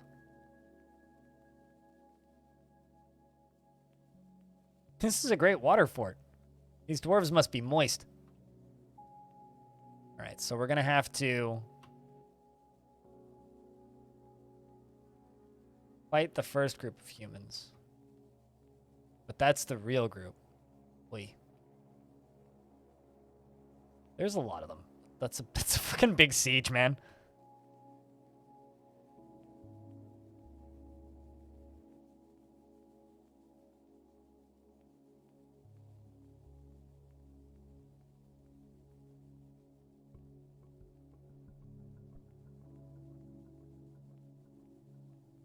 That is a fucking big siege.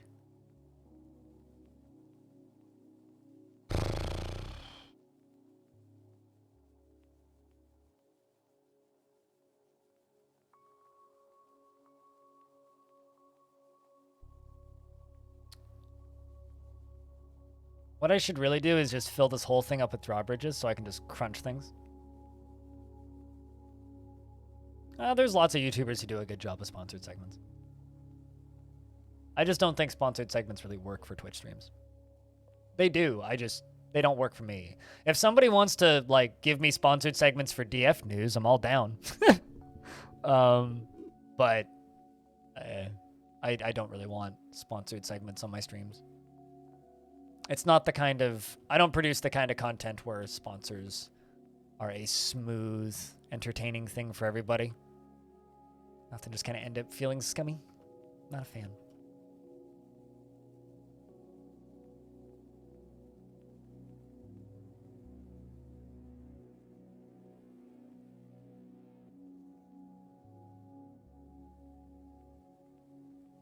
All right. So just get... Whoop, nope. Do not do that. Okay. Almost queued up that drawbridge to be deconstructed, which would have been real bad. Tygo is up front. What are you wielding, actually? I know that Tygo was one of my legendary wrestlers. And is covered in amulets and rings. Clearly he's just gonna, like, do a belly dance next to him. Iron short sword. Gotcha. Perfect. Hey, flies, I feel that.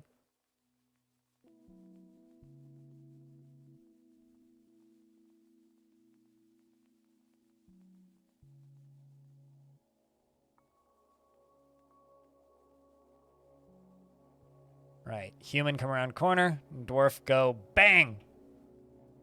The elite wrestler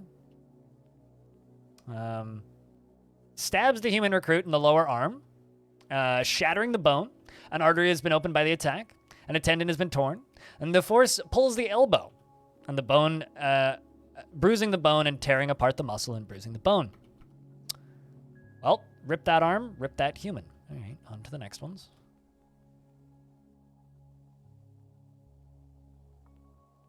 We're going to have to wait for this first set of recruits to come through. And we can't really fight them until the main army gets in there, which is pretty soon. So these first two waves we can fight. After that, we're going to have to fight. Or after that, we're going to have to run from the fight and drown them. But we're also going to have to wait until spring before I can even fill the reservoirs, so. Surviving in Sunless Sea by exploring? Hell yeah! You enjoying that game? As long as they stay pretty single file, there's not a chance that we'll have a casualty, so.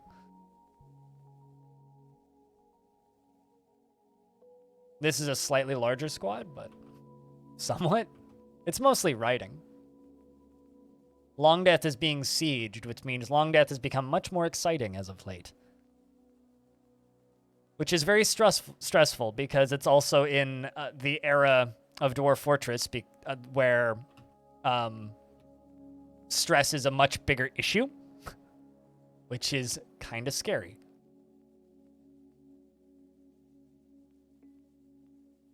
It's also not great for frames, which is also kind of annoying. Okay, well, that pikeman is dead. 2 recruits are coming around the corner in a moment, followed by 2 more, followed by an axe human and 2 marks humans. This guy's like, Phil, why are you screaming? Oh, God!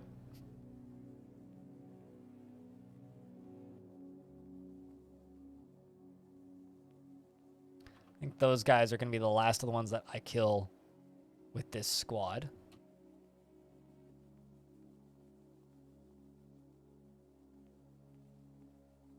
Those 3, rather, because if I pause and move up... actually, we can kill that last... we might actually need to kill a few more, because they're so spread out. This is like a full-scale siege, too.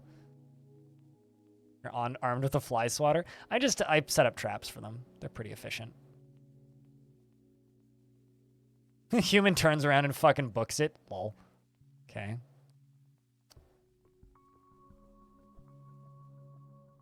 Okay, this is a little sketchy, but it appears that Tygo up here is trying to be a hero, has managed to get ahead of the rest of the squad, and has single-handedly taken out... Okay, I'm going to move the squad up. Has single-handedly taken out 2 humans. Go Tygo. You got this, man. Come on. Damn fine dwarf.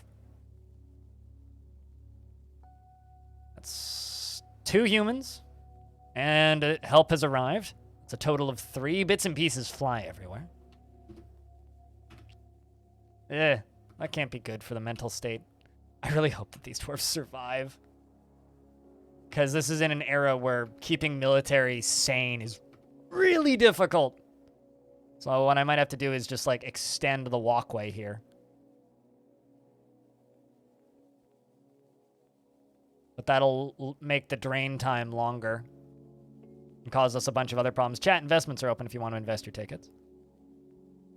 Okay, so there's 2 more recruits coming. And there's a long gap, and then the rest of them are mostly in here. That's probably all that we're going to need to do, is the 2 recruits. Your loaf failed? No! That's upsetting. I'm so sorry. F's in chat for your loaf of bread. Shoutouts to this human who's just, like, turned around and is walking the other way going, nope.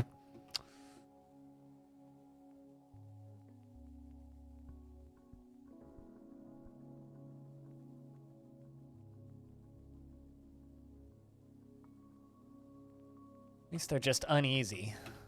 I'm assuming they'll end up hardened pretty quickly. Hopefully.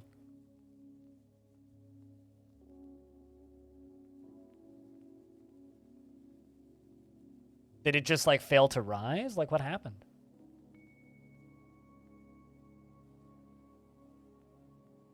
I've only ever cooked bread in a bread maker, so... Oh, I see what you mean. Aw, that's so sad. That's one of the saddest things I've seen all day. I wonder if you could, like, pull out all the uncooked dough and, like, stuff it with something, like cheese. All right, next human. Gone splat. Bits and pieces fly. 1 dwarf panic. Oshan is overcome by fear.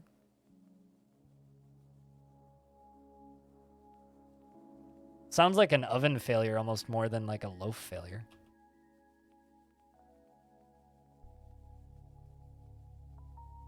Just curious about how many of them are actually in the tunnel.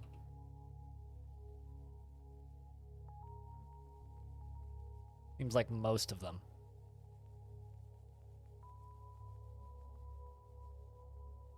All right, so if we kill that last one when they come around the corner, we can probably back up pretty safely. Let's actually just move my dwarves back up here. So there's this human that's coming around the corner right now, and then that human. If we kill that one and then these 2 following. The next one is this recruit who's still walking forward. And then after that recruit, we back up and lock everything. Oh, 2 of my dwarves turned around and are dispatching of a human. They were about to turn around, but then another one comes around the corner, and it seems like Navy is diving into conflict alongside of Zindros, 2 of my more talented soldiers in the current era of Longdeath. All right, 2 more is coming.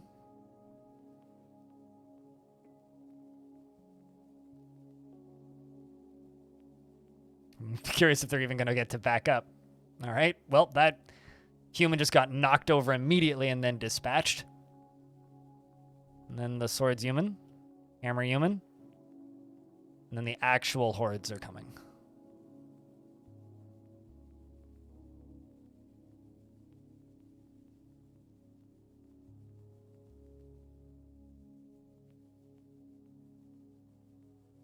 Okay, you know what? Let's just move the whole squad up. I wanted to have them backed up a little bit so that they didn't have to stare at the corpses, but here we are.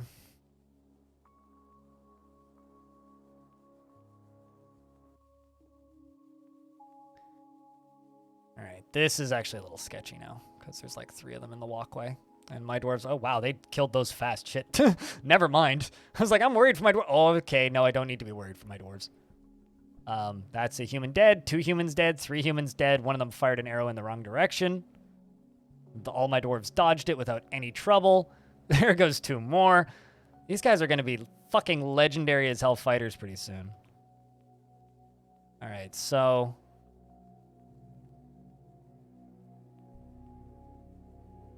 Yeah, let's back the dwarves up now. After this human dies. All right. Back up, dwarves. Get the hell out of there. Let's close the top door.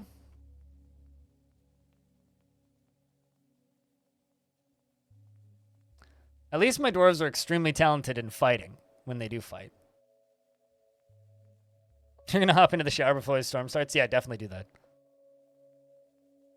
I learned one thing working at a bakery is that baking is annoying and very hot and humid on humid days. The entirety of many things is just to figure out adjustments they need to make the the correct temp. Yeah. No, you did just miss it, W Kitty. Sorry.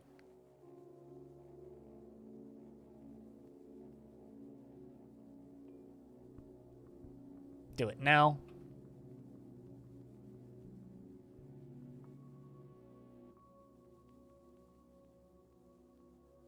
Dwarf is coming to pull a lever.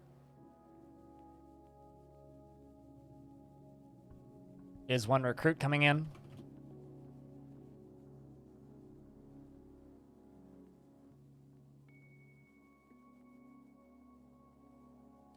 One human that might make it in.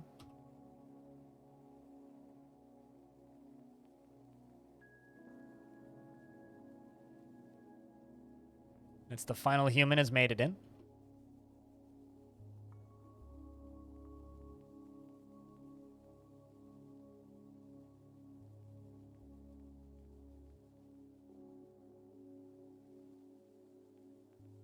Right, here comes the first dwarf coming to pull the lever, which is going to be the top lever.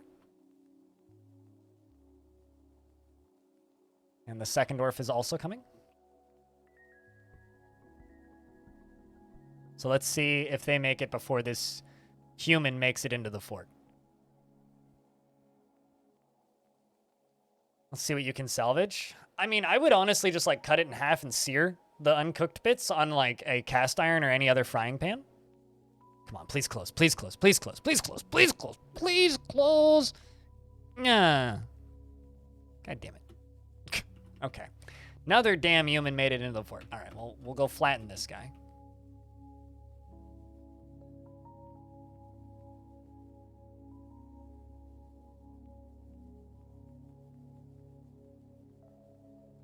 Should be smacked anytime.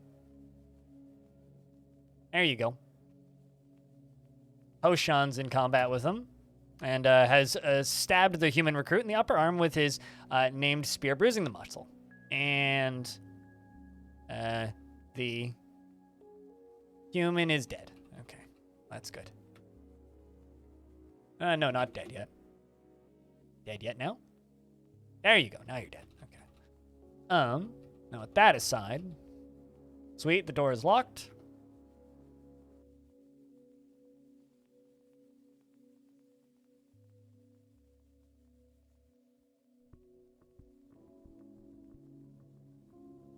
Oh, did I pull the baddie drown lever? No, I didn't. Okay, baddie at the top lever's pulled. Baddie at the bottom lever's pulled. Okay, so now pull the baddie lock lever.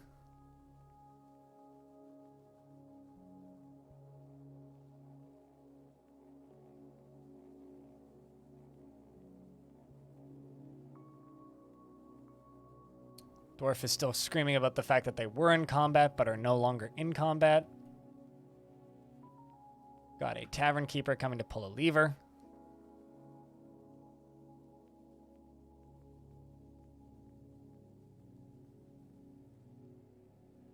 So you put the oven on top with the top cut off. Oh, well, yeah. I mean, I'm sure you could salvage it. I mean, it won't be pretty looking, but you can absolutely salvage it. You'll just have kind of weird sandwich bread. Or some weirdly shaped sandwiches, rather. I'm sure you can salvage it. Alright, so this is not actually that deep. Which water do we have up here? You know, I'll bet you that there's enough water up here that I can just pull the drown lever and drown these humans. Let's try. Addy drown. Pull the lever.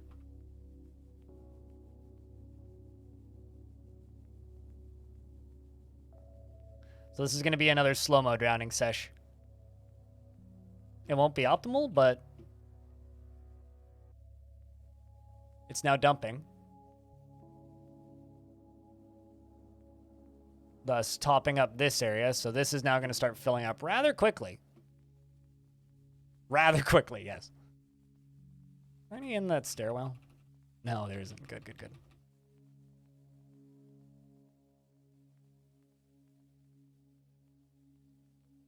So let's just kind of hope that we can drown most of them. I was going to say banana bread is closer to cake than bread. Still baking, but different kind of baking, you know?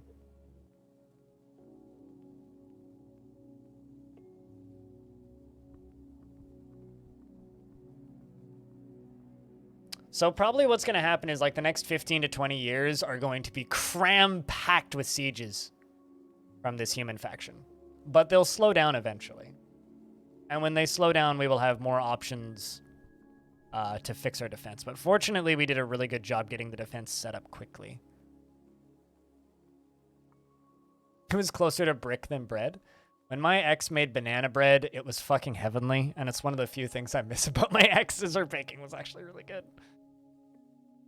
She can make some really fucking great cookies, too.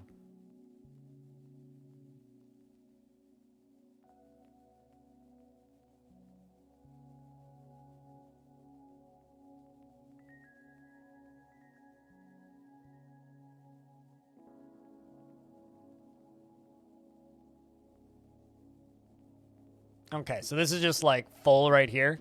This is like ankle deep. So we're going to hopefully start seeing some drownings.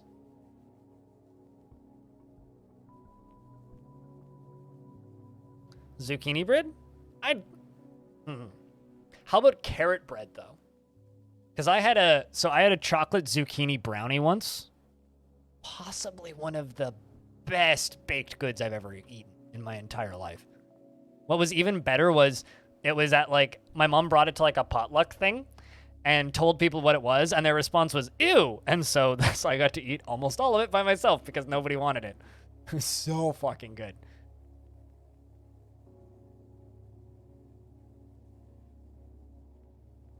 I will also say banana bread beer is really good, and I've never had a zucchini beer. This is going to be a mess to look at pretty soon.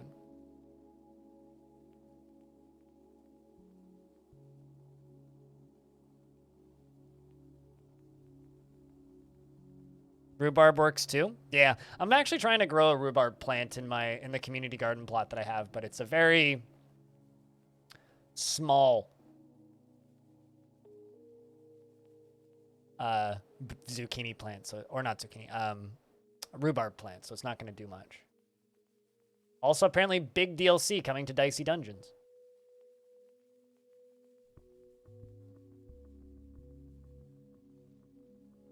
Is this is too shallow, so it's flowing too slow. It won't be an issue once once winter ends, but the problem is we're only in early winter because the game's kind of laggy. Although because we're entirely sealed inside, I can actually disable that now. Give the dwarves a bit more, some more tasks that they can do.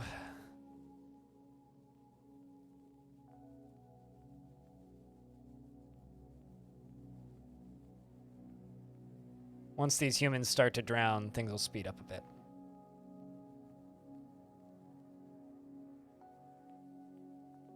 Well, see, you have to make like the cream cheese like frosting, where it's like it's cream cheese but like whipped with sugar.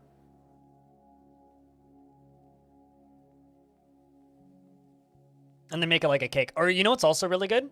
Is take banana bread, carrot bread, or zucchini bread, slice it, and then put it back in the oven under the broiler and toast it, and then use it as coffee cake. That's actually my favorite thing to do with banana bread is making coffee cake.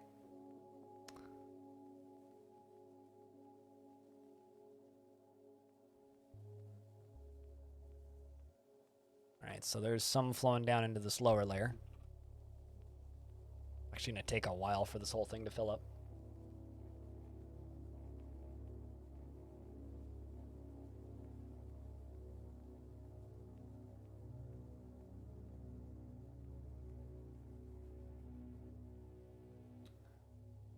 Had a coffee cake like crumble topping. Chat, you're making me hungry.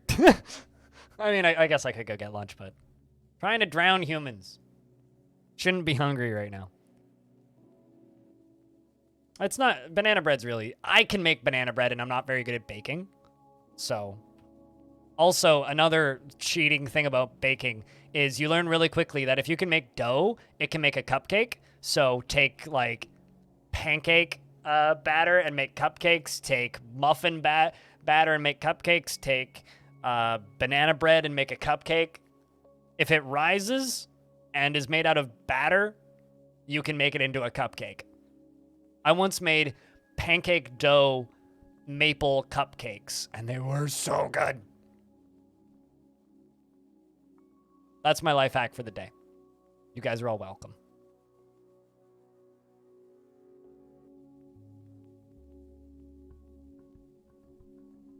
I'm so happy I spent a year just digging this shit out.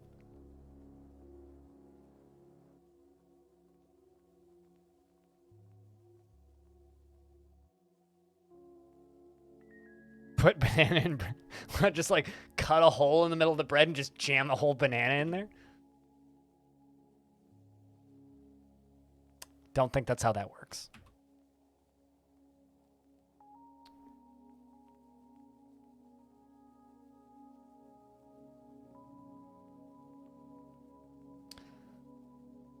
One of the days that I was in Quebec, my little sister's partner, Adam, made French toast for us, which is just, you know, egg-soaked bread, basically, right? It reminded me why maple syrup is a bad idea when you're diabetic. It's very good, though. Like, I'm not gonna deny it. It was very, very, very tasty.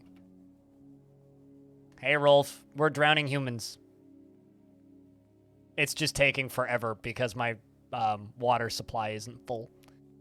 Because the silly humans were decided to show up in the winter. So thus the water supply is frozen. Another thing that I've done actually, WKD, on that is I've used muffin mixes to make pancakes. It's actually one of the best things ever for camping is just take muffin mixes because muffin dough is so fucking dense. You take that and you make pancakes with it. Just eat like 2 of those and you're good for a day.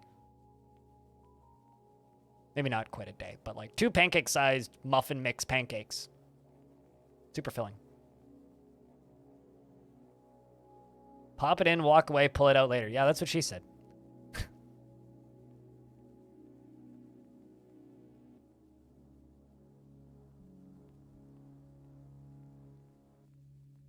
Put bread with banana in it and some milk, bake it in pan. Bang, French banana bread toast. I've actually done that before.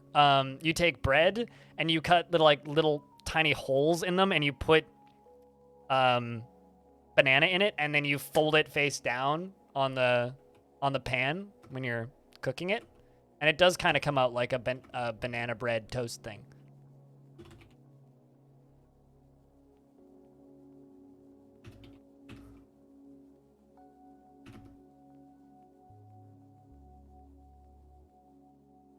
I've also done that with chocolate chips. You kind of melt the banana slices in place with the banana chips. It's easier to do with pancakes, obviously, but a bit tedious, but it does work. I need to have a second water entryway for up here so that the water can also drain in up here, but I was kind of in a rush when I was building this thing, so.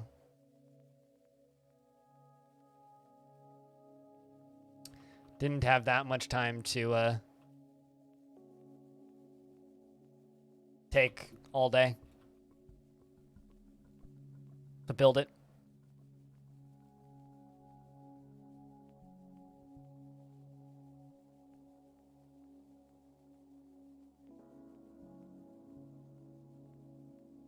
You are now eligible to get 5 community coins for marbles on stream. To get your loot, claim your drop. I don't even know what that means. Also, congratulations, you've earned a copy of Jackbox Party Packs. What? I own them all already. What? Twitch, you're... Stop giving me free shit.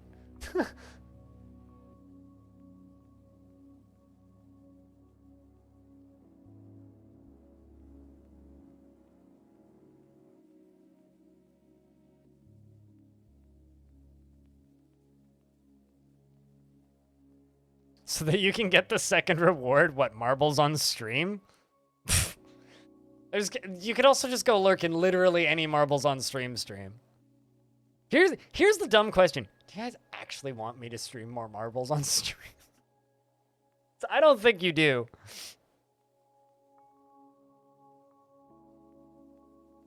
Oh shit. I'm gonna go watch another stream. Yeah, literally any channel who's streaming marbles has drops right now.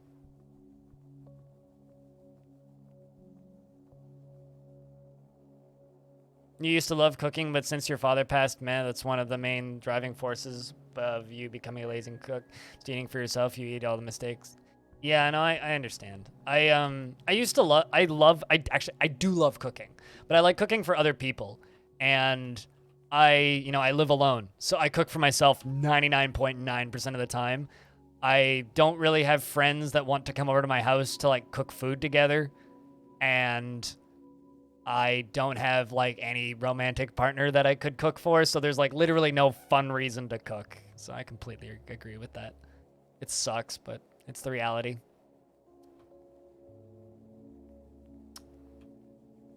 Well, right side, I can just kind of watch the dwarves being dwarves for a bit.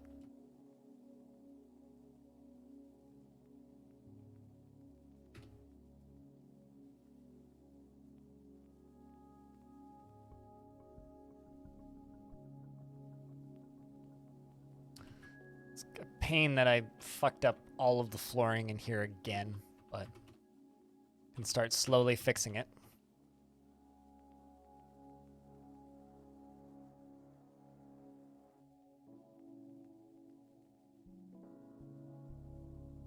I wonder if any of these humans ever came to Longdeath as part of the trading caravans.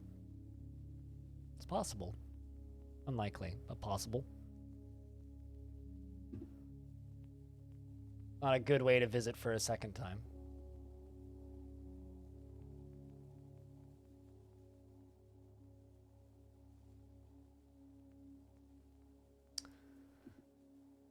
Although, chat, I have a question. If I made a live stream that was 24/7 mushrooms growing, would you guys watch it? I'm asking for future reasons, because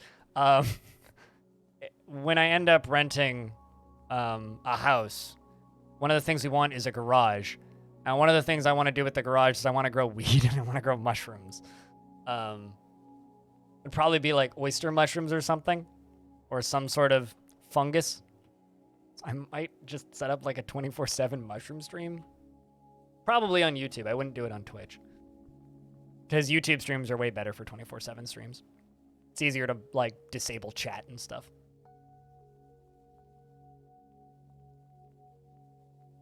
Than the otter streams or livestock streams. You know, that chicken stream, our wonderful chicken life, makes like 50 times the revenue of my Twitch channel. Which hurts. Truth. It fucking hurts. It's like I sit here 14 hours a day, 3 days a week, and some asshole points a camera at their chickens, and it's like, yeah, because when all the revenue leaked,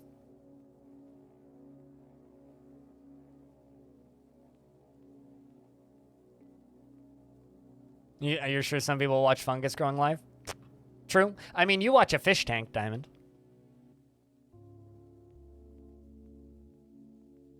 How's the water up here doing? Oh, yeah. No. We're literally gonna have to wait till spring to drown these humans. Not anymore. Yeah, because they don't stream it anymore. If they still streamed it, you'd still watch it, probably.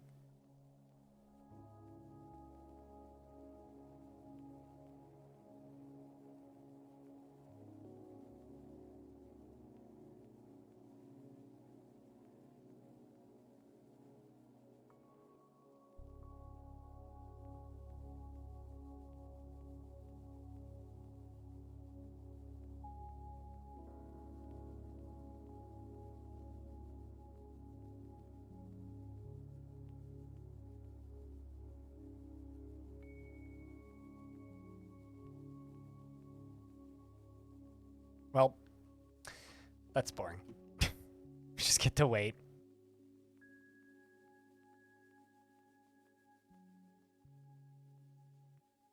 Curious, what are most of these dwarves doing?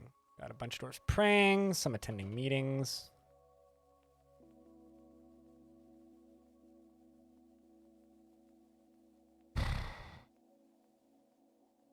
I wonder if the dwarves can hear the water flowing within their bedrooms. Probably. Have any of the humans drowned yet?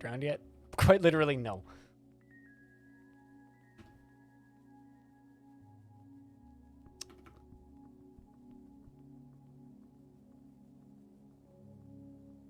So we need to wait until spring.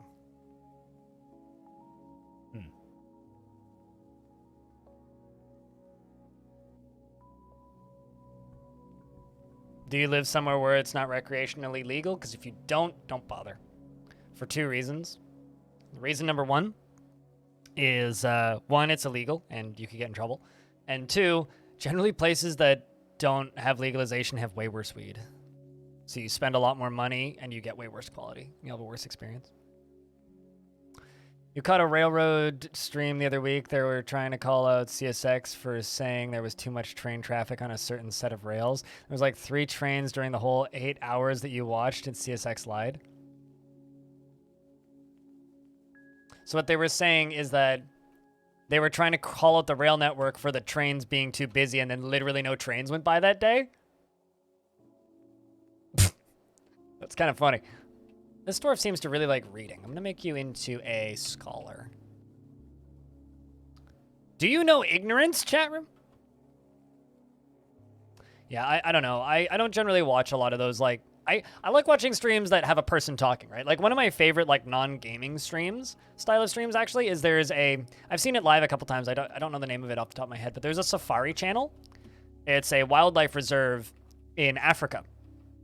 And they literally do, like, the classic, like, stereotypical African safari. And they do, like, these tours. And it's like, they have professional tour guides and all that jazz, right? But the beauty of it is they will just take, like, a 300... Is that it, Wild Earth? They'll just take, like, a 360-degree camera, and there will be, like, a dude talking, like, David Attenborough style, driving through on an ATV with this camera with another person, and they'll be like, hey, over there are the elephants. You know, they're pretty happy today. Look at that. Gorgeous. All right, moving on. You see way off there in the distance. Yeah, that's where our brood of lions tend to hang out. Yeah, there's 8 of them. Beautiful. Well, we have to keep our distance, though, because they're very dangerous. You can just post it in chat, Kitty. It's fine if you want. But yeah, it's just like, that is my favorite non-gaming stream. It's just like, I showed it to my grandmother, my Oma, who's like 91. And she thought it was amazing. She's like, this is the coolest thing I've ever seen. This is live? Like, oh my God. Bob Ross reruns are always fun, yeah.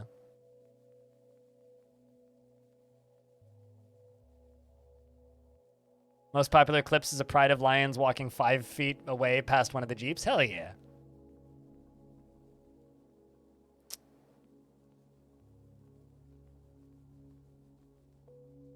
A month or two back, I once found a stream that was a garbage truck stream. It was this guy driving a garbage truck and like throwing trash in. And I remember somebody in the comments stating, you're going to get fired for doxing people's addresses and making fun of what's in their trash bins. And the person on the stream was just like, nah, that's not going to happen. Within 3 weeks, the channel got banned. So...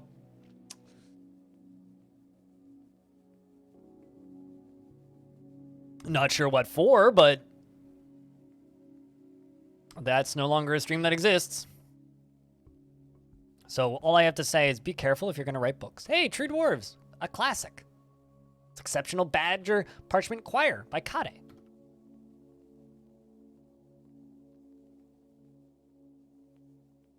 Although one of my favorite things that happened during the pandemic that then went away, also is a channel that has since been deleted, but it was deleted because they no longer lived together, and so they weren't producing the show anymore. It wasn't a monetized channel, so they didn't have ads or bits or subs or anything, but they did have a website. And it was these 5 dudes, and they were all roommates, right? It was called, like, Extremely Stupid Cooking or something like that. The channel has since been deleted, so don't even bother looking for it. But essentially what they would do is they would sit out on their patio and they would cook. And they had like a stove, like a indoor, like they were in, I think, Arizona. But they had a stove, that or Northern California, like somewhere on the West Coast, in a really hot area. They had a indoor stove outside, a barbecue, and a burn pit right next to this patio. And they had a sofa that was outside and a green screen set up in their backyard. So they would have like different meme gifs and stuff on the back. Like sometimes it'd be like the Gachi guy. Sometimes it would be like Rick Rolled and various other things. They'd basically like play music videos on this green screen, right? And they'd do a cooking show. But on their website, you could Venmo or PayPal them $14, and they would all grab a joint. And they would grab a joint and they would share it. So they'd just slowly get more and more stoned as the show would go on. And none of them knew anything about cooking. And it was very clear that none of them knew anything about cooking. So they'd go to YouTube and they'd look up like a Gordon Ramsay recipe or something. And then one of them would book it up the street to the grocery store because they were close to a grocery store, buy everything that was needed to cook the thing, and they'd bring it back and they'd try and make a beef Wellington or something while really, really high. It was very fun to watch. Just like these 5 guys who know absolutely nothing about cooking with memes in the background, smoking blunts, trying to make a beef Wellington. Very funny. What did you step into? Me talking about one of my favorite channels that I discovered. One of my favorite channels that I discovered during the lockdown. What, a beef Wellington is a poor waste of good meat? No, I agree. Couldn't agree more. They made an apple pie one day. That was great. One of them fell over the table. What else did they make? They made bread. And they would do it like multiple times too to like try and like perfect it eventually. There was one time they roasted a pig, a full-size pig. They made BLTs, including making the bread. It was an entertaining like Twitch channel. I missed that channel, but yeah, they deleted it when they all moved out and stopped being roommates, which is fair. But hi, Cormacker. What's up? How's things? If you guys don't know Core does various things over on this channel, and was a guest host on the Halcyon Frequency podcast once. Not the most recent episode, but the one before. Recommend giving it a listen.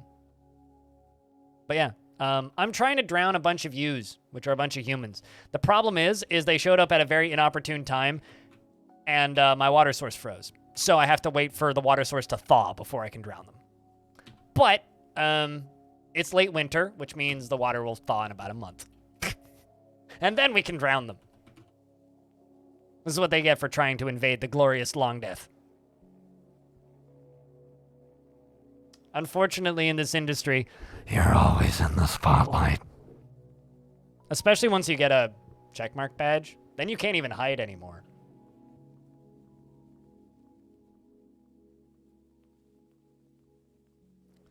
Was in PT action for 12 hours today fixing people. PT action. I don't know what that means. Yeah, you can, but I always forget. It's kind of funny because, like, every now and again, I'll stumble in. I'll go into, if I go into like a normal, like kind of mature stream. Oh, physical therapy. I got you. Yeah, that's a good way to fix people. I'll go into a channel that's like normal and like kind of mature, and like no one will say anything about the fact that I have a verified badge. But if I go into a channel that's like, let's just say a slightly younger person streaming, like not above the age of 18, there's always like this hushed moment. I can see them clicking, and I can see like their monitor light turn on because they're definitely stalking my shit. I get that pretty frequently, which is part of the reason I don't actually watch that many streams. Is because I know that if I go and tune into some random channel, they're just going to be like, this guy's verified. Are you famous? Oh, he's not famous. Disappointed.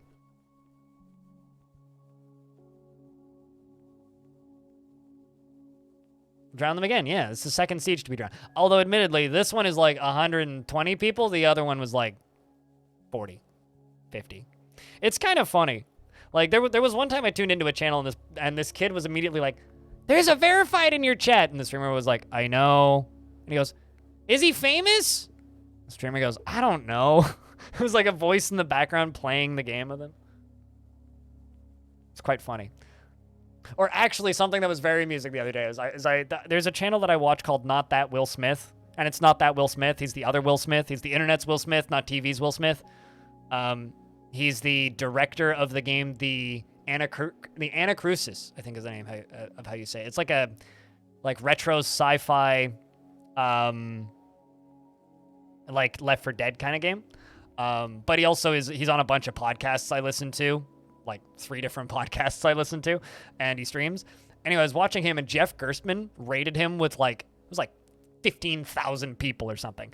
And Not That Will Smith usually has I don't know. He's around my size on Twitch, between 50 to 150 viewers on a good day, right? And he was playing the Anacrusis with his kid. So it's him and this high-pitched kid's voice in the background. He's just sitting there playing, and so he goes, "Dad." He goes, "What? What's up?" And he goes, "Look at your chat." "Why? I can't. I'm shooting things right now. I'm busy." He goes, "Dad, look at your chat." And he goes, "Oh, whoa." And he goes, "Dad, you're famous now." Which is really funny. There's something about little kids in the backgrounds of streams that just is too fucking funny to me. One of the funniest things I've ever seen in a Twitch stream was when I was watching T-Pain, and T-Pain's daughter walked into the background and goes, "Dad, are you streaming video games?" And then he goes, "Yes, honey." And then she goes, "Are you going to be like Markiplier? He's cool." Just kind of amazing.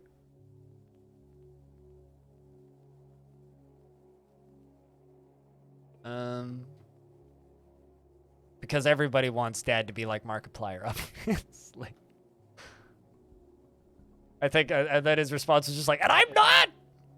Come on! Kids are so honest, yeah, they have no tact.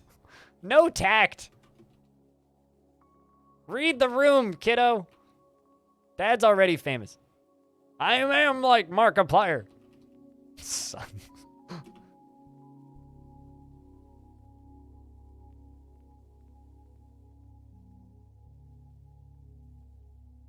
Random factoid about Markiplier, actually, which I think is really cool, is Doom Eternal has a bunch of... It takes place on Earth, right? And in that opening level of Doom Eternal, there's a part where you run through, a bunch of residential buildings that are all destroyed. There's a bookshelf that's full of books. One of the books is actually a real book from real life that Markiplier's dad wrote that was only published in a very limited quantity. But Markiplier's dad was a fiction author. He wrote fiction, never made it anywhere, and it was always just kind of a hobby. And as a tribute to Markiplier, they put his dad's book in the game, which I think is really, really cool, actually. There's a lot of studios that'll put things... Wait, hold on a second. Okay, I thought that was a legendary human. I was like, what the fuck? It's not too uncommon for studios to put things into games themed after streamers and stuff. But that I think is one of the most tasteful and interesting ones I've ever seen. Because you'd never know. Unless you the only reason I know is because I read an article about it. But I think that's really neat and kind of really sweet.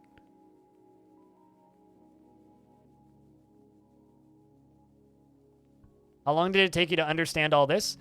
Cormacker, you play big, complicated games. Think about Dwarf Fortress this way. Imagine you've never seen or played a Civilization game before. Okay? So just imagine you've never played any kind of hex-based 4X before. Right? And then somebody sits you down in front of a computer, and it's the second to last turn of a Civilization 6 game. Are you going to know what's going on? The answer is usually no, right? You'd have no idea what any of the symbols mean, no idea what any of the abilities are, you'd no idea what any of the upgrades you have are, what any of the icons, what even are your units, what do you click, what do I do? Dwarf Fortress is kind of like that. If you start from the beginning, it's very easy. How long did it take me to learn it? Maybe an hour to kind of get accustomed to all the symbols. And then maybe another 5 figuring out what I needed to do. And then another 15 of just checking the wiki occasionally. And then after that, I was pretty much done learning it. Dwarf Fortress is not a hard game to learn. It's just a matter of sitting down and doing it. He's a street preacher. Yeah, I do think the cyberpunk characters are neat, but that one weirded me out for several reasons. But I don't like that you can tip the content creators from within the game. That part's weird, but... was always cool when things like that happen. You're, for some odd reason, honored when put into several games. I'm in the I think the one that I'm the most honored for is probably Jupiter Hell. But the reason I'm the most honored that there's a few quotes that I used to say while playing that a bunch that put me in the game, but I'm actually in the credits for that game under special thanks, which is probably the thing that I'm the most honored for me being in a game. It's not even my content creator name. It's like my real name too.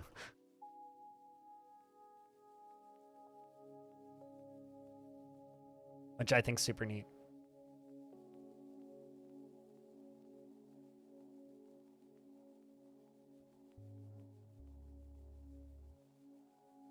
Remember testing Jupiter Hell when you came out? You should play it again. It's really good.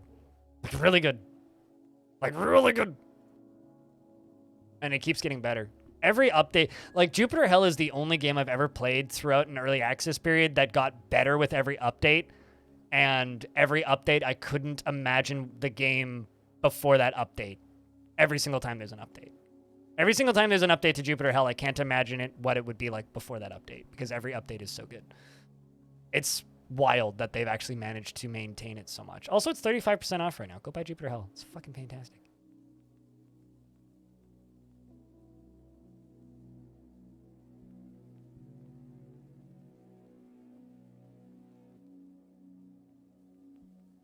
But yeah, the discussions of Dwarf Fortress being like the most complicated game ever made are largely a myth, especially in a world where so many people have played so many way more difficult strategy games.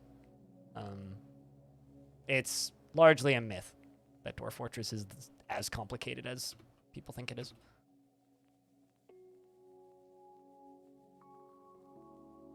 You guess Mark's dad's in Doom canon now? Yeah, he is.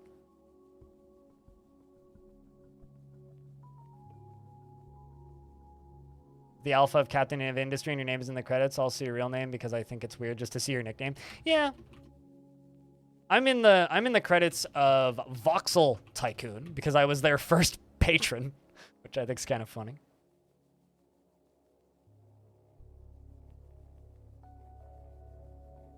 And he streamed it for you on Discord, and after about an hour, you noticed I wasn't answering any questions and just went, "This is it. You aren't learning anymore. You're just playing the game and enjoying." What, for Jupiter Hell or for Dwarf Fortress? We're talking about like 4 different games right now in chat, El Nasa, so I just want to clarify. I just got to DM.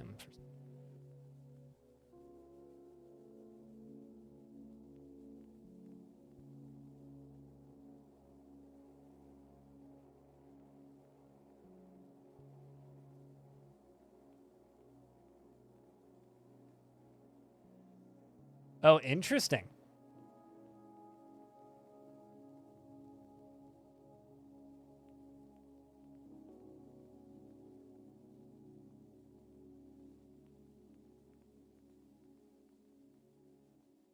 Apparently, there is no confirmed. Do you want to just explain what you just DM'd me? Because I'm trying to figure out what it means right now. I was literally about to respond to your DM, Clino. Also, hi.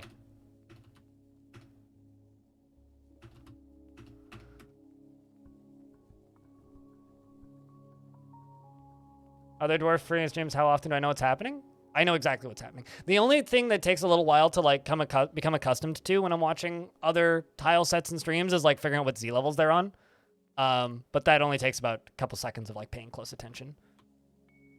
Like all tile sets and every version of Dwarf Fortress just looks like Dwarf Fortress to me. Like there is no difference. I just need to figure out like where ground zero is. You're just a noob? It's not an easy game to watch.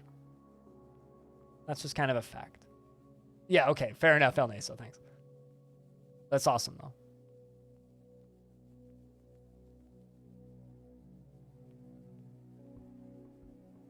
Have I tried Songs of Six? I think we had this discussion once. After we recorded the podcast. I have about 80 hours in Songs of Six. And I have a full-length interview on my YouTube channel with the dev.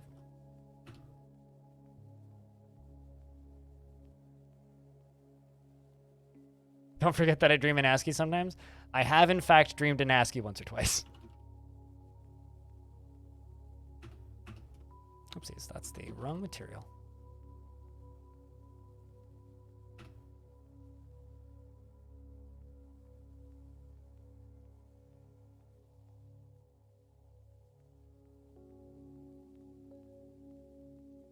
Looking for nice.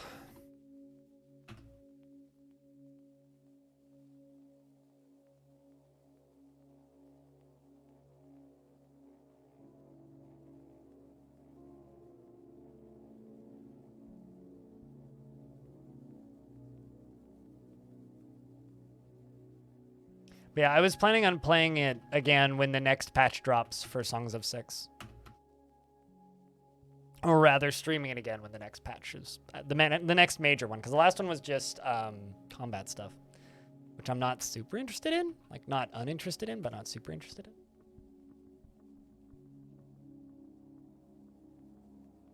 This reminds me, putting in Kiri on autos. Well, thanks.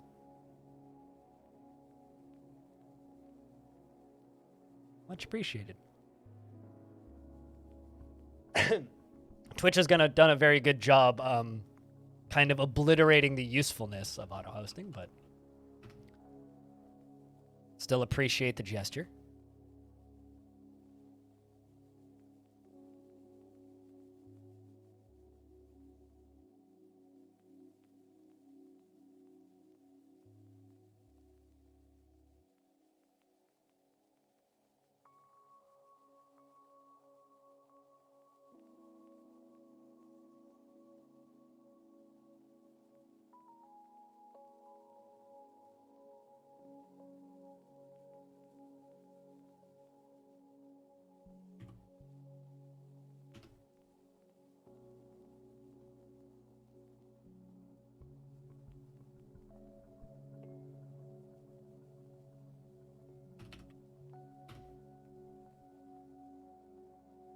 So what is auto hosting used to? So when somebody auto hosted somebody previously on Twitch, the way it used to work is it would be just like a live stream. It would pop up in the the live channel, like next to the chat and everything. But back in like December, actually, I think it was almost a year ago now. It was like end of summer last year. It was like September or something. Maybe it was October last year. They changed it, so instead of showing up on the channel page, it just shows up on the profile page. That tiny little video where your channel trailer goes when you're offline. The issue is literally nobody idles on that page. Like, I can, like, check my, like, with a third-party tool what page people view the most on my channel. No one idles on that page. And the problem with that is all of the views and all of the like traffic you used to get from auto hosting came from channel pages, not from the profile page. And so when Twitch changed auto hosting to stop confusing new users and removed it from that page, like 95% of the effectiveness of auto hosting went away overnight. When that happened, my channel went from averaging about 120 at peak hours and about 80 during normal hours, went down to about 80 at peak hours and 50 at not peak hours. Because I'm on a lot of big channels auto hosts lists. And I would get hosts from them every day. And also I've had a lot of people who used to watch me specifically through those auto hosts and come into the channel through those auto hosts ask me why I'd quit streaming. I hadn't quit streaming. They just never bothered to follow because they watched through the auto host and would just pop in that way. And then suddenly I wasn't there anymore. So they just assumed I quit streaming. I'm still auto hosted by the same channels. It's just nobody sees them. So they did this a while ago. And there was a brief uproar of complaints from streamers. And then people just kind of forgot about it and have moved on. So me and my stream team, we actually have commands called !host. Which are only authorized for us to use on each other's channels where we can host each other manually, because the manual hosts still do the old thing where it pops up on the stream.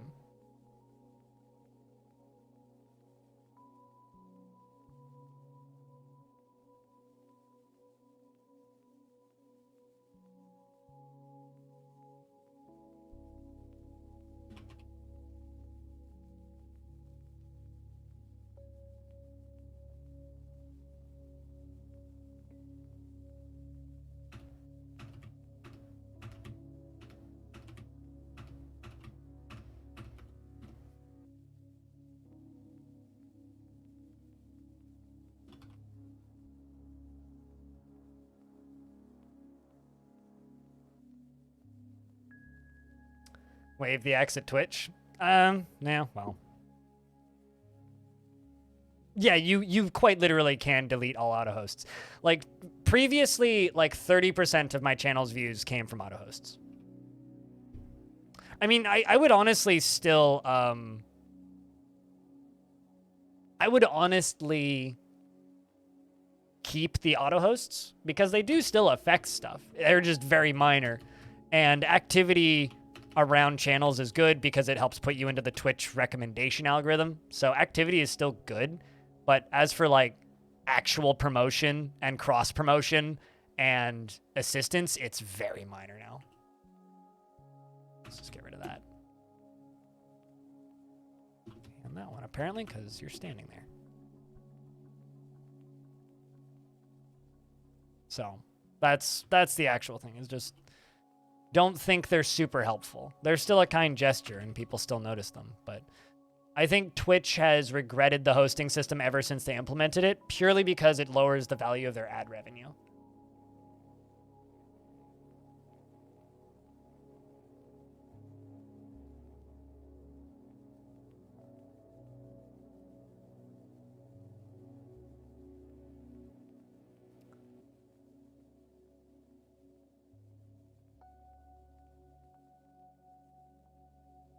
You gave up on setting up that website to auto-host people? I don't blame you.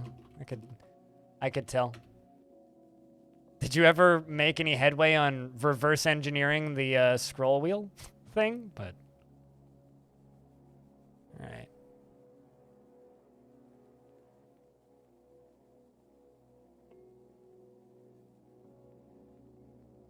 Yeah, no, you are hosting. So here, if you want to see where hosts end up, I'll show you with FG's channel.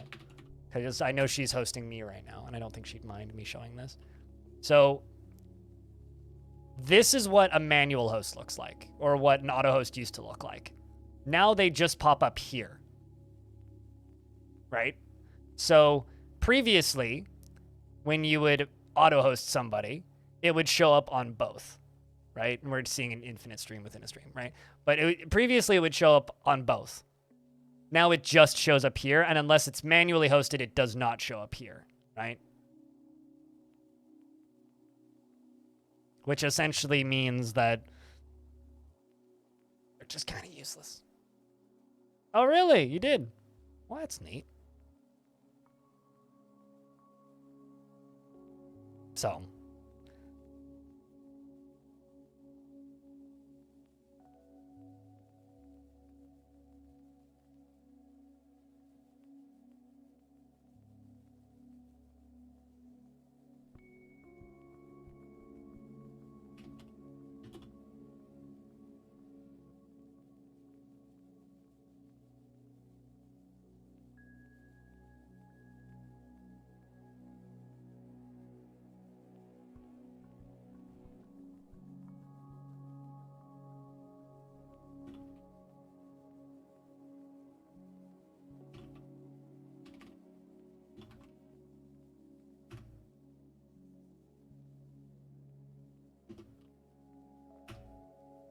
All right, let's do that and that.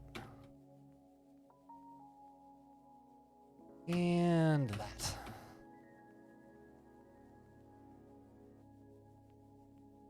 Also, there is a option in FFC to just block auto hosts entirely, so maybe you have that turned on.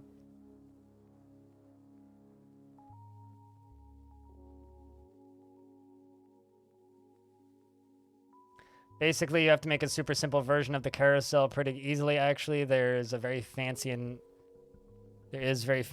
much more programming. Oh, that's cool. If you can make a simple one. Also, we are now into springtime, which means the water will melt, which means I can actually finish drowning the humans.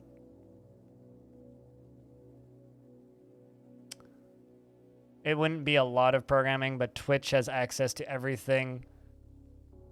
Because they're, well, Twitch, and it would be stuck working with the API, so it's more work. Gotcha. Yeah, I don't know. I don't like asking people to do more work than they need to. And the unfortunate, like, part of working in this industry is if you have people working for you, you have an unfair advantage. But I hate asking people to do work for free. Thus, I obviously don't get any of those advantages.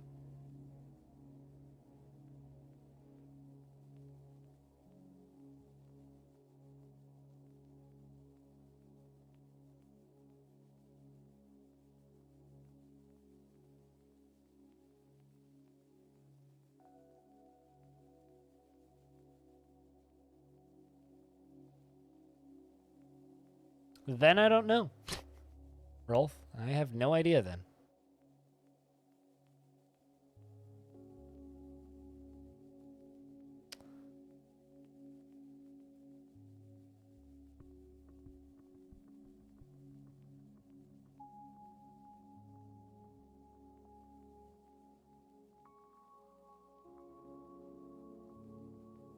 All right. Has the water begun to melt yet?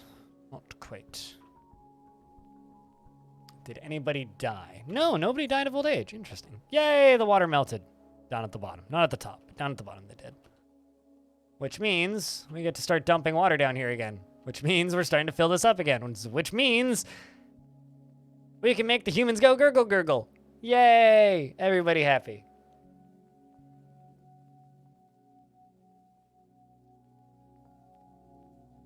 It's on your list and you haven't forgotten, and actually something that can advertise to expect prospective employers. Lately, you've just shifted most of your time to job housing and housing hunting. Yeah, no, that's fair.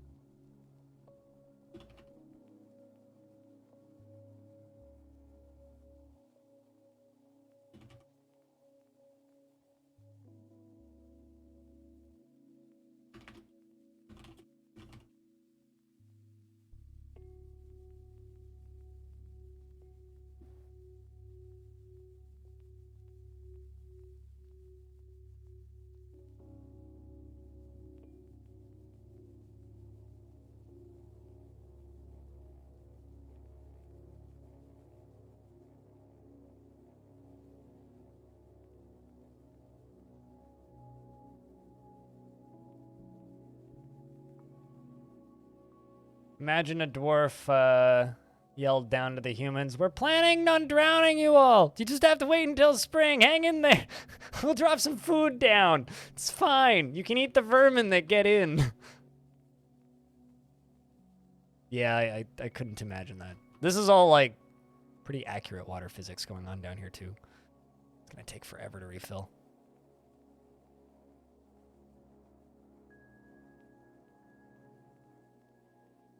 Help you decide. Pepperoni, sausage, onions, green peppers, mushrooms, and black olives, or anchovies, tomatoes, and something else. Maybe spinach. Is this going on a sandwich? Is this going on a pizza? Is this going in a burrito? What are we talking about? Tacos? That's my question. And I need to know what it's going into. Once you can say what it's going into, then I'll have more of an idea.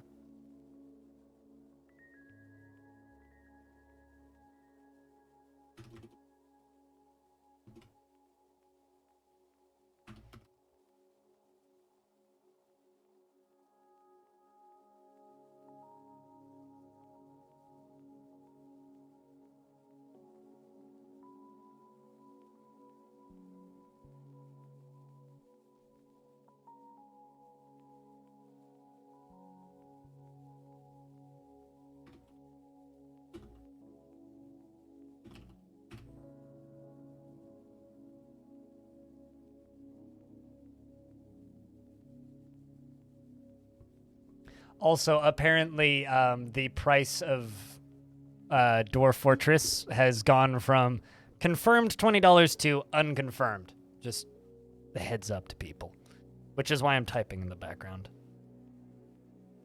So, just keep that in mind.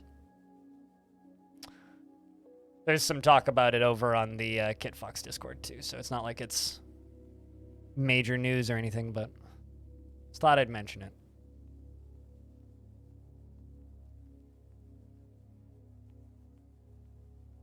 So 15 money or 30 money. Or still 20 money. It's hard to say.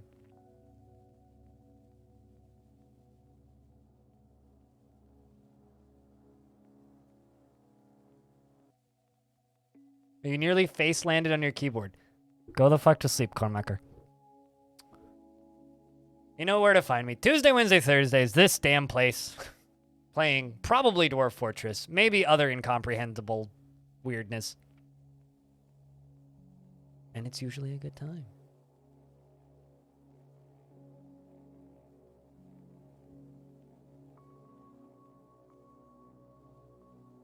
Don't faceplant keyboard. I like how Diamond had the exact same thought I did when I saw it. Is like, so it's either going to be $15 or $30. It's like they're either going to up it by 10 or down it by 5. But yeah, the reason like people have noticed is on itch.io, the price has changed to $10 because you can't unconfirm the price of a game, and $10 is the minimum you can lower it to. So Dwarf Fortress is now officially on sale for the first time ever. Although, I'm going to send a screenshot of something.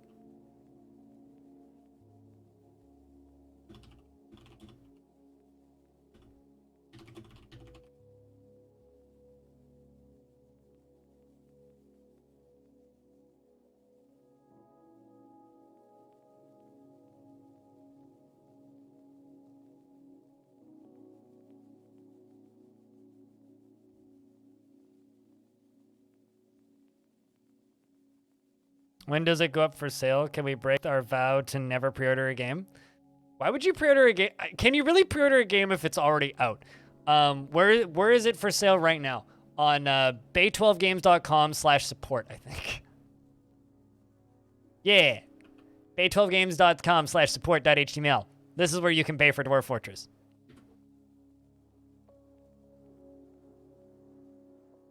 Also, I'm going to go turn off my AC. I don't need it.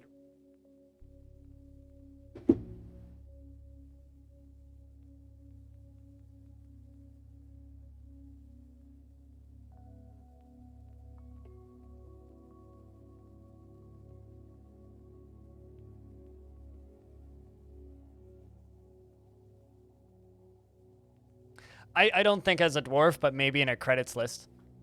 They should just have like a extra thingy where it's just like, yeah, it puts your name in like the Wall of Fame or something automatically. I don't know. I'm not going to suggest features for them. Because that just gets silly pretty quickly. Hello, Pablo. Yeah, and we've been sieged twice today. It was done, and it was working very effectively, and then the humans decided to show up, let's just say, while the water was frozen, so we couldn't refill it, which was rather annoying. So, we're currently trying to fix this problem.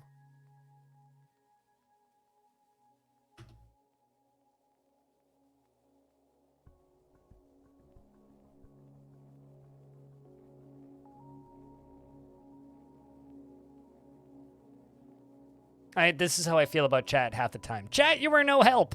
I'm gonna do my own thing. Blah.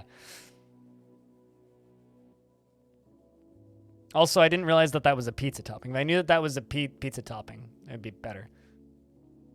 Another cistern for wintertime? No, I just need to make sure that it's full by the end of every summer, which I can absolutely do. That, or just lock them in here during the winter. That's fine. It just means the humans have to wait a while.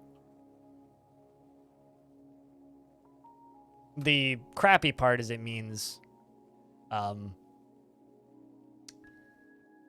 if the elves can't show up to trade.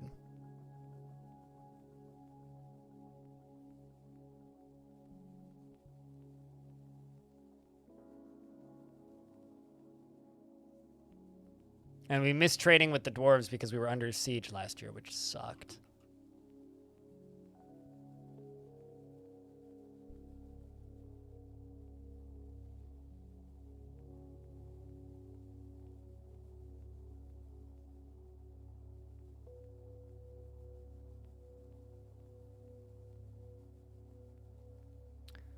What I should probably do, actually, is reroute some lava from over here into there. I just kind of didn't have time to do that. And basically, like, be able to sear them all with lava. It would certainly solve the problem of having to deal with bodies. And then just use lava instead of the water. But in order to do that, we need a bigger lava pump.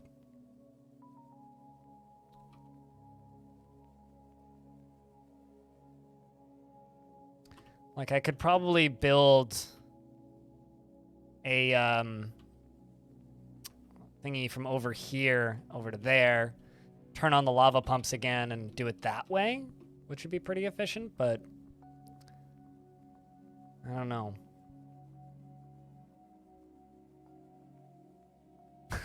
I like this statement. The bread looks like it's been through a series of car accidents, but it can be eaten. That is a good update, Naso. That is indeed a good update. Bread being able to be eaten is good.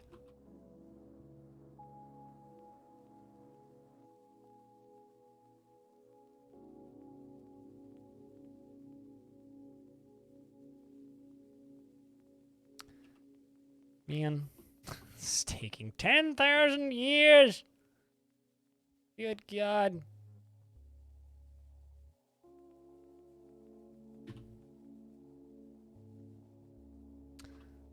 Such an epic statue, though. Literally got an artifact statue of one of the most popular god in this fortress, which is kind of awesome. The god of lust.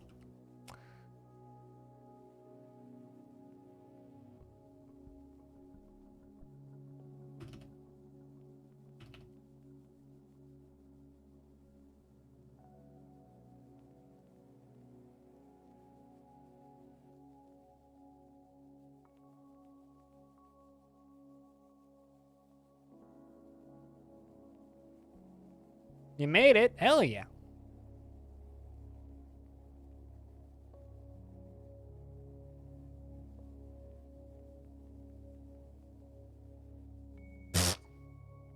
Chat. Guess it just got offered another sponsorship for... Not marbles on stream like earlier today. Guess what game I just got offered a sponsorship for. I guarantee you can guess it. It's literally in my inbox right now. Dwarf Fortress? Fuck no. Absolutely not. Set 27 minutes ago. Raid chat. There you go. Even if Kit Fox was like, hey, you want to get paid to play Dwarf Fortress? I'd be like, no, I don't need your money. That's fine. Tarn needs that money. Give that money to Tarn for health insurance.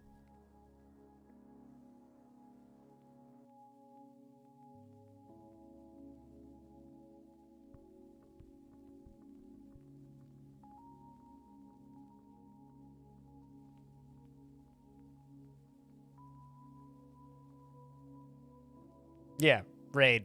Mm-hmm. That's why I said that you all know it.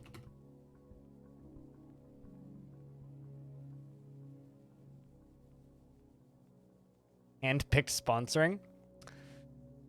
It's really funny the way they word them. It's like, based on your gameplay and love of RPGs and action games, you'd love Raid Shadow Legends. It's like,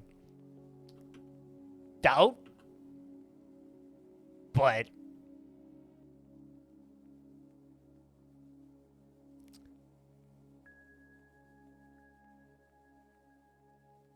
what, Raid Shadow Legends? It's a gacha mobile game with very predatory gambling mechanics.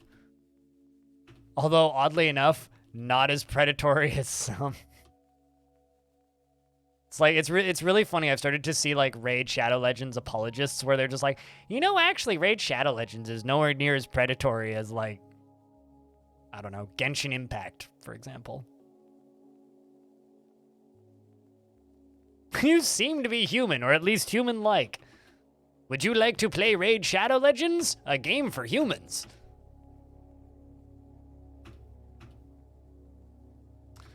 Although offering to sponsor everybody seems to be a pretty efficient format of... what's the word I'm looking for here? Marketing? Because they've become a meme. Which can't be bad.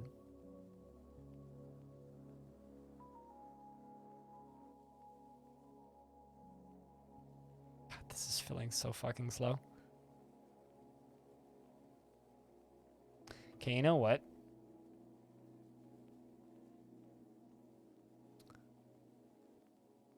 Pull this lever and just fill the cistern up. And then we'll drain it.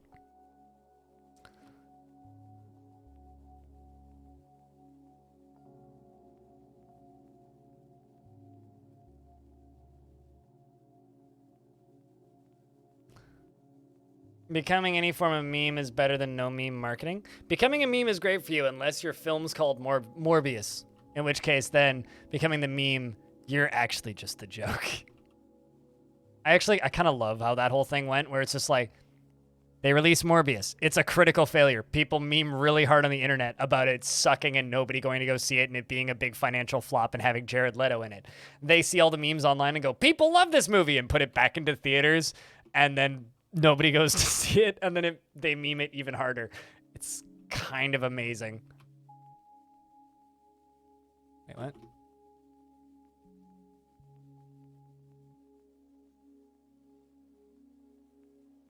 What lever did I just pull?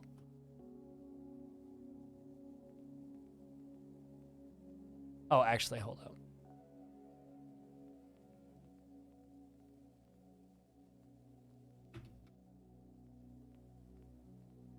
Okay, so this is full now. So this is just gonna fill up on its own.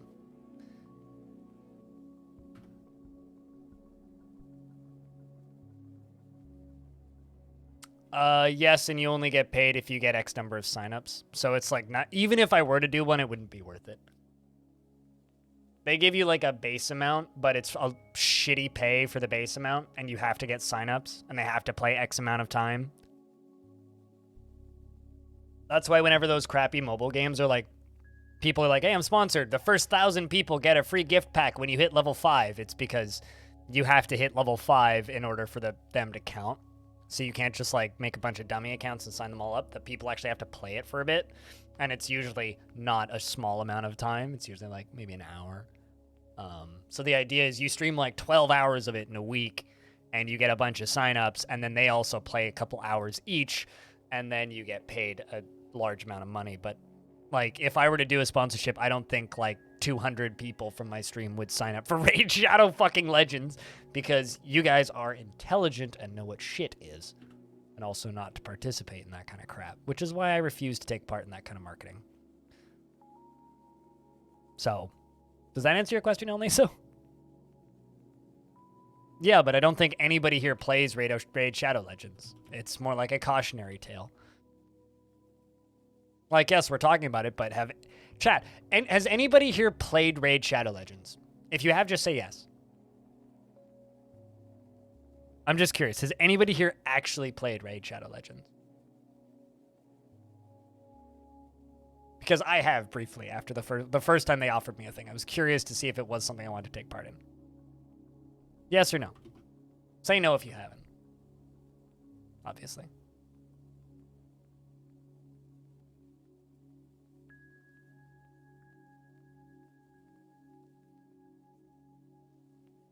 It's a pretty chill afternoon.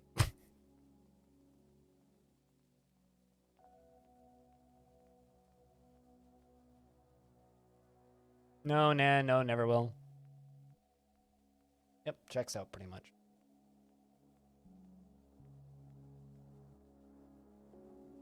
Yeah, I don't know. To me, accepting a sponsorship for a game like that would go against literally everything that I stand for and believe in, so not gonna happen. I do like how quickly this fills, though. Fast. What is that? Oh, it's probably a oh, what is that? Cardinal? Cardinal! Man, there's a cardinal.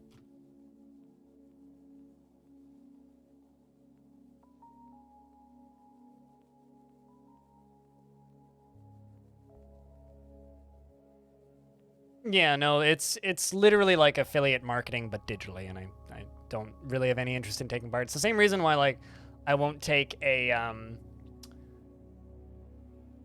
any kind of signups based sponsorships. If I have to get signups, I don't want to do it.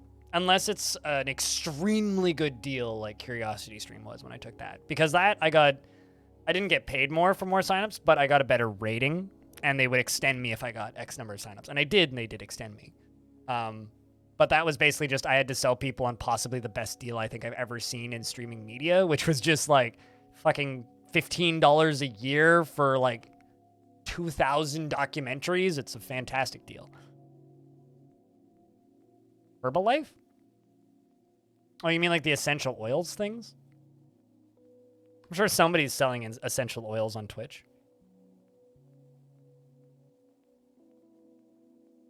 You're gonna play Zzz. Have a good Zzz.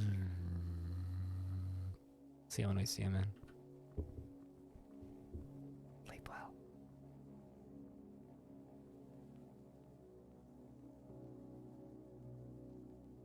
Oh, like, are you saying it's the digital version of Mario? Well, I mean, yes and no. I guess the difference between multi-level marketing and something like Raid Shadow Legends is if Raid Shadow Legends was multi-level marketing, I would pay Raid to sell Raid to other people, which I've never seen a video game where I have to pay for the video game in order to sell the video game to people. Which, yeah, exactly. It's not quite a multi-level marketing scheme because I am not paying them to then pay other people to do my scam. So, and then they also have to pay. So like with Tupperware, it's like, I want to sign other people up to sell Tupperware as well as selling them my Tupperware. So I want to be their supplier. I'm not your supplier for Raid Shadow Legends. They just want you to download it. Not quite as insidious, but similar. Psycon, what's up? It's good to see you. Although it is actually in Twitch's terms of service, you're not allowed to sell NFTs through your Twitch stream. And I'm also not allowed to link to websites that can sell NFTs, which I think is funny. I'm your supply of DF content. I'm glad that I can provide.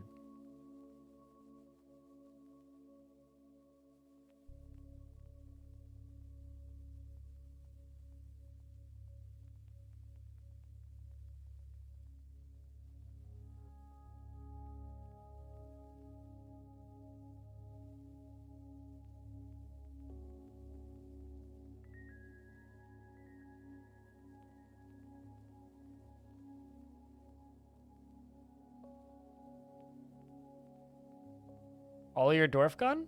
What happened to all your Dwarf?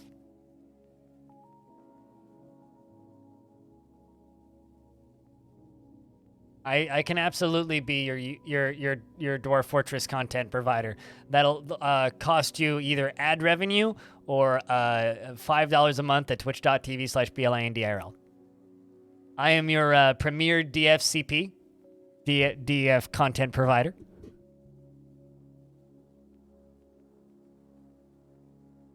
You know, I genuinely wish that I had an easier way of, like, helping Dwarf Fortress raise money, but... Although there was one time when I commented that people need to throw more money at Zach and Tarn for Bay 12, and somebody commented on that video saying, I just donated $100 to Bay 12 through PayPal, and I was like, yes, I got one! And that made me real happy when I saw that. I mean, you can block them, it's fine. Like them. I don't judge you. Gotta block them, you gotta block them.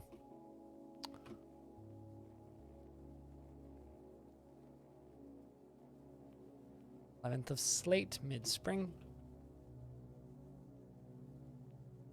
One crutch to pick.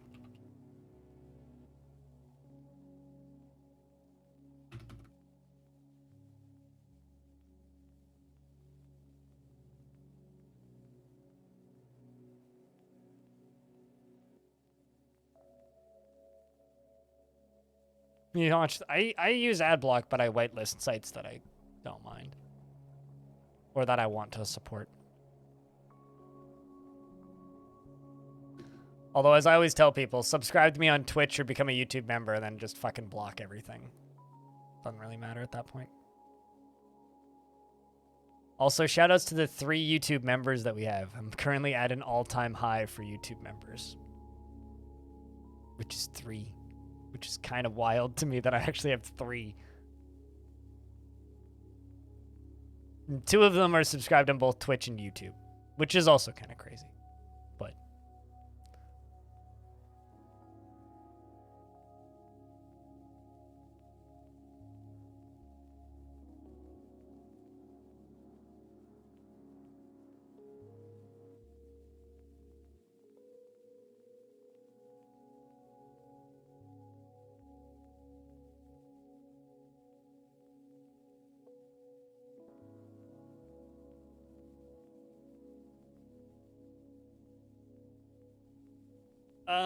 what I would recommend is, if you want to get around to ads for Twitch, El Naso, Just watch through live streamer.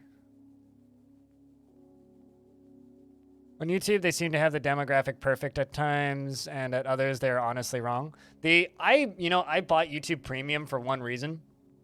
It was so that I could stop seeing fucking Manscaped ads. It was like literally the only ad that I got anymore on YouTube.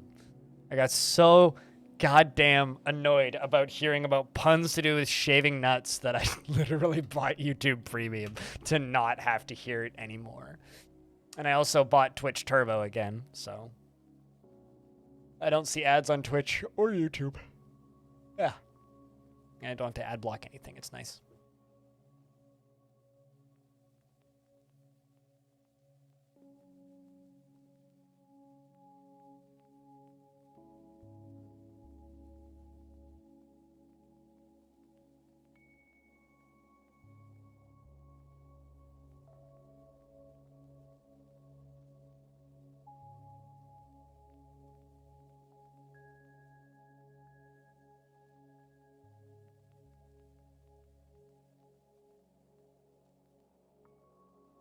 About using ladies' hair.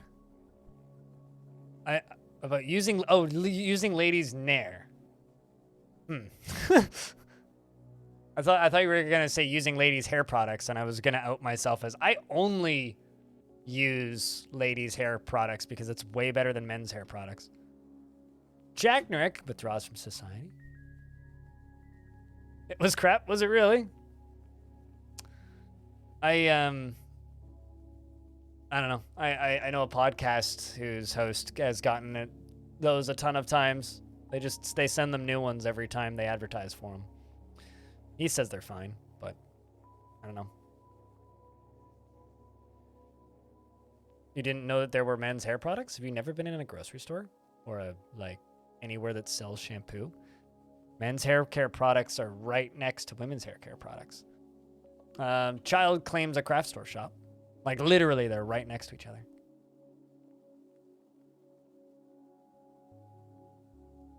Do you not, clean your scalp?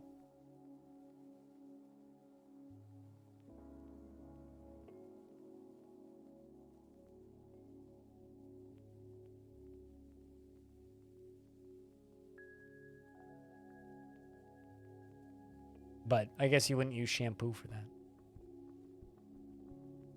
That's pretty good, IMO. I just was so tired because those are really annoying ass ads.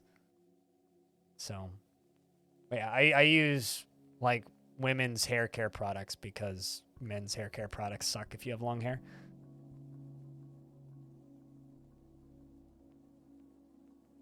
Those products are not gendered. Welcome to North American marketing. And Canadian marketing in this case.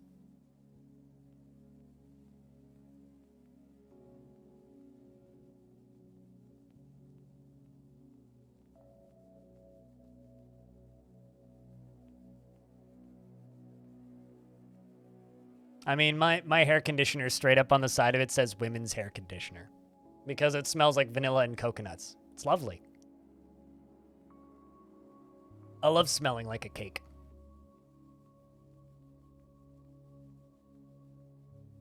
Oats for coats. That's a weird name of soap, but okay.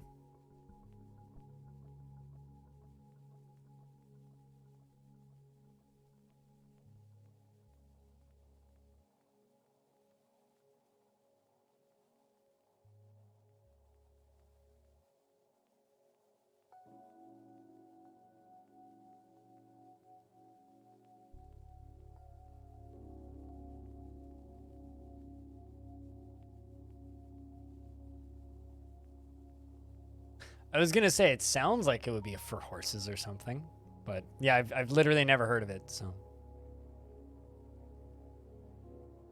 you love lemon fragrance in your shampoo? Yeah, I don't actually care what my shampoo smells like, or who it's for specifically. I just want conditioner and shampoo that works.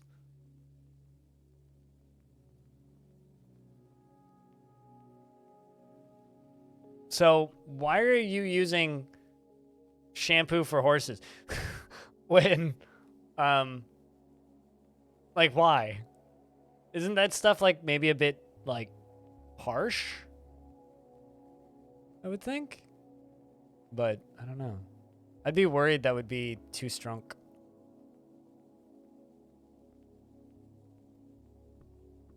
Is that silver? It is silver.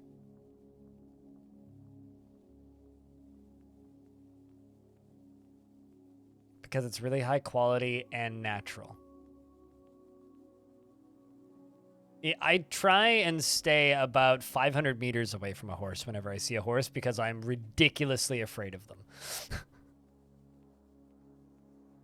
Huh. Oh, that makes a lot of sense if you're diluting it.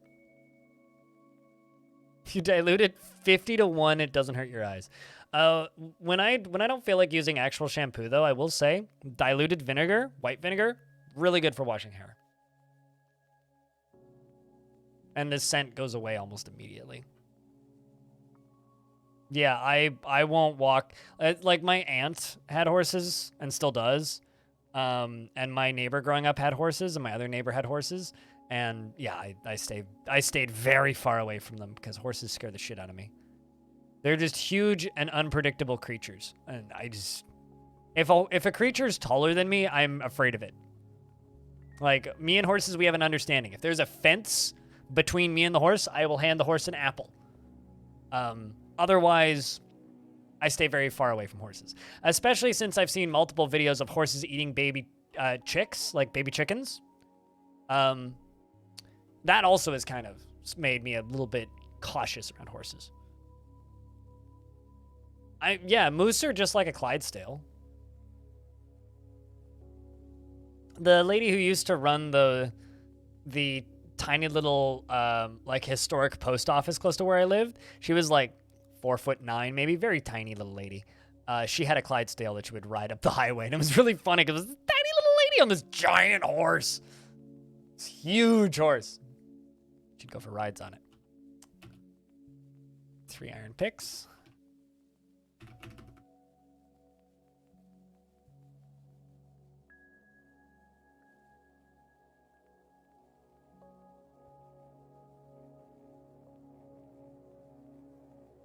All right. I think that's deep enough now that we can pull the drown lever.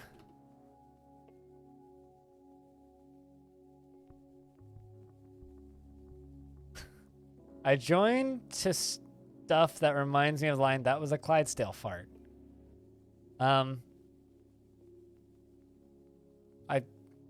Okay. Hi, Merc. How are you?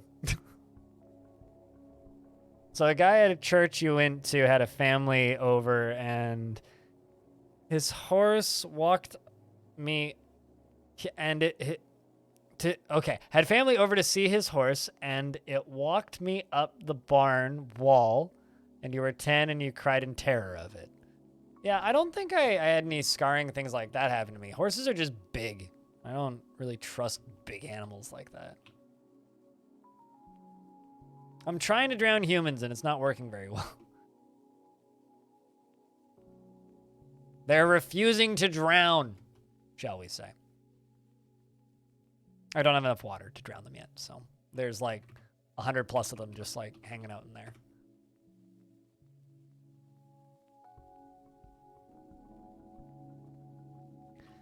You know what I didn't think I'd signed up for as a teacher is smashing old desks to bits with a hammer because the scrap handlers can't be arsed themselves. What is it? What's scrap handler? Like a garbage man?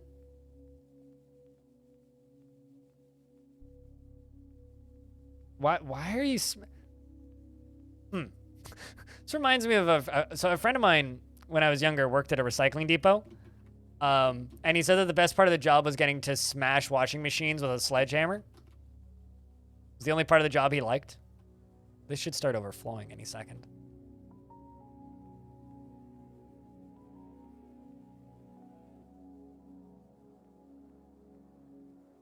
I did not.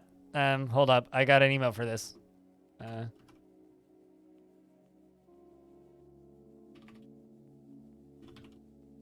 you go. I swear, I have an email for this.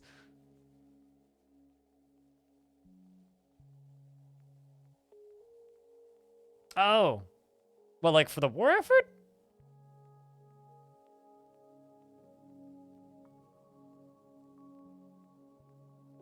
Horse is real big. As a child, it was most terrifying animal you've ever seen up close. I mean, just watch some videos of horses eating baby animals, and you will be afraid of horses pretty quick. They're omnivores. People don't realize this. They'll also eat rats. Whole. Those go chomp. Like, horses are kind of scary.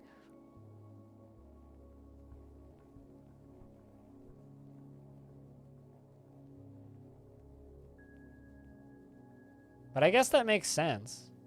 Tygo. It seems like a weird side part of the job. What's up, Regis? Or RGs. Regis! Probably completely butcher that every time. But yeah, no, horses are terrifying. I'm not a big fan of horses. You've seen roosters eat rats and snakes? Yeah, it checks out. I've seen videos of roosters killing rats. I've never seen them eat them, though.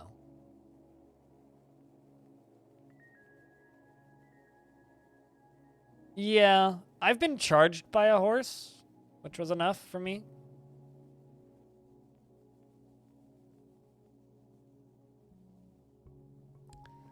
School basement is being converted into a bunker when the school year starts. Oh, that's sad. And there were heaps of old desks there which need to be disposed of. Okay, gotcha. I mean, at least it's got to be a good way to blow off some steam, I'd guess. Trying to drown some humans here, and it's taking too long.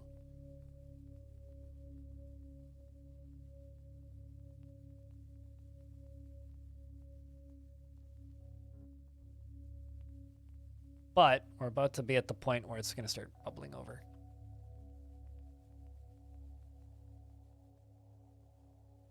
But there's at least enough water up there that we'll be able to fill this up. It's good.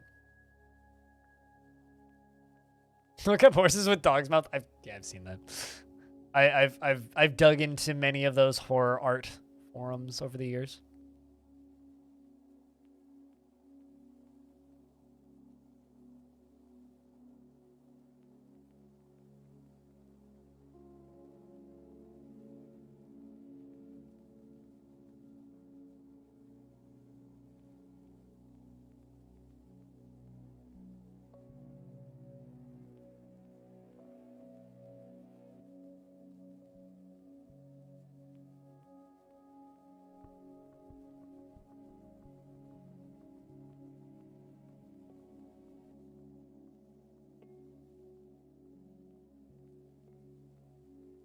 But there we go.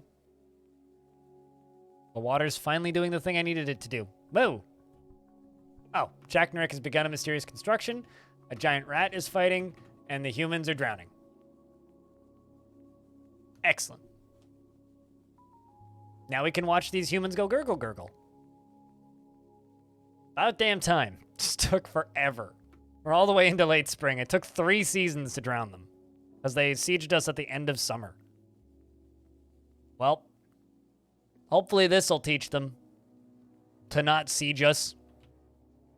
Not that they'll know, they'll just send people asking, what happened? But they all gonna drown back here, it looks like. Except those ones that are just like standing there. Yeah, they sent about 3 times the number as the first one. The first one was about 40. This is about 120. Which means the next one will probably be like 250. No aggressive elves? No, I haven't pissed off the elves. The humans just decided to attack us. For kind of no real understandable reason. My theory is that they got caught offside of the map. And bugged out on the way leaving. One too many times. When do they decide to make peace? They don't. When they run out of humans, they'll stop invading me. But now that we're at war, we're just at war forever now, which sucks.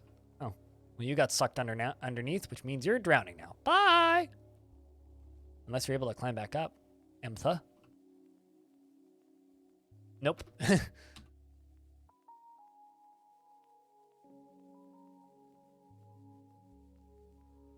That's my biggest complaint about Dwarf Fortress is that there is no diplomacy options, and I really hope that Premium has some sort of basic diplomacy to be able to like bribe or pay them off.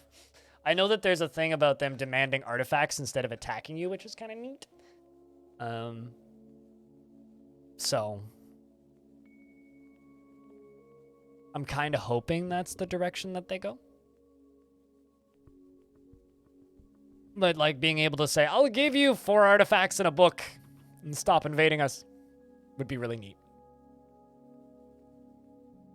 Or being able to like have reasons to cage trap people and send them back. It's like, oh, we'll send back all of these prisoners if you stop invading me. They'll stop invading when they run out of humans. That sounds fucking familiar. Yeah, just like real humans. Any word from Tarn about doing another interview in the near future? I was literally going to send him an email tomorrow. So, tomorrow morning, I was going to send him an email and ask if there's a good time in the next 30 days that would work. Jagnarek, the Dwarven child, has created Kokeb Simur Ustamtiz Amol, a maple puzzle box, and claims it is an heirloom in the name of the family ancestor Adil Goldenbruce, who is literally your mum.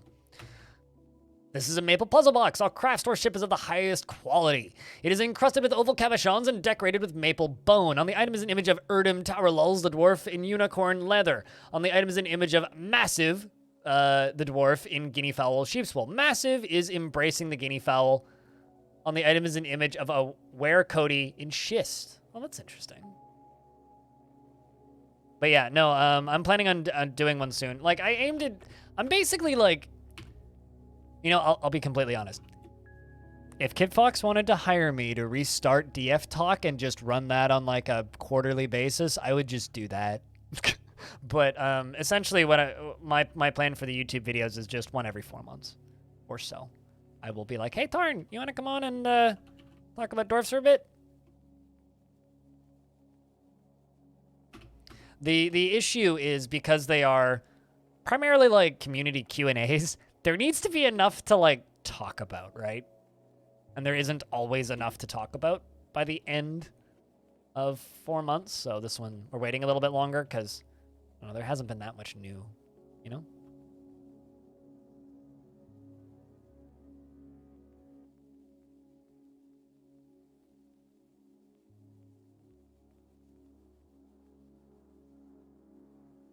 Man, a bunch of them have fallen down.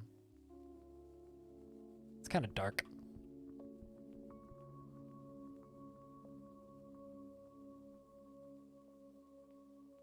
When you're in the middle of a country at war and they're children's desks, I see that as unlikely that people would come take them, Frog.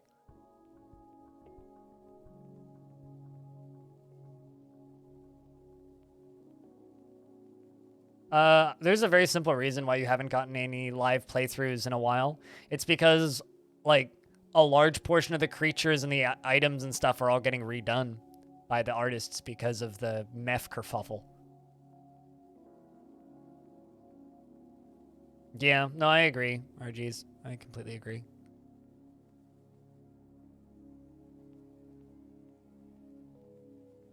I just can't wait for them to give me, Tekid, and the other YouTube creators copies of it. Because even without the tutorials, I mean, we could probably start making videos and tutorials for it as it currently sits. But makes sense as to why they don't, though. They don't need to. A kerfuffle of mega kerfuffletude. Yes.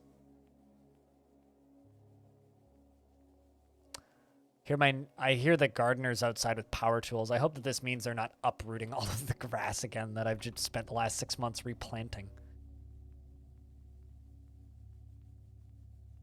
Well, I mean, just looking at Tarn's most recent post on Bay 12. Let's see, what was his exact wording? The artists have moved on to their next batch of updates. Carolyn's gone from interface stuff to vegetation, and Jacob's gone from items to buildings, and we should have some new some more screenshots soon. So, yeah. Hold on a second. I've got to go check something. Back in a second.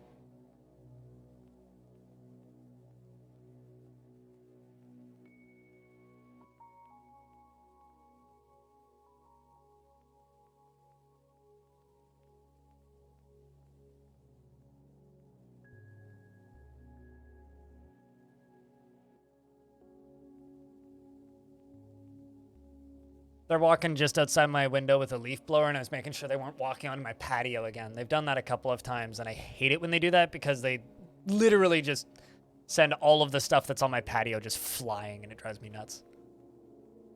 Okay, so there's a few humans drowning right now. But it's mostly just waiting for this to fill up.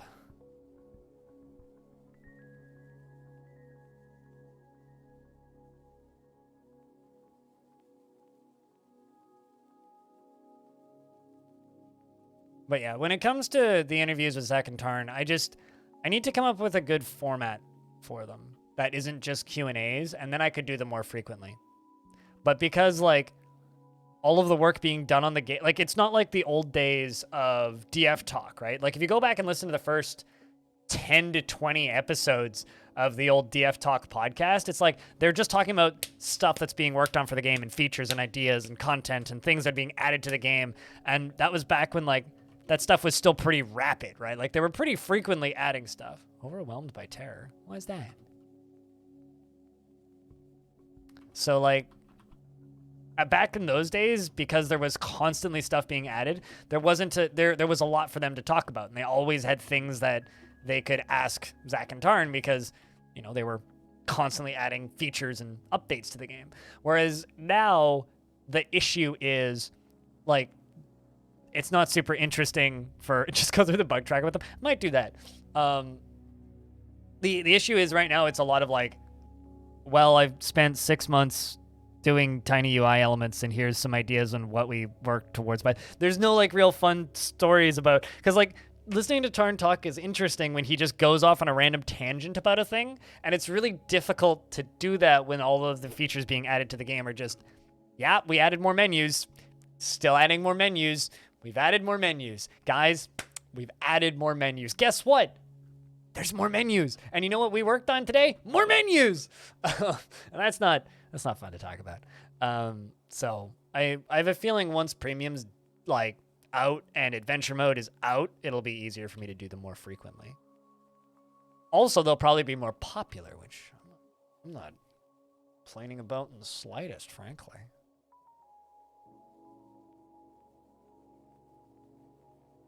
But yeah, just keep an eye on the YouTube channel. There will be an announcement video when there's an announcement to be made. I'll probably tell my patrons first, too. Kind of sad that they keep falling down here. This is, like, actually really dark. I like drowning creatures quickly, but drowning creatures slowly makes me feel like a bad person. You know what I mean? They keep getting sucked into the lower layer and drowning. Like, this is really dark.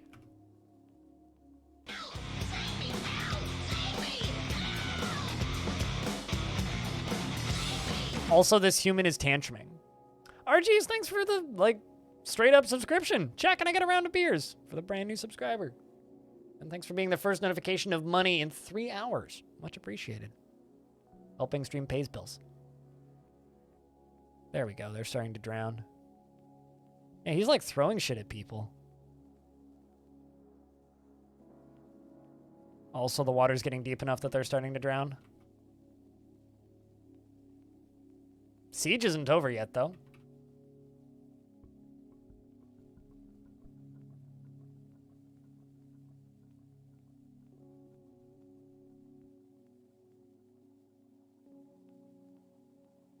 And the addiction to DF begins. I think I'm portion of people's addictions. I don't think I'm the beginning of the addiction.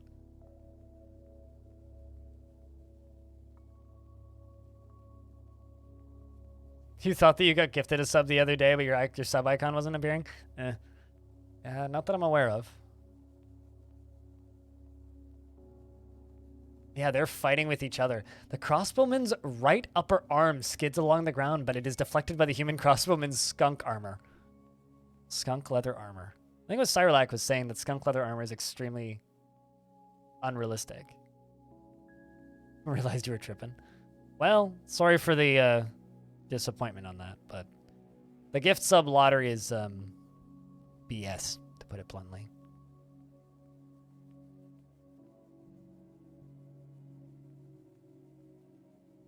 Yeah, now you can post real beers. Oh yeah, streams are Tuesday, Wednesday, Thursdays. Also, I'll just say this. If you subscribe to me on Twitch, feel free to just ad block literally everything on YouTube because I make so little money on YouTube. It's more worth it for you to just, you know, enjoy watching YouTube. Multi-level murder. Ah, yes.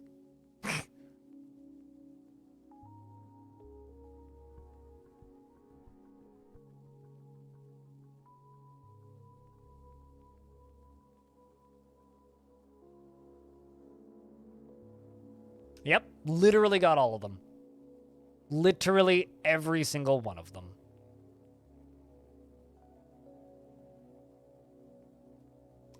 But the siege is still going?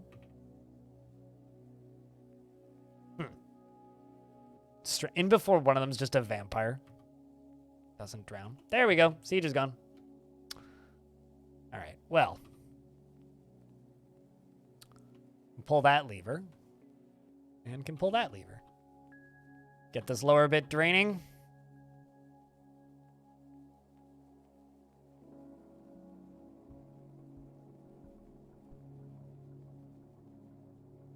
Oh no. Well, it's a good thing that you have a big mouse mat that your vape's sitting on.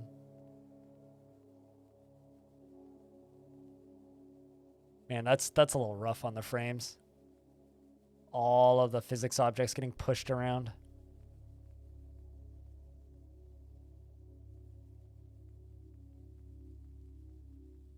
That is so satisfying to see, though. Just all of the boulders and the clothing items all being pushed.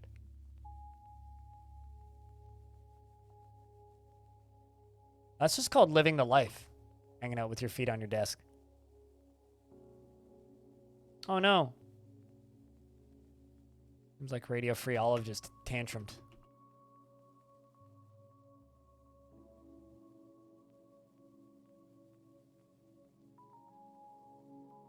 Maybe not.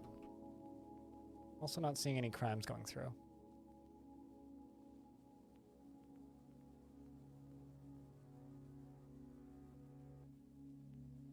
This thing does drain pretty fucking quick, though. You gotta give it credit for that. Like, this area is almost drained already. It's this corner that takes a little bit longer.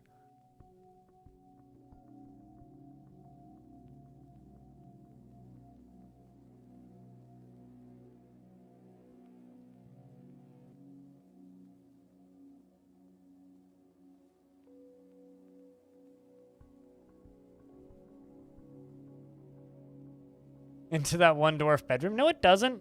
I sealed it off. See? It's definitely not trading into one dwarf's bedroom. That would be kind of amazing, though, if it did.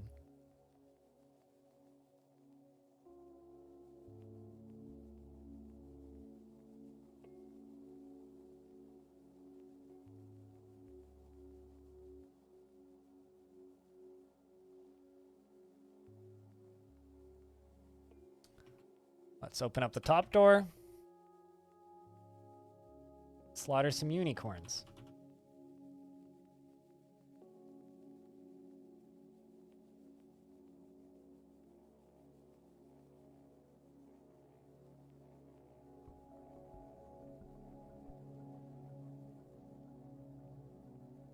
All right, top door is now open and dwarves can get outside. King wants 3 more crutch. We're all the way up to late spring. We missed it trading with the elves this year because we're too busy drowning humans, unfortunately.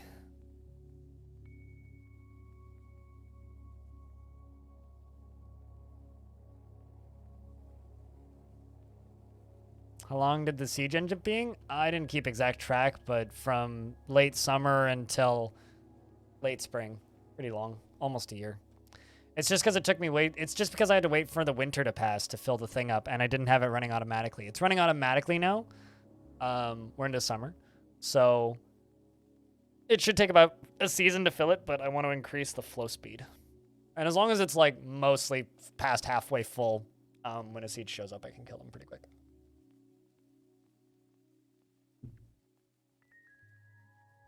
The thing is, I need to wait for the bodies to finish spewing off miasma and just be skeletons. I need to wait for all the flesh to be like rotted off of the bones before I what's the word? Before I go in there to pick up the bodies, because otherwise it'll scar the dwarves real badly, and even then it's still gonna hurt, but I have to tolerate.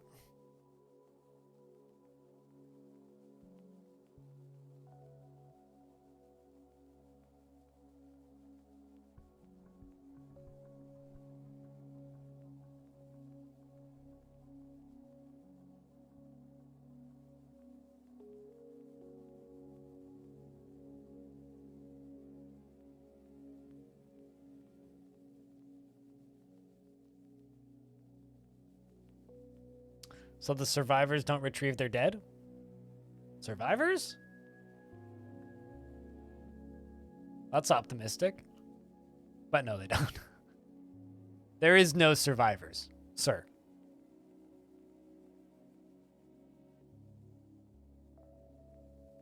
No, yeah, exactly. There's no survivors. They turn and run.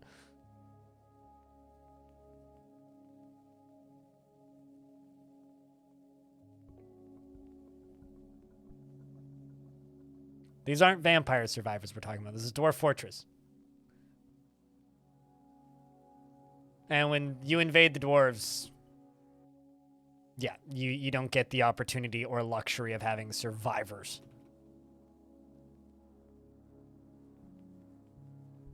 They died when they decided to invade, yes. The few that my dwarves didn't kill, we dealt with in other ways, like... See? 3 notable human death kills, +4 +6. That's how many humans that Navy already has killed. Navy is going to be a legendary warrior eventually. Don't really care about anything anymore. Becoming a hardened individual.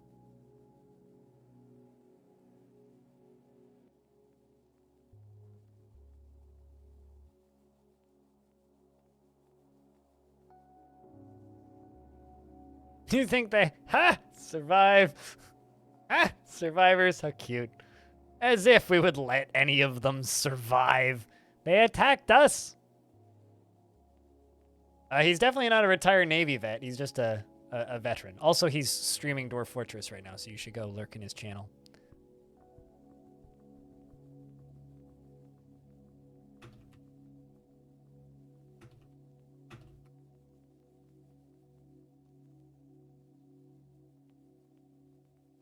Retired Navy vet is streaming Dwarf Fortress currently. Go lurk in his channel if you want. He has 0 viewers.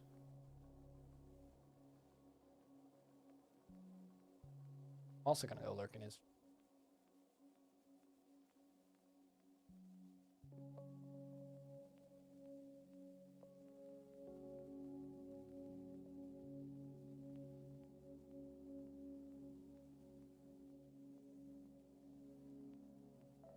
That is a pretty bad meme that you posted a bunch of times. Or you posted a bunch of variations of, I guess. I agree. All right. Table. Table. Silver. Nice throne.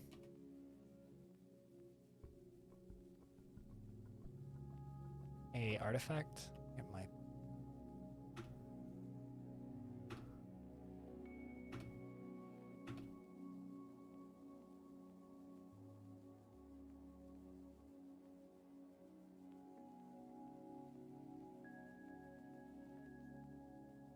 God, this is way too effective a format of murder.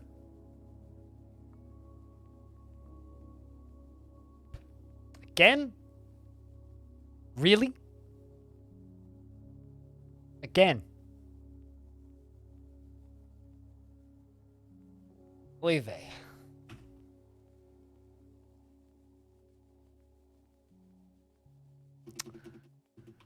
Same people, I assume.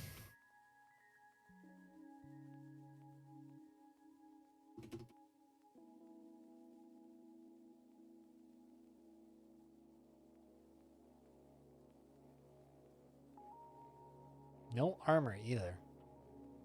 Or rather, no real effective armor, just some chain. Copper stuff. All right, well. Let's, I guess, lock everybody inside again.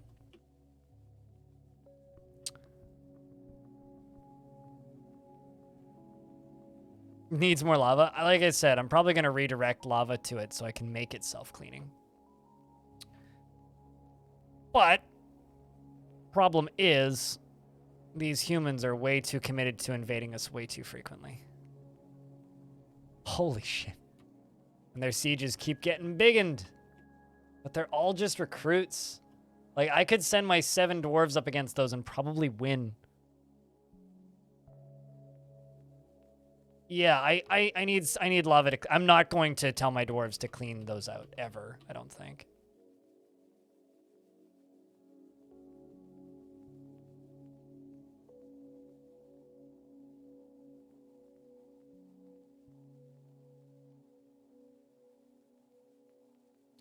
Sustainable murder. You know what's funny is once I learned that you can't put the words manslaughter or murder in the title of a Twitch stream. Twitch just straight up is like, no, bad.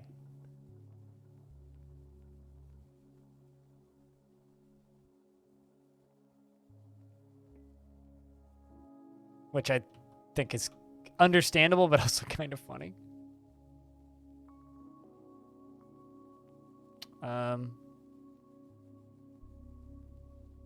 Dwarves? There a particular reason why nobody's pulling that lever? Oh, because they already pulled it. Oh, Jesus. Blue space sweep. Great. Hold up. Hold up. Hold up. Hold up. Hold up. Hold up. Hold up. Hold up. Hold up. Hold up. Hold up. Actually, hold on. No, I can't make you run through that. It's too full still. Okay. Do it now. Jump up to blue space weeb.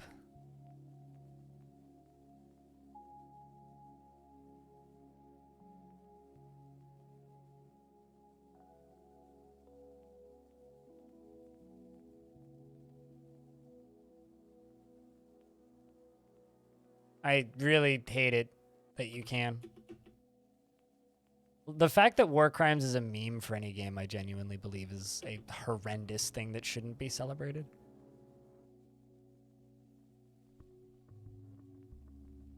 Okay, so run.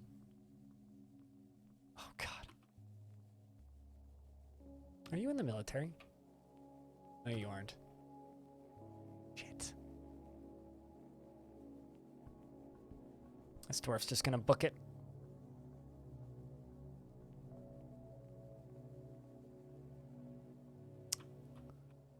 I'm pissed right now that blue space weeb was in the wrong place.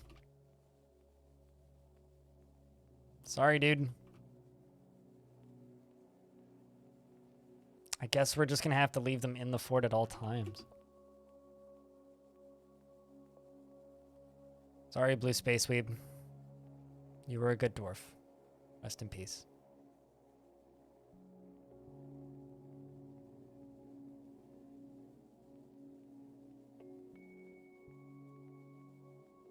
This is going to suck.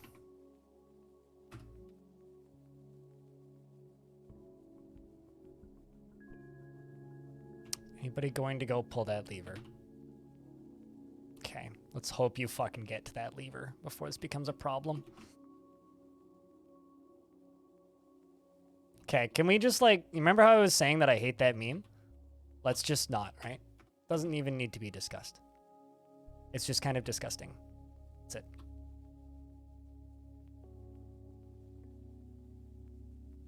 Okay, well. My dwarves are fighting. I'm very worried some of them are gonna fall. Please close that fucking door, man.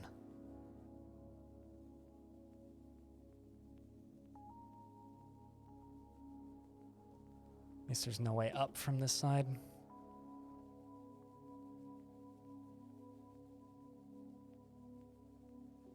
It's all good. Okay, well, we were able to capture some of them in traps. A few left up here, not many though. We have actually had a casualty now. What is in those traps? Is it my dwarves? Human, a human. All right, well, that sucks. At the very least, we were able to clear them out. Not entirely.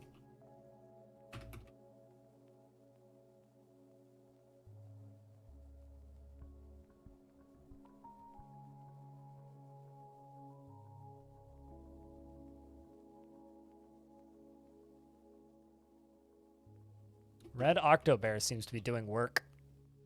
16 kills. And what do you got? Another day older and deeper in Dwarf Fortress.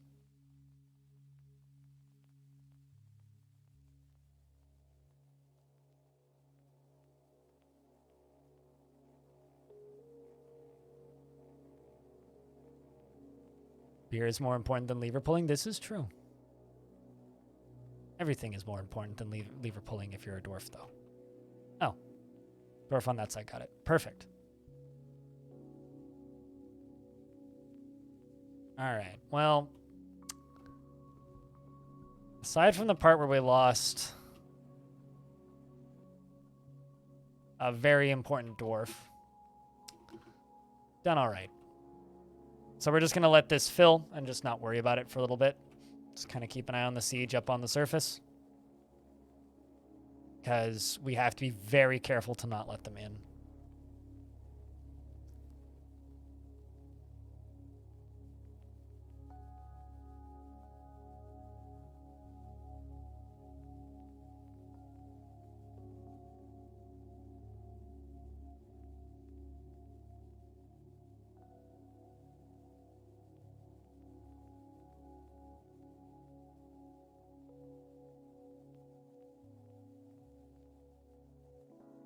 When it comes to boomer shooters, though, that postal brain damage, pretty fucking good.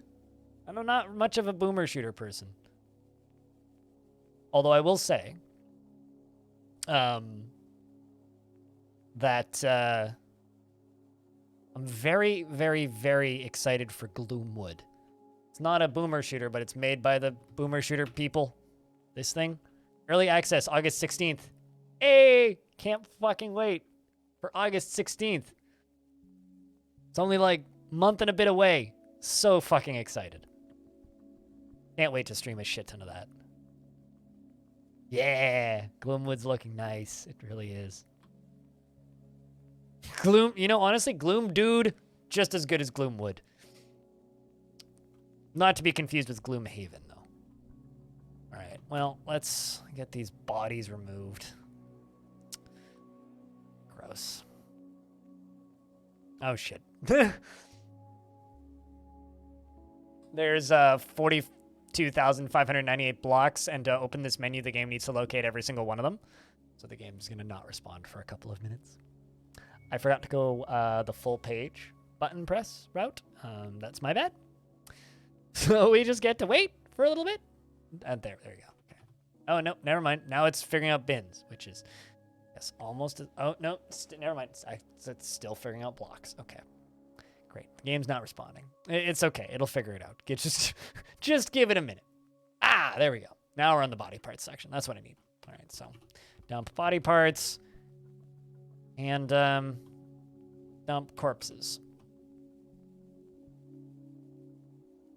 And we're going to undump these. This body is going to need to continue being used. And I'm going to remove the dwarves from, you know,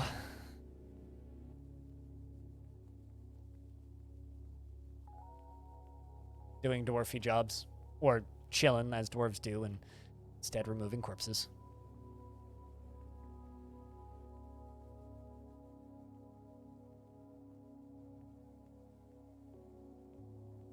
How are you placing an item in tomb?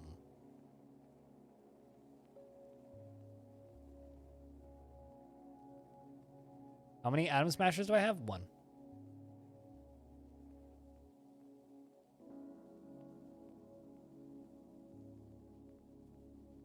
Also, I think those two got thrown off the edge. Oh my god, they did.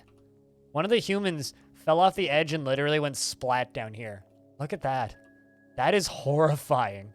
Fell off the upper walkway up here. Fell down here, impacted there, rolled this way, splatted there, fell off this, and then ended up on the ground and died over there. That is distressing. I don't see well enough to play Slayer X. Like, straight up, vast majority of those games I don't see well enough to play. And also, I've seen them all. Because I have an encyclopedic knowledge of recent game releases. It's a curse. I wouldn't wish it on anybody. But if I haven't played a game already, it's because I'm not interested. And the vast majority of those, I can't. Well, first off, it's exclamation point Scream. El Naso. And also, it's behind a paywall. So if I owe you that paywall, let me know. But you got to be at tier 2 on Twitch or giving me money on Patreon. It might be. And if you are, I'm sorry. Because I haven't seen it. But if you aren't, then I don't know what tier. Or I didn't know.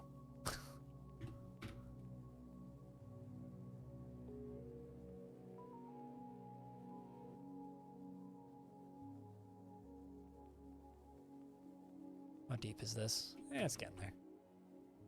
Filling nice and quick.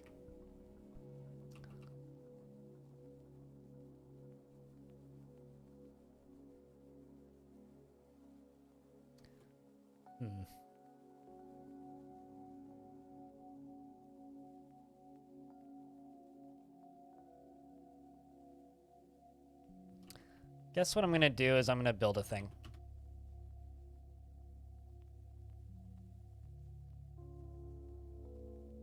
Actually, no, I don't want to do it on that layer. I'd want to do it on this layer, but then I'd just be filling this whole thing up with lava.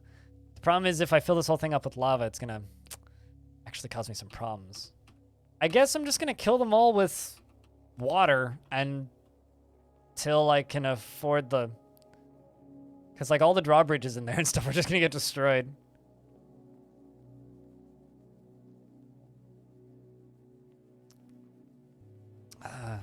It's because we live in a world that is reaching heat death of the universe.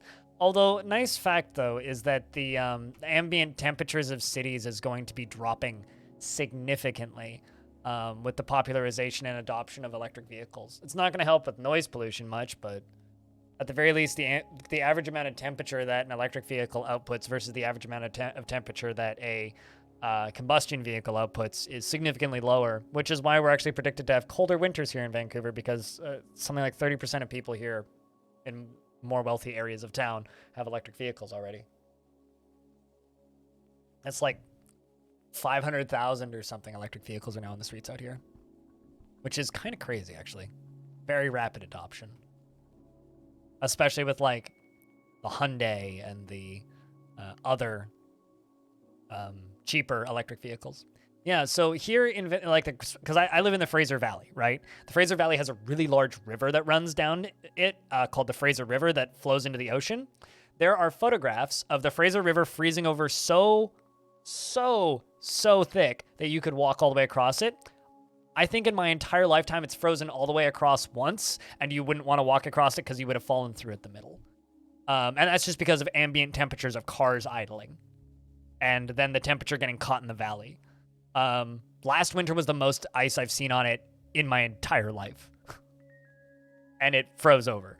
And that's just from the adoption of electric vehicles. But that's just because I live in a valley and heat gets trapped in the valley, right? It won't be as effective for places that are flatter. So, like, say if you live in the prairies, it wouldn't be as effective or as efficient. But as long as you are living in a densely populated area, it'll be very in like anything that could trap heat or cold. You'll notice the effects of electric vehicles very quickly. Uneasy isn't so bad, but it's not ideal, as long as they're not terrified.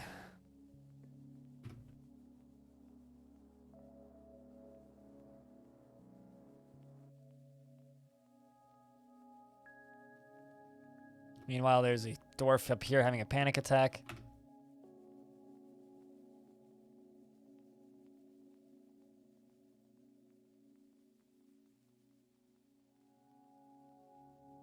You know, I think Blue Space Weeb might actually be the first dwarf in this fortress to ever die to an invader.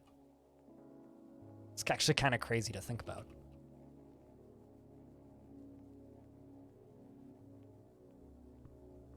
Basically, by the time this top layer is done draining, it'll be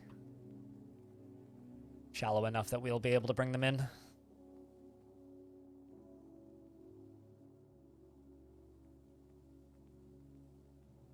What do you mean? Is that a question or a statement? You made a statement, but you formed it like a question. Electric cars are easier to start in low temperature zones? What? That's not a question, that's a statement with a question mark at the end. What's the question?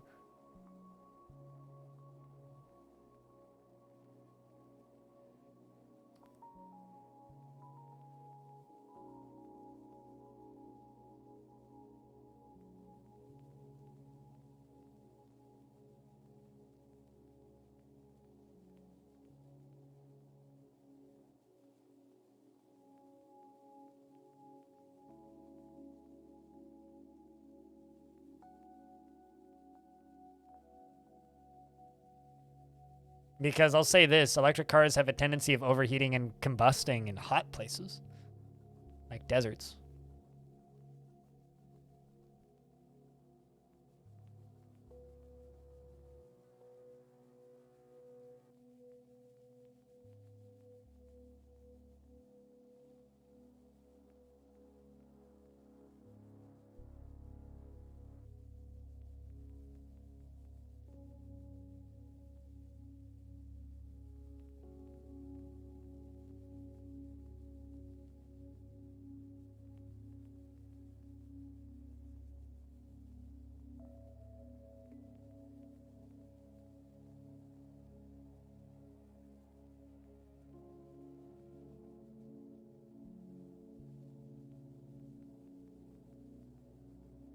But, I don't know. Bellinair, thanks for the raid. What were you playing today, man? Were you monster hunting? I think you might have been monster hunting. Regardless, hi. How's things? I hope good.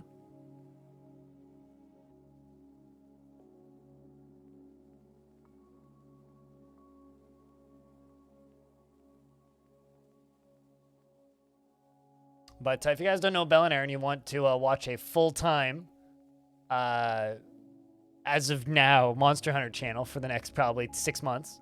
Go follow Bellinair. Got sent a key for a game on itch. I don't know what it is.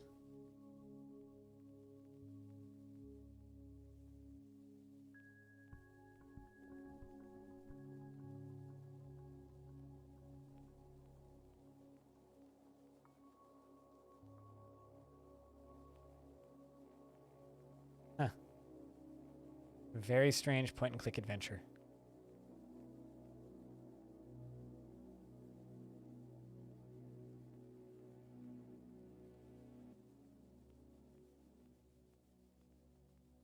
Would lava help clean the drowning zone? Yes, but the issue is I would then have to... I basically can't pour lava in there until I'm ready to rebuild it because I didn't build it to be lava safe because I was in a hurry. I could have, but I didn't. So all the drawbridges will break if I pour lava in there, which isn't necessarily a bad thing. But the issue is if all of the drawbridges break, then if I get attacked again, I'll have to set them up again. So I need time. I need to go in there and rebuild the bridges at the very least.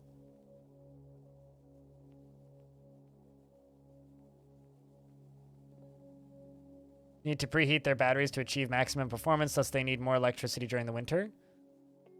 Yes, but that they also are not efficient enough at cooling them in the summer.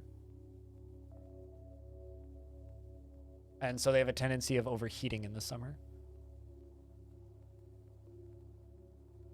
I get to go backpacking tomorrow.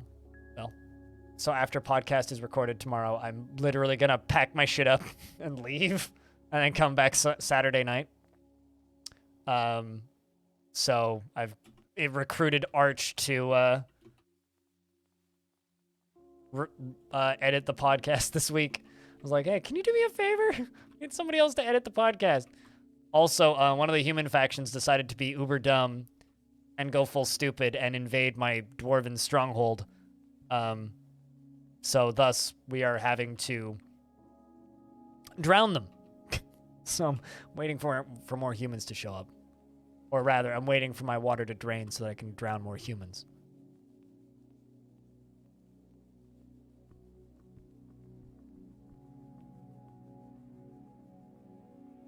Wait, hold up.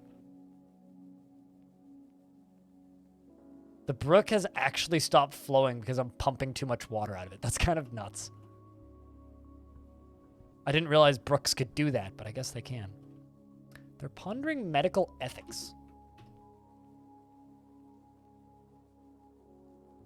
But you are content after pondering medical ethics, which is good.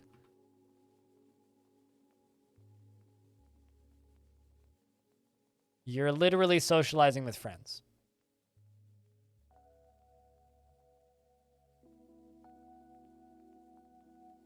But how's the new Monster Hunter DLC, Bell? If you're hanging around. I don't know if you've gone AFK or not.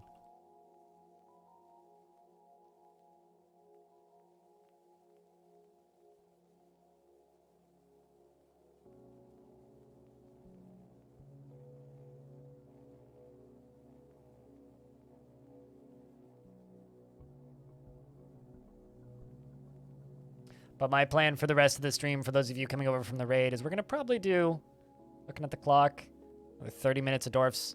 Then I'm going to do a brief records break, and then I'm going to eat a sandwich, and then we're going to play Starship Troopers. And either try and finish that game tonight, or like just get close enough to the end that I can finish it next session I play, because I'm getting close to the end. Or I'm past halfway through, rather. Bug Shooting Inc. Yeah! Currently human drowning, later will be bug shooting.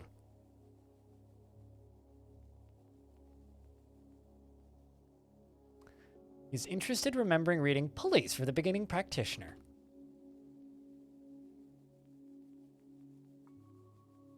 Okay, I do in fact have slabs. Should engrave a slab for Blue Space Weeb. We'll bury him afterwards, but engrave a slab first.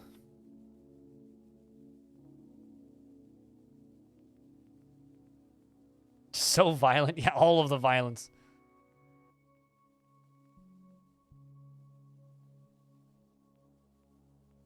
But yeah, currently I can't use lava. I'm just... We'll worry about keeping it clean afterwards. It's not so bad as long as I just wait for the bodies to finish giving off miasma. Once the bodies are done, like, rotting, it's not so bad to clean them up. And currently I'm not worrying about cleaning them up at all. We'll get there eventually.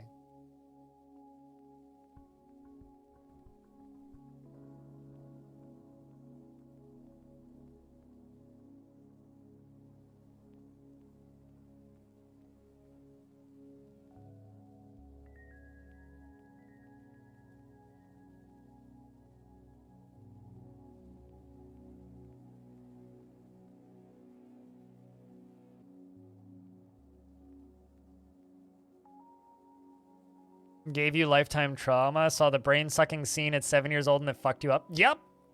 I can believe that. Could absolutely believe that. Just the... Similar to the fact that Alien gave my dad lifetime trauma for the same reason. He saw the xenomorph burst out of the guy's chest, and to this day, my dad insists that Alien, the very first Alien, is the most vile, disgusting, violent film he's ever seen, and to which I respond with, "Oh, it's so cute." Like, Dad, allow me to introduce you to Hostel.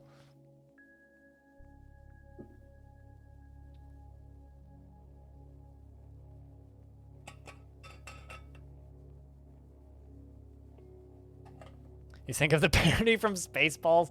I mean, yeah, touche.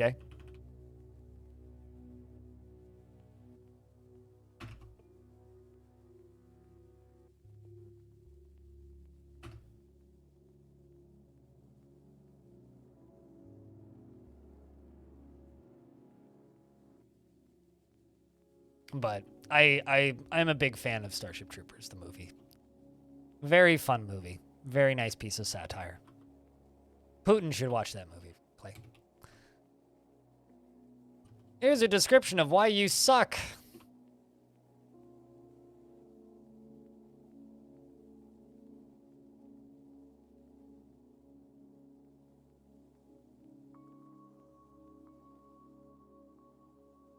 I'm not familiar with that particular parody.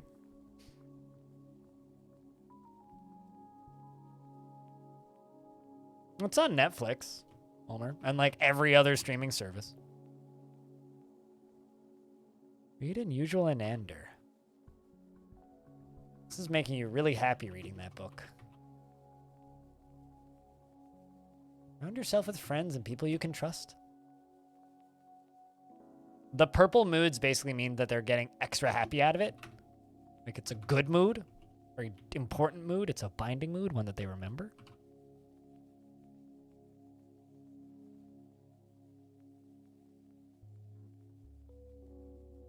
Is this like a parody of Men in Black? Oh, never. Wow, no. This is 1998. 2 out of 7 out of 10. Jesus. That's rough. Yeah, I've never heard of this. Huh. Interesting.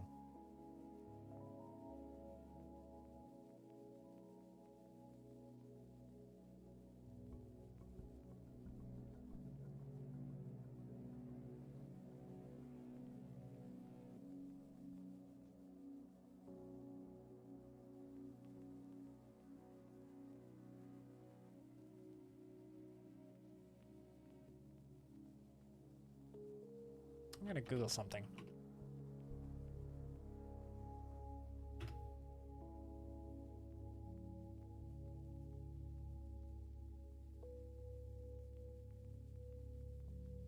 Oh, now I know what that's about.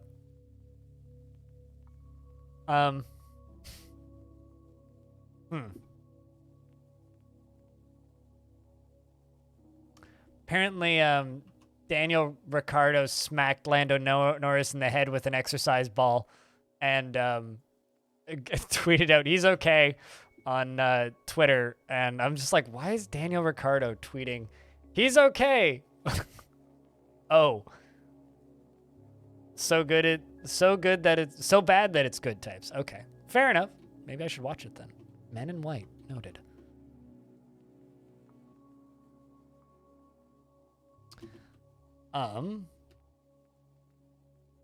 Let's put the dwarves into this spot right here.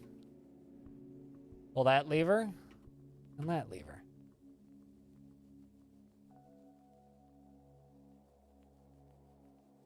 You're also putting it on your list? Yeah. Actually, you know what? I'm going to cancel this. I'm going to let this drain just a little bit more. But I am going to leave the dwarves up here.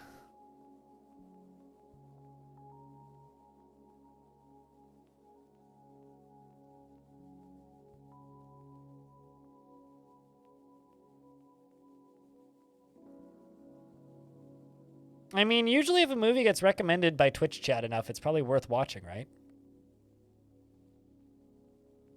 Just like Twitch chat for ages has been telling me, Blind, you need to watch DS9 again. And I've been rewatching DS9, and it's been very good. Commander O'Brien is great. And it's just fantastic. I'm really enjoying it. Great show. Dax is awesome. Otto's great. A lot of really weird characters in DS9.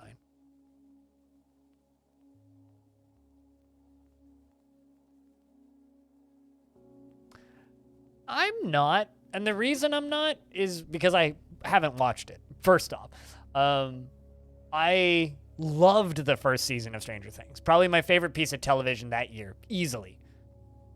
I was extremely disappointed by season 2 of Stranger Things and did not like season 3 at all. So I just kind of didn't bother with this most recent season. The main reason I just didn't bother isn't because I don't think it's bad television or anything, but my favorite part of season 1 of Stranger Things, which I've actually watched twice now, and I've confirmed this, my favorite part of season 1 of Stranger Things is, there's two things. You don't see the monster, and it's practical effects.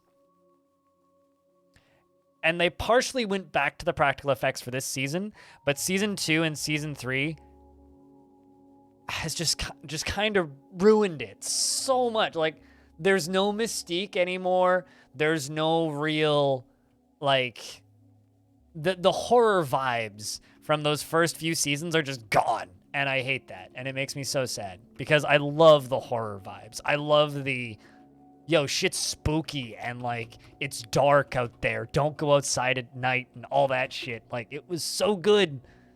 But now it's just like, oh, okay, they're going into the Upside Down again, and I've seen all this imagery before. It's sort of like, you know, the line about the old Spielberg movies, right? It's like the creature is only scary until you see it, right? And that's really how I felt about Stranger Things. The creature was only scary until I saw it. So unless somebody can tell me that, like, you don't see the creature at all until the last episode of the most recent season, I don't care.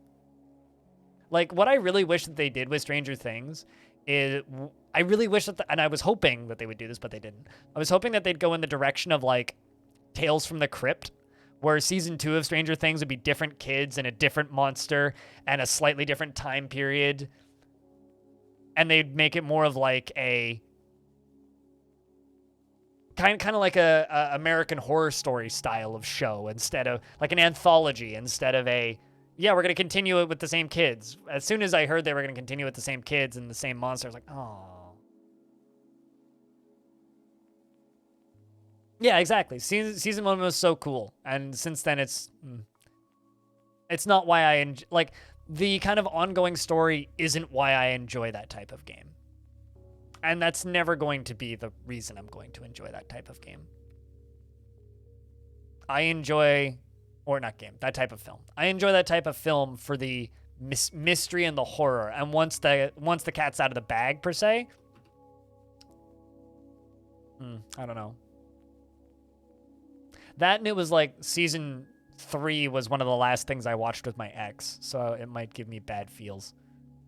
And my brain is stupid, and if it gives me bad feels, I will be mentally debilitated for a few days. Yes, I know, I'm a weak human being who hasn't gotten over a relationship yet, but that shit sucks. The season, see, but I don't want answers. That's the thing. Answers ruin that type of media, but whatever. I do not want answers is the issue.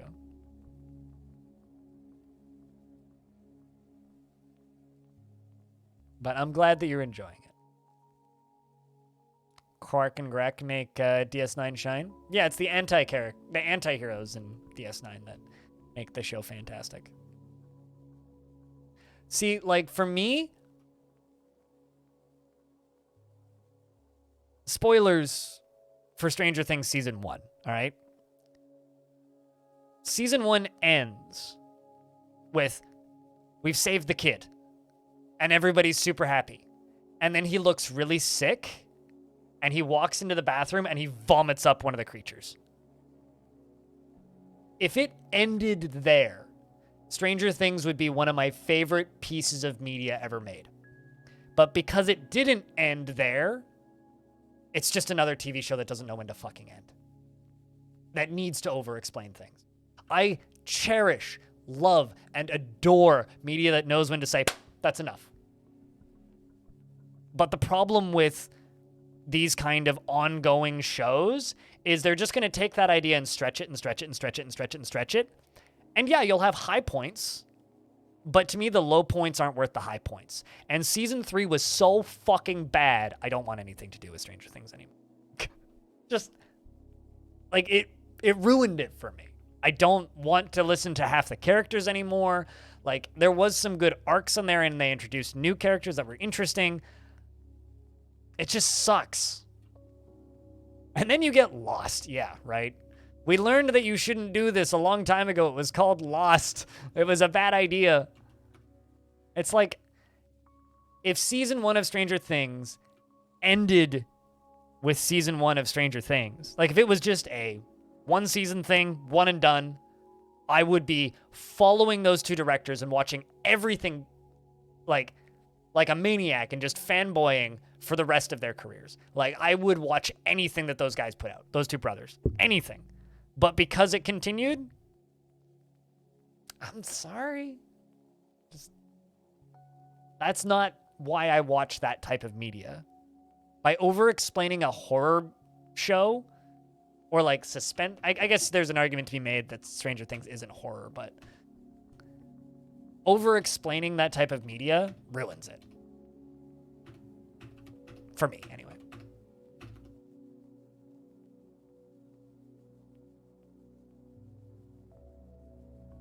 You read the whole plot of Lost on Wikipedia? That's the best way to experience Lost.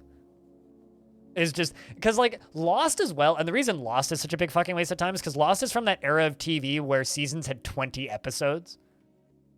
Or 24 episodes, I think.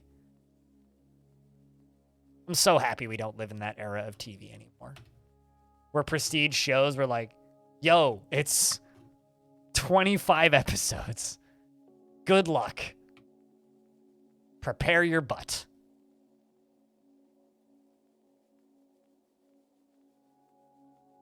I'm receiving a text message.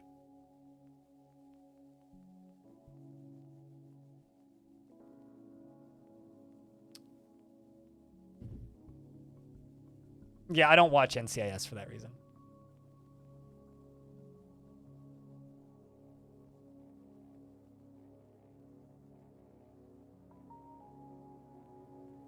But yeah, I don't know. I'm kind of annoyed with that show for that reason because I wish that they knew when enough was enough. But, you know, once you have a thing that does well and it makes money, you want to keep doing well and keep making money, and I guess I respect that. Makes sense. But it makes me sad.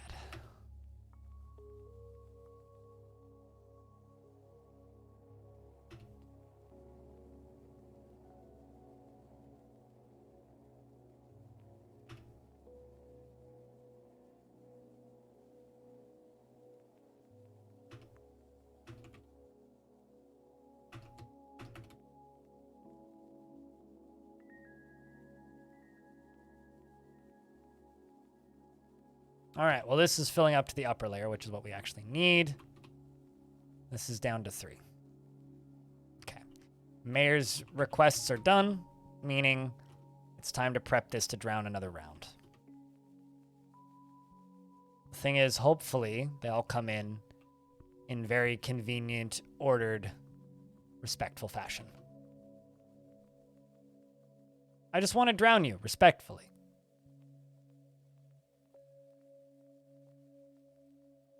Yeah, that's fair. I don't enjoy shows that are that long-winded anymore. I used to. I mean, I watched the first 3 seasons of Prison Break for some fucking reason. But I don't know. To me, like, a lot of those TV shows at this point are they're just too long. It's just too much. Like, I understand the appeal, but it's just too much for me. All right, chat, if you're lurking, time to wake up a little bit because got another round of drowning.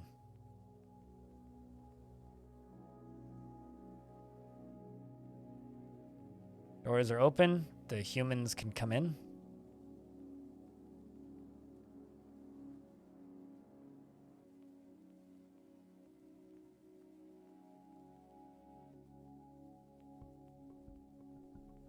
Holy lag.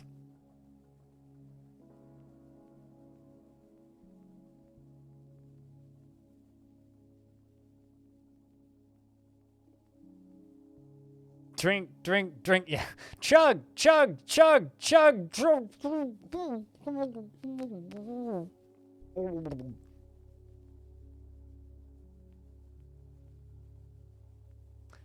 When Prison Break kept going after they got out and then they needed to go into another jail, I was done. You know, Prison Break is one of those shows. If it ended when they got out of prison, kind of a great show. Just watch that show right up until they get out of prison. When they get out of prison, stop watching. Because it's just like, oh my God. Like that show becomes like an international conspiracy theory show at some point. It's so strange. It's like, well, this was a really neat show, but why did it keep going so long? I don't even know anymore. What is happening? I'm in space. That's a very strange show.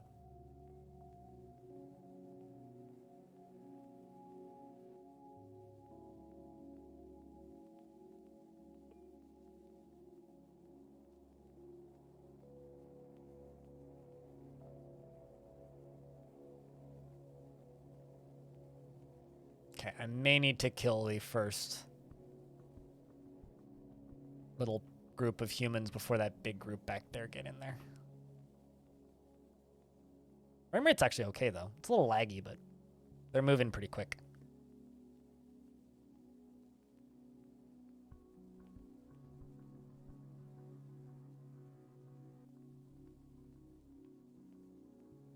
This means I'll be sprinting to your kitchen to get a crisp drink before the humans get drowned in drink. You should do that. Nothing like drowning with a beverage.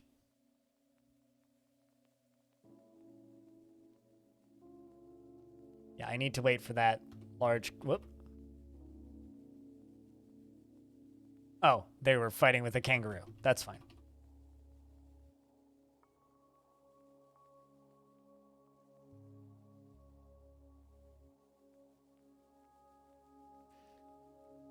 All right, let's see.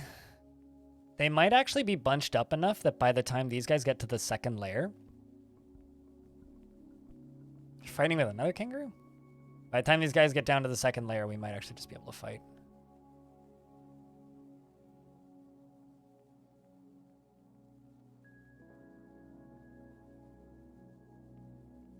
Also, this one will go way faster because the first layer is full, and the second layer is filling. So this one will go way quicker. Because the first layer should be enough to just drown them all immediately. Keyword there is should be.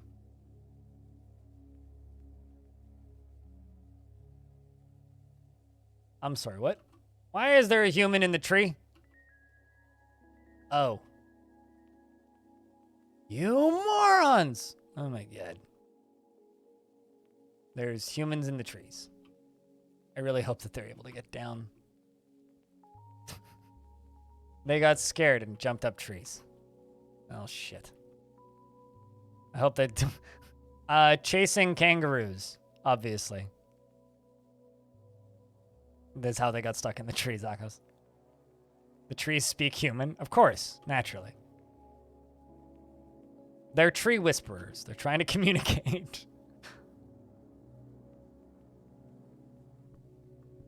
Also, hey Ned, what up?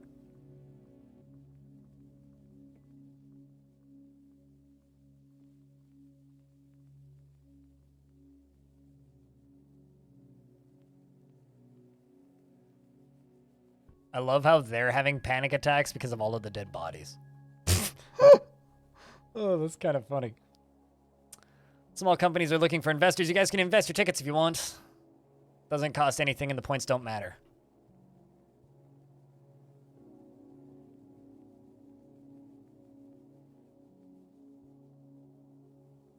Oh no. They got into one of my unicorn pastures. I'll unforbid that. I hope that they don't get into all three of my unicorn pastures. Means he's just gonna go around and kill all of my unicorns. What a fucking bummer, man. Oh shit, they're leaving. I'm not sure why, but I think my unicorns scared them off.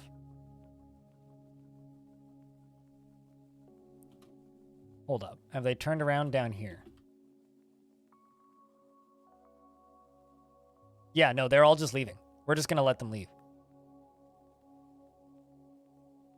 That's actually fucking awesome that they're all just leaving. They're going to kill all of my unicorns. A full 75? Or are you talking about,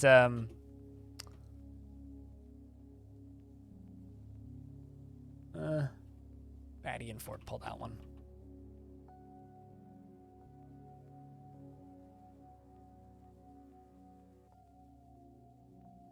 Ah, I see. Yeah, so I guess the soldiers fighting with my unicorns damaged them enough that they're just leaving now. They are killing a bunch of my unicorns, though, which is a shame. Although, it looks like there's a bunch of wounded humans around now. And also a human up this tree. Although, are you able to leave? Please tell me you're able to leave off the edge of the map. Because if you are, that's fantastic. I'm just slaughtering all my unicorns. It's okay. I had the sanity to split them up into separate paddocks.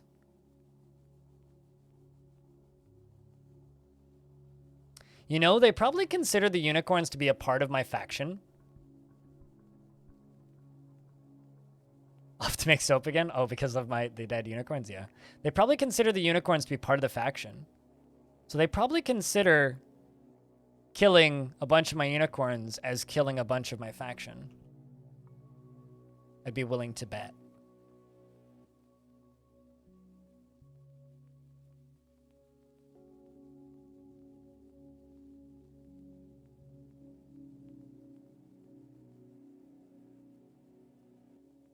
So they're like, we killed like 40% of them or whatever, and now they're leaving.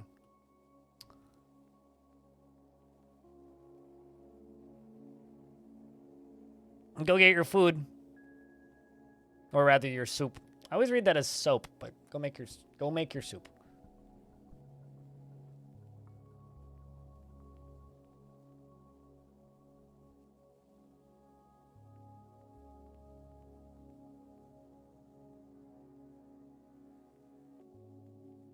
We'll just let the rest of them leave.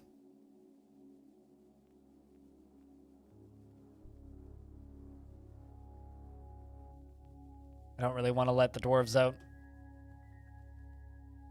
So I'll just let them finish slaughtering all of those unicorns. We'll let the bodies decompose and we'll deal with them later. But I need a long break between fights because they might just siege us again immediately. Kind of just want all of these humans to be gone.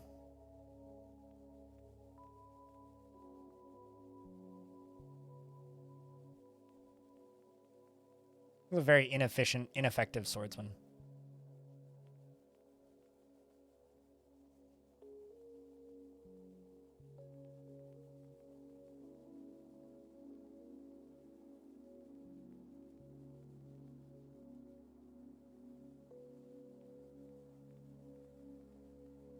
Okay.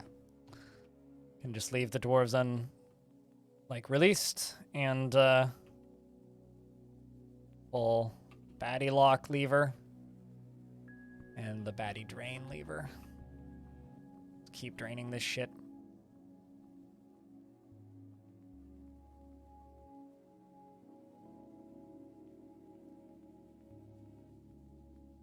It's kind of funny, the humans run into problem.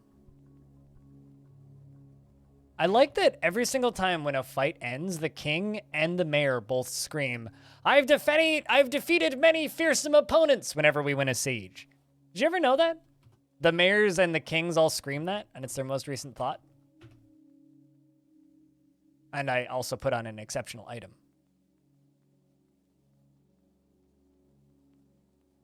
I just think that that's an interesting little detail that I'd never noticed in Dwarf Fortress before just now. To buy 2,000 tickets? Yeah, no kidding. Fs.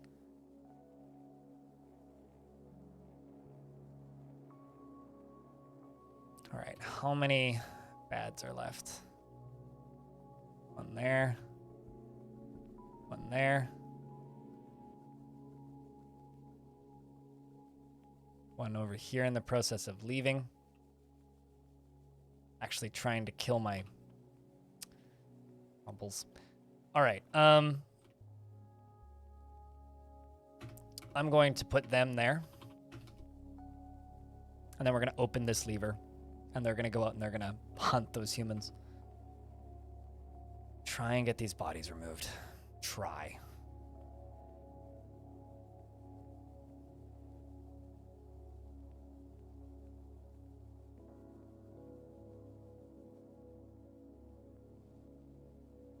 Do it now.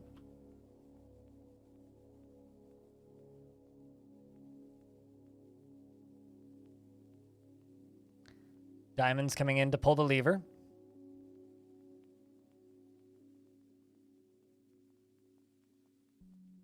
I'm also going to remove all of these from slaughter.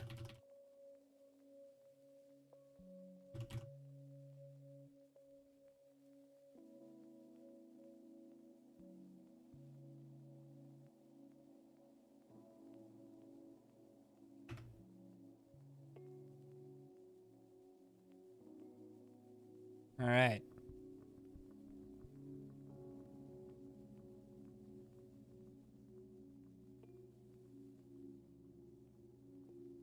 Let's head them in there.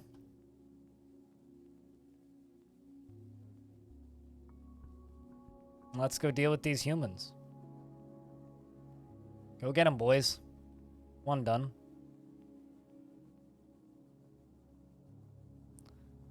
An octo bear is sneaking up.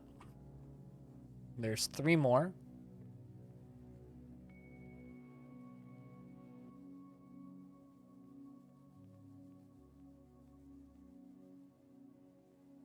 They're gonna run in there, deal with those 2 that are killing my unicorns. And then we got 1 more who's down here. Tell him to go kill him.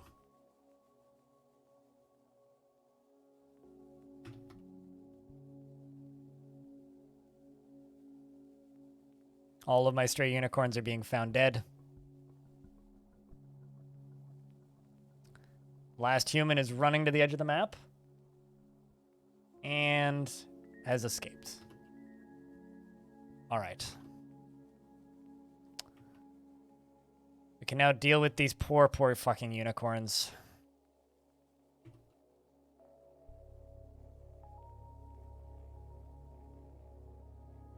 And also clean up the body of our good dwarf. Blue Space Weep. Question is, Blue Space Weep, do you actually have a coffin dedicated to you?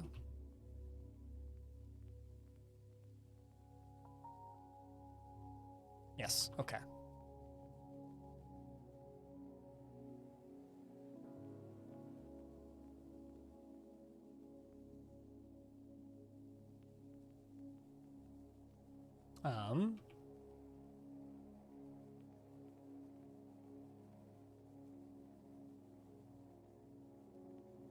So what I'm going to do is I'm going to go to the stock screen.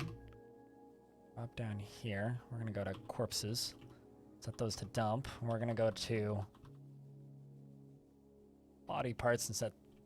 Oh, man, I can't. Set those to dump. All right, and then I'm going to remove dump on you. Should be a whole bunch of dump jobs set.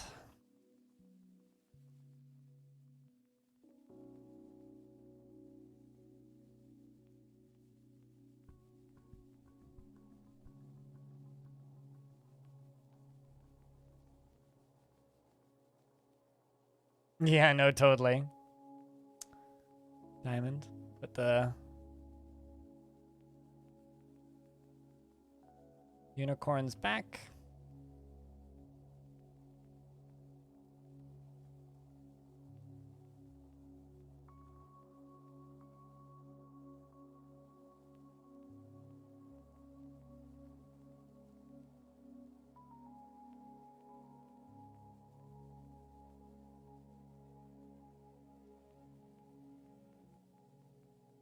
Excellent. And this is filling up. This is the only part that we still need to, like, fix. Barn owl fighting? Oh. Barn owl ended up in my weapon traps. We get a break in between raids, we're going to need to fix the holes in my defenses. Don't know how long of a break we're going to get, though.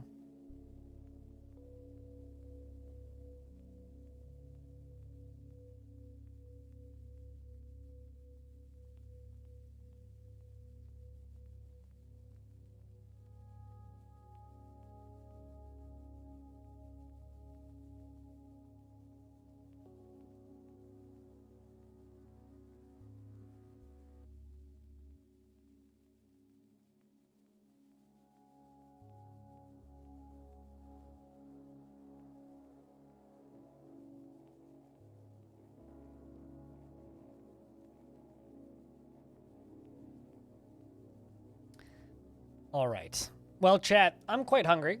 I've been streaming for 9 hours and 10 minutes. I think we're going to save before I get another siege. This new excitement in Longdeath is fantastic for entertainment value, but terrible for the outlook of Longdeath, which is exciting. Wilmer, you're headed out. We'll see you when we see you. Chat, stream's not over yet. We're going to be playing probably, I don't know, 3-4 hours of Starship Troopers. But I'm going to go get lunch first. So I'm going to leave you guys with some tunes to listen to, and I'm going to put us in the correct directory. If you just want to watch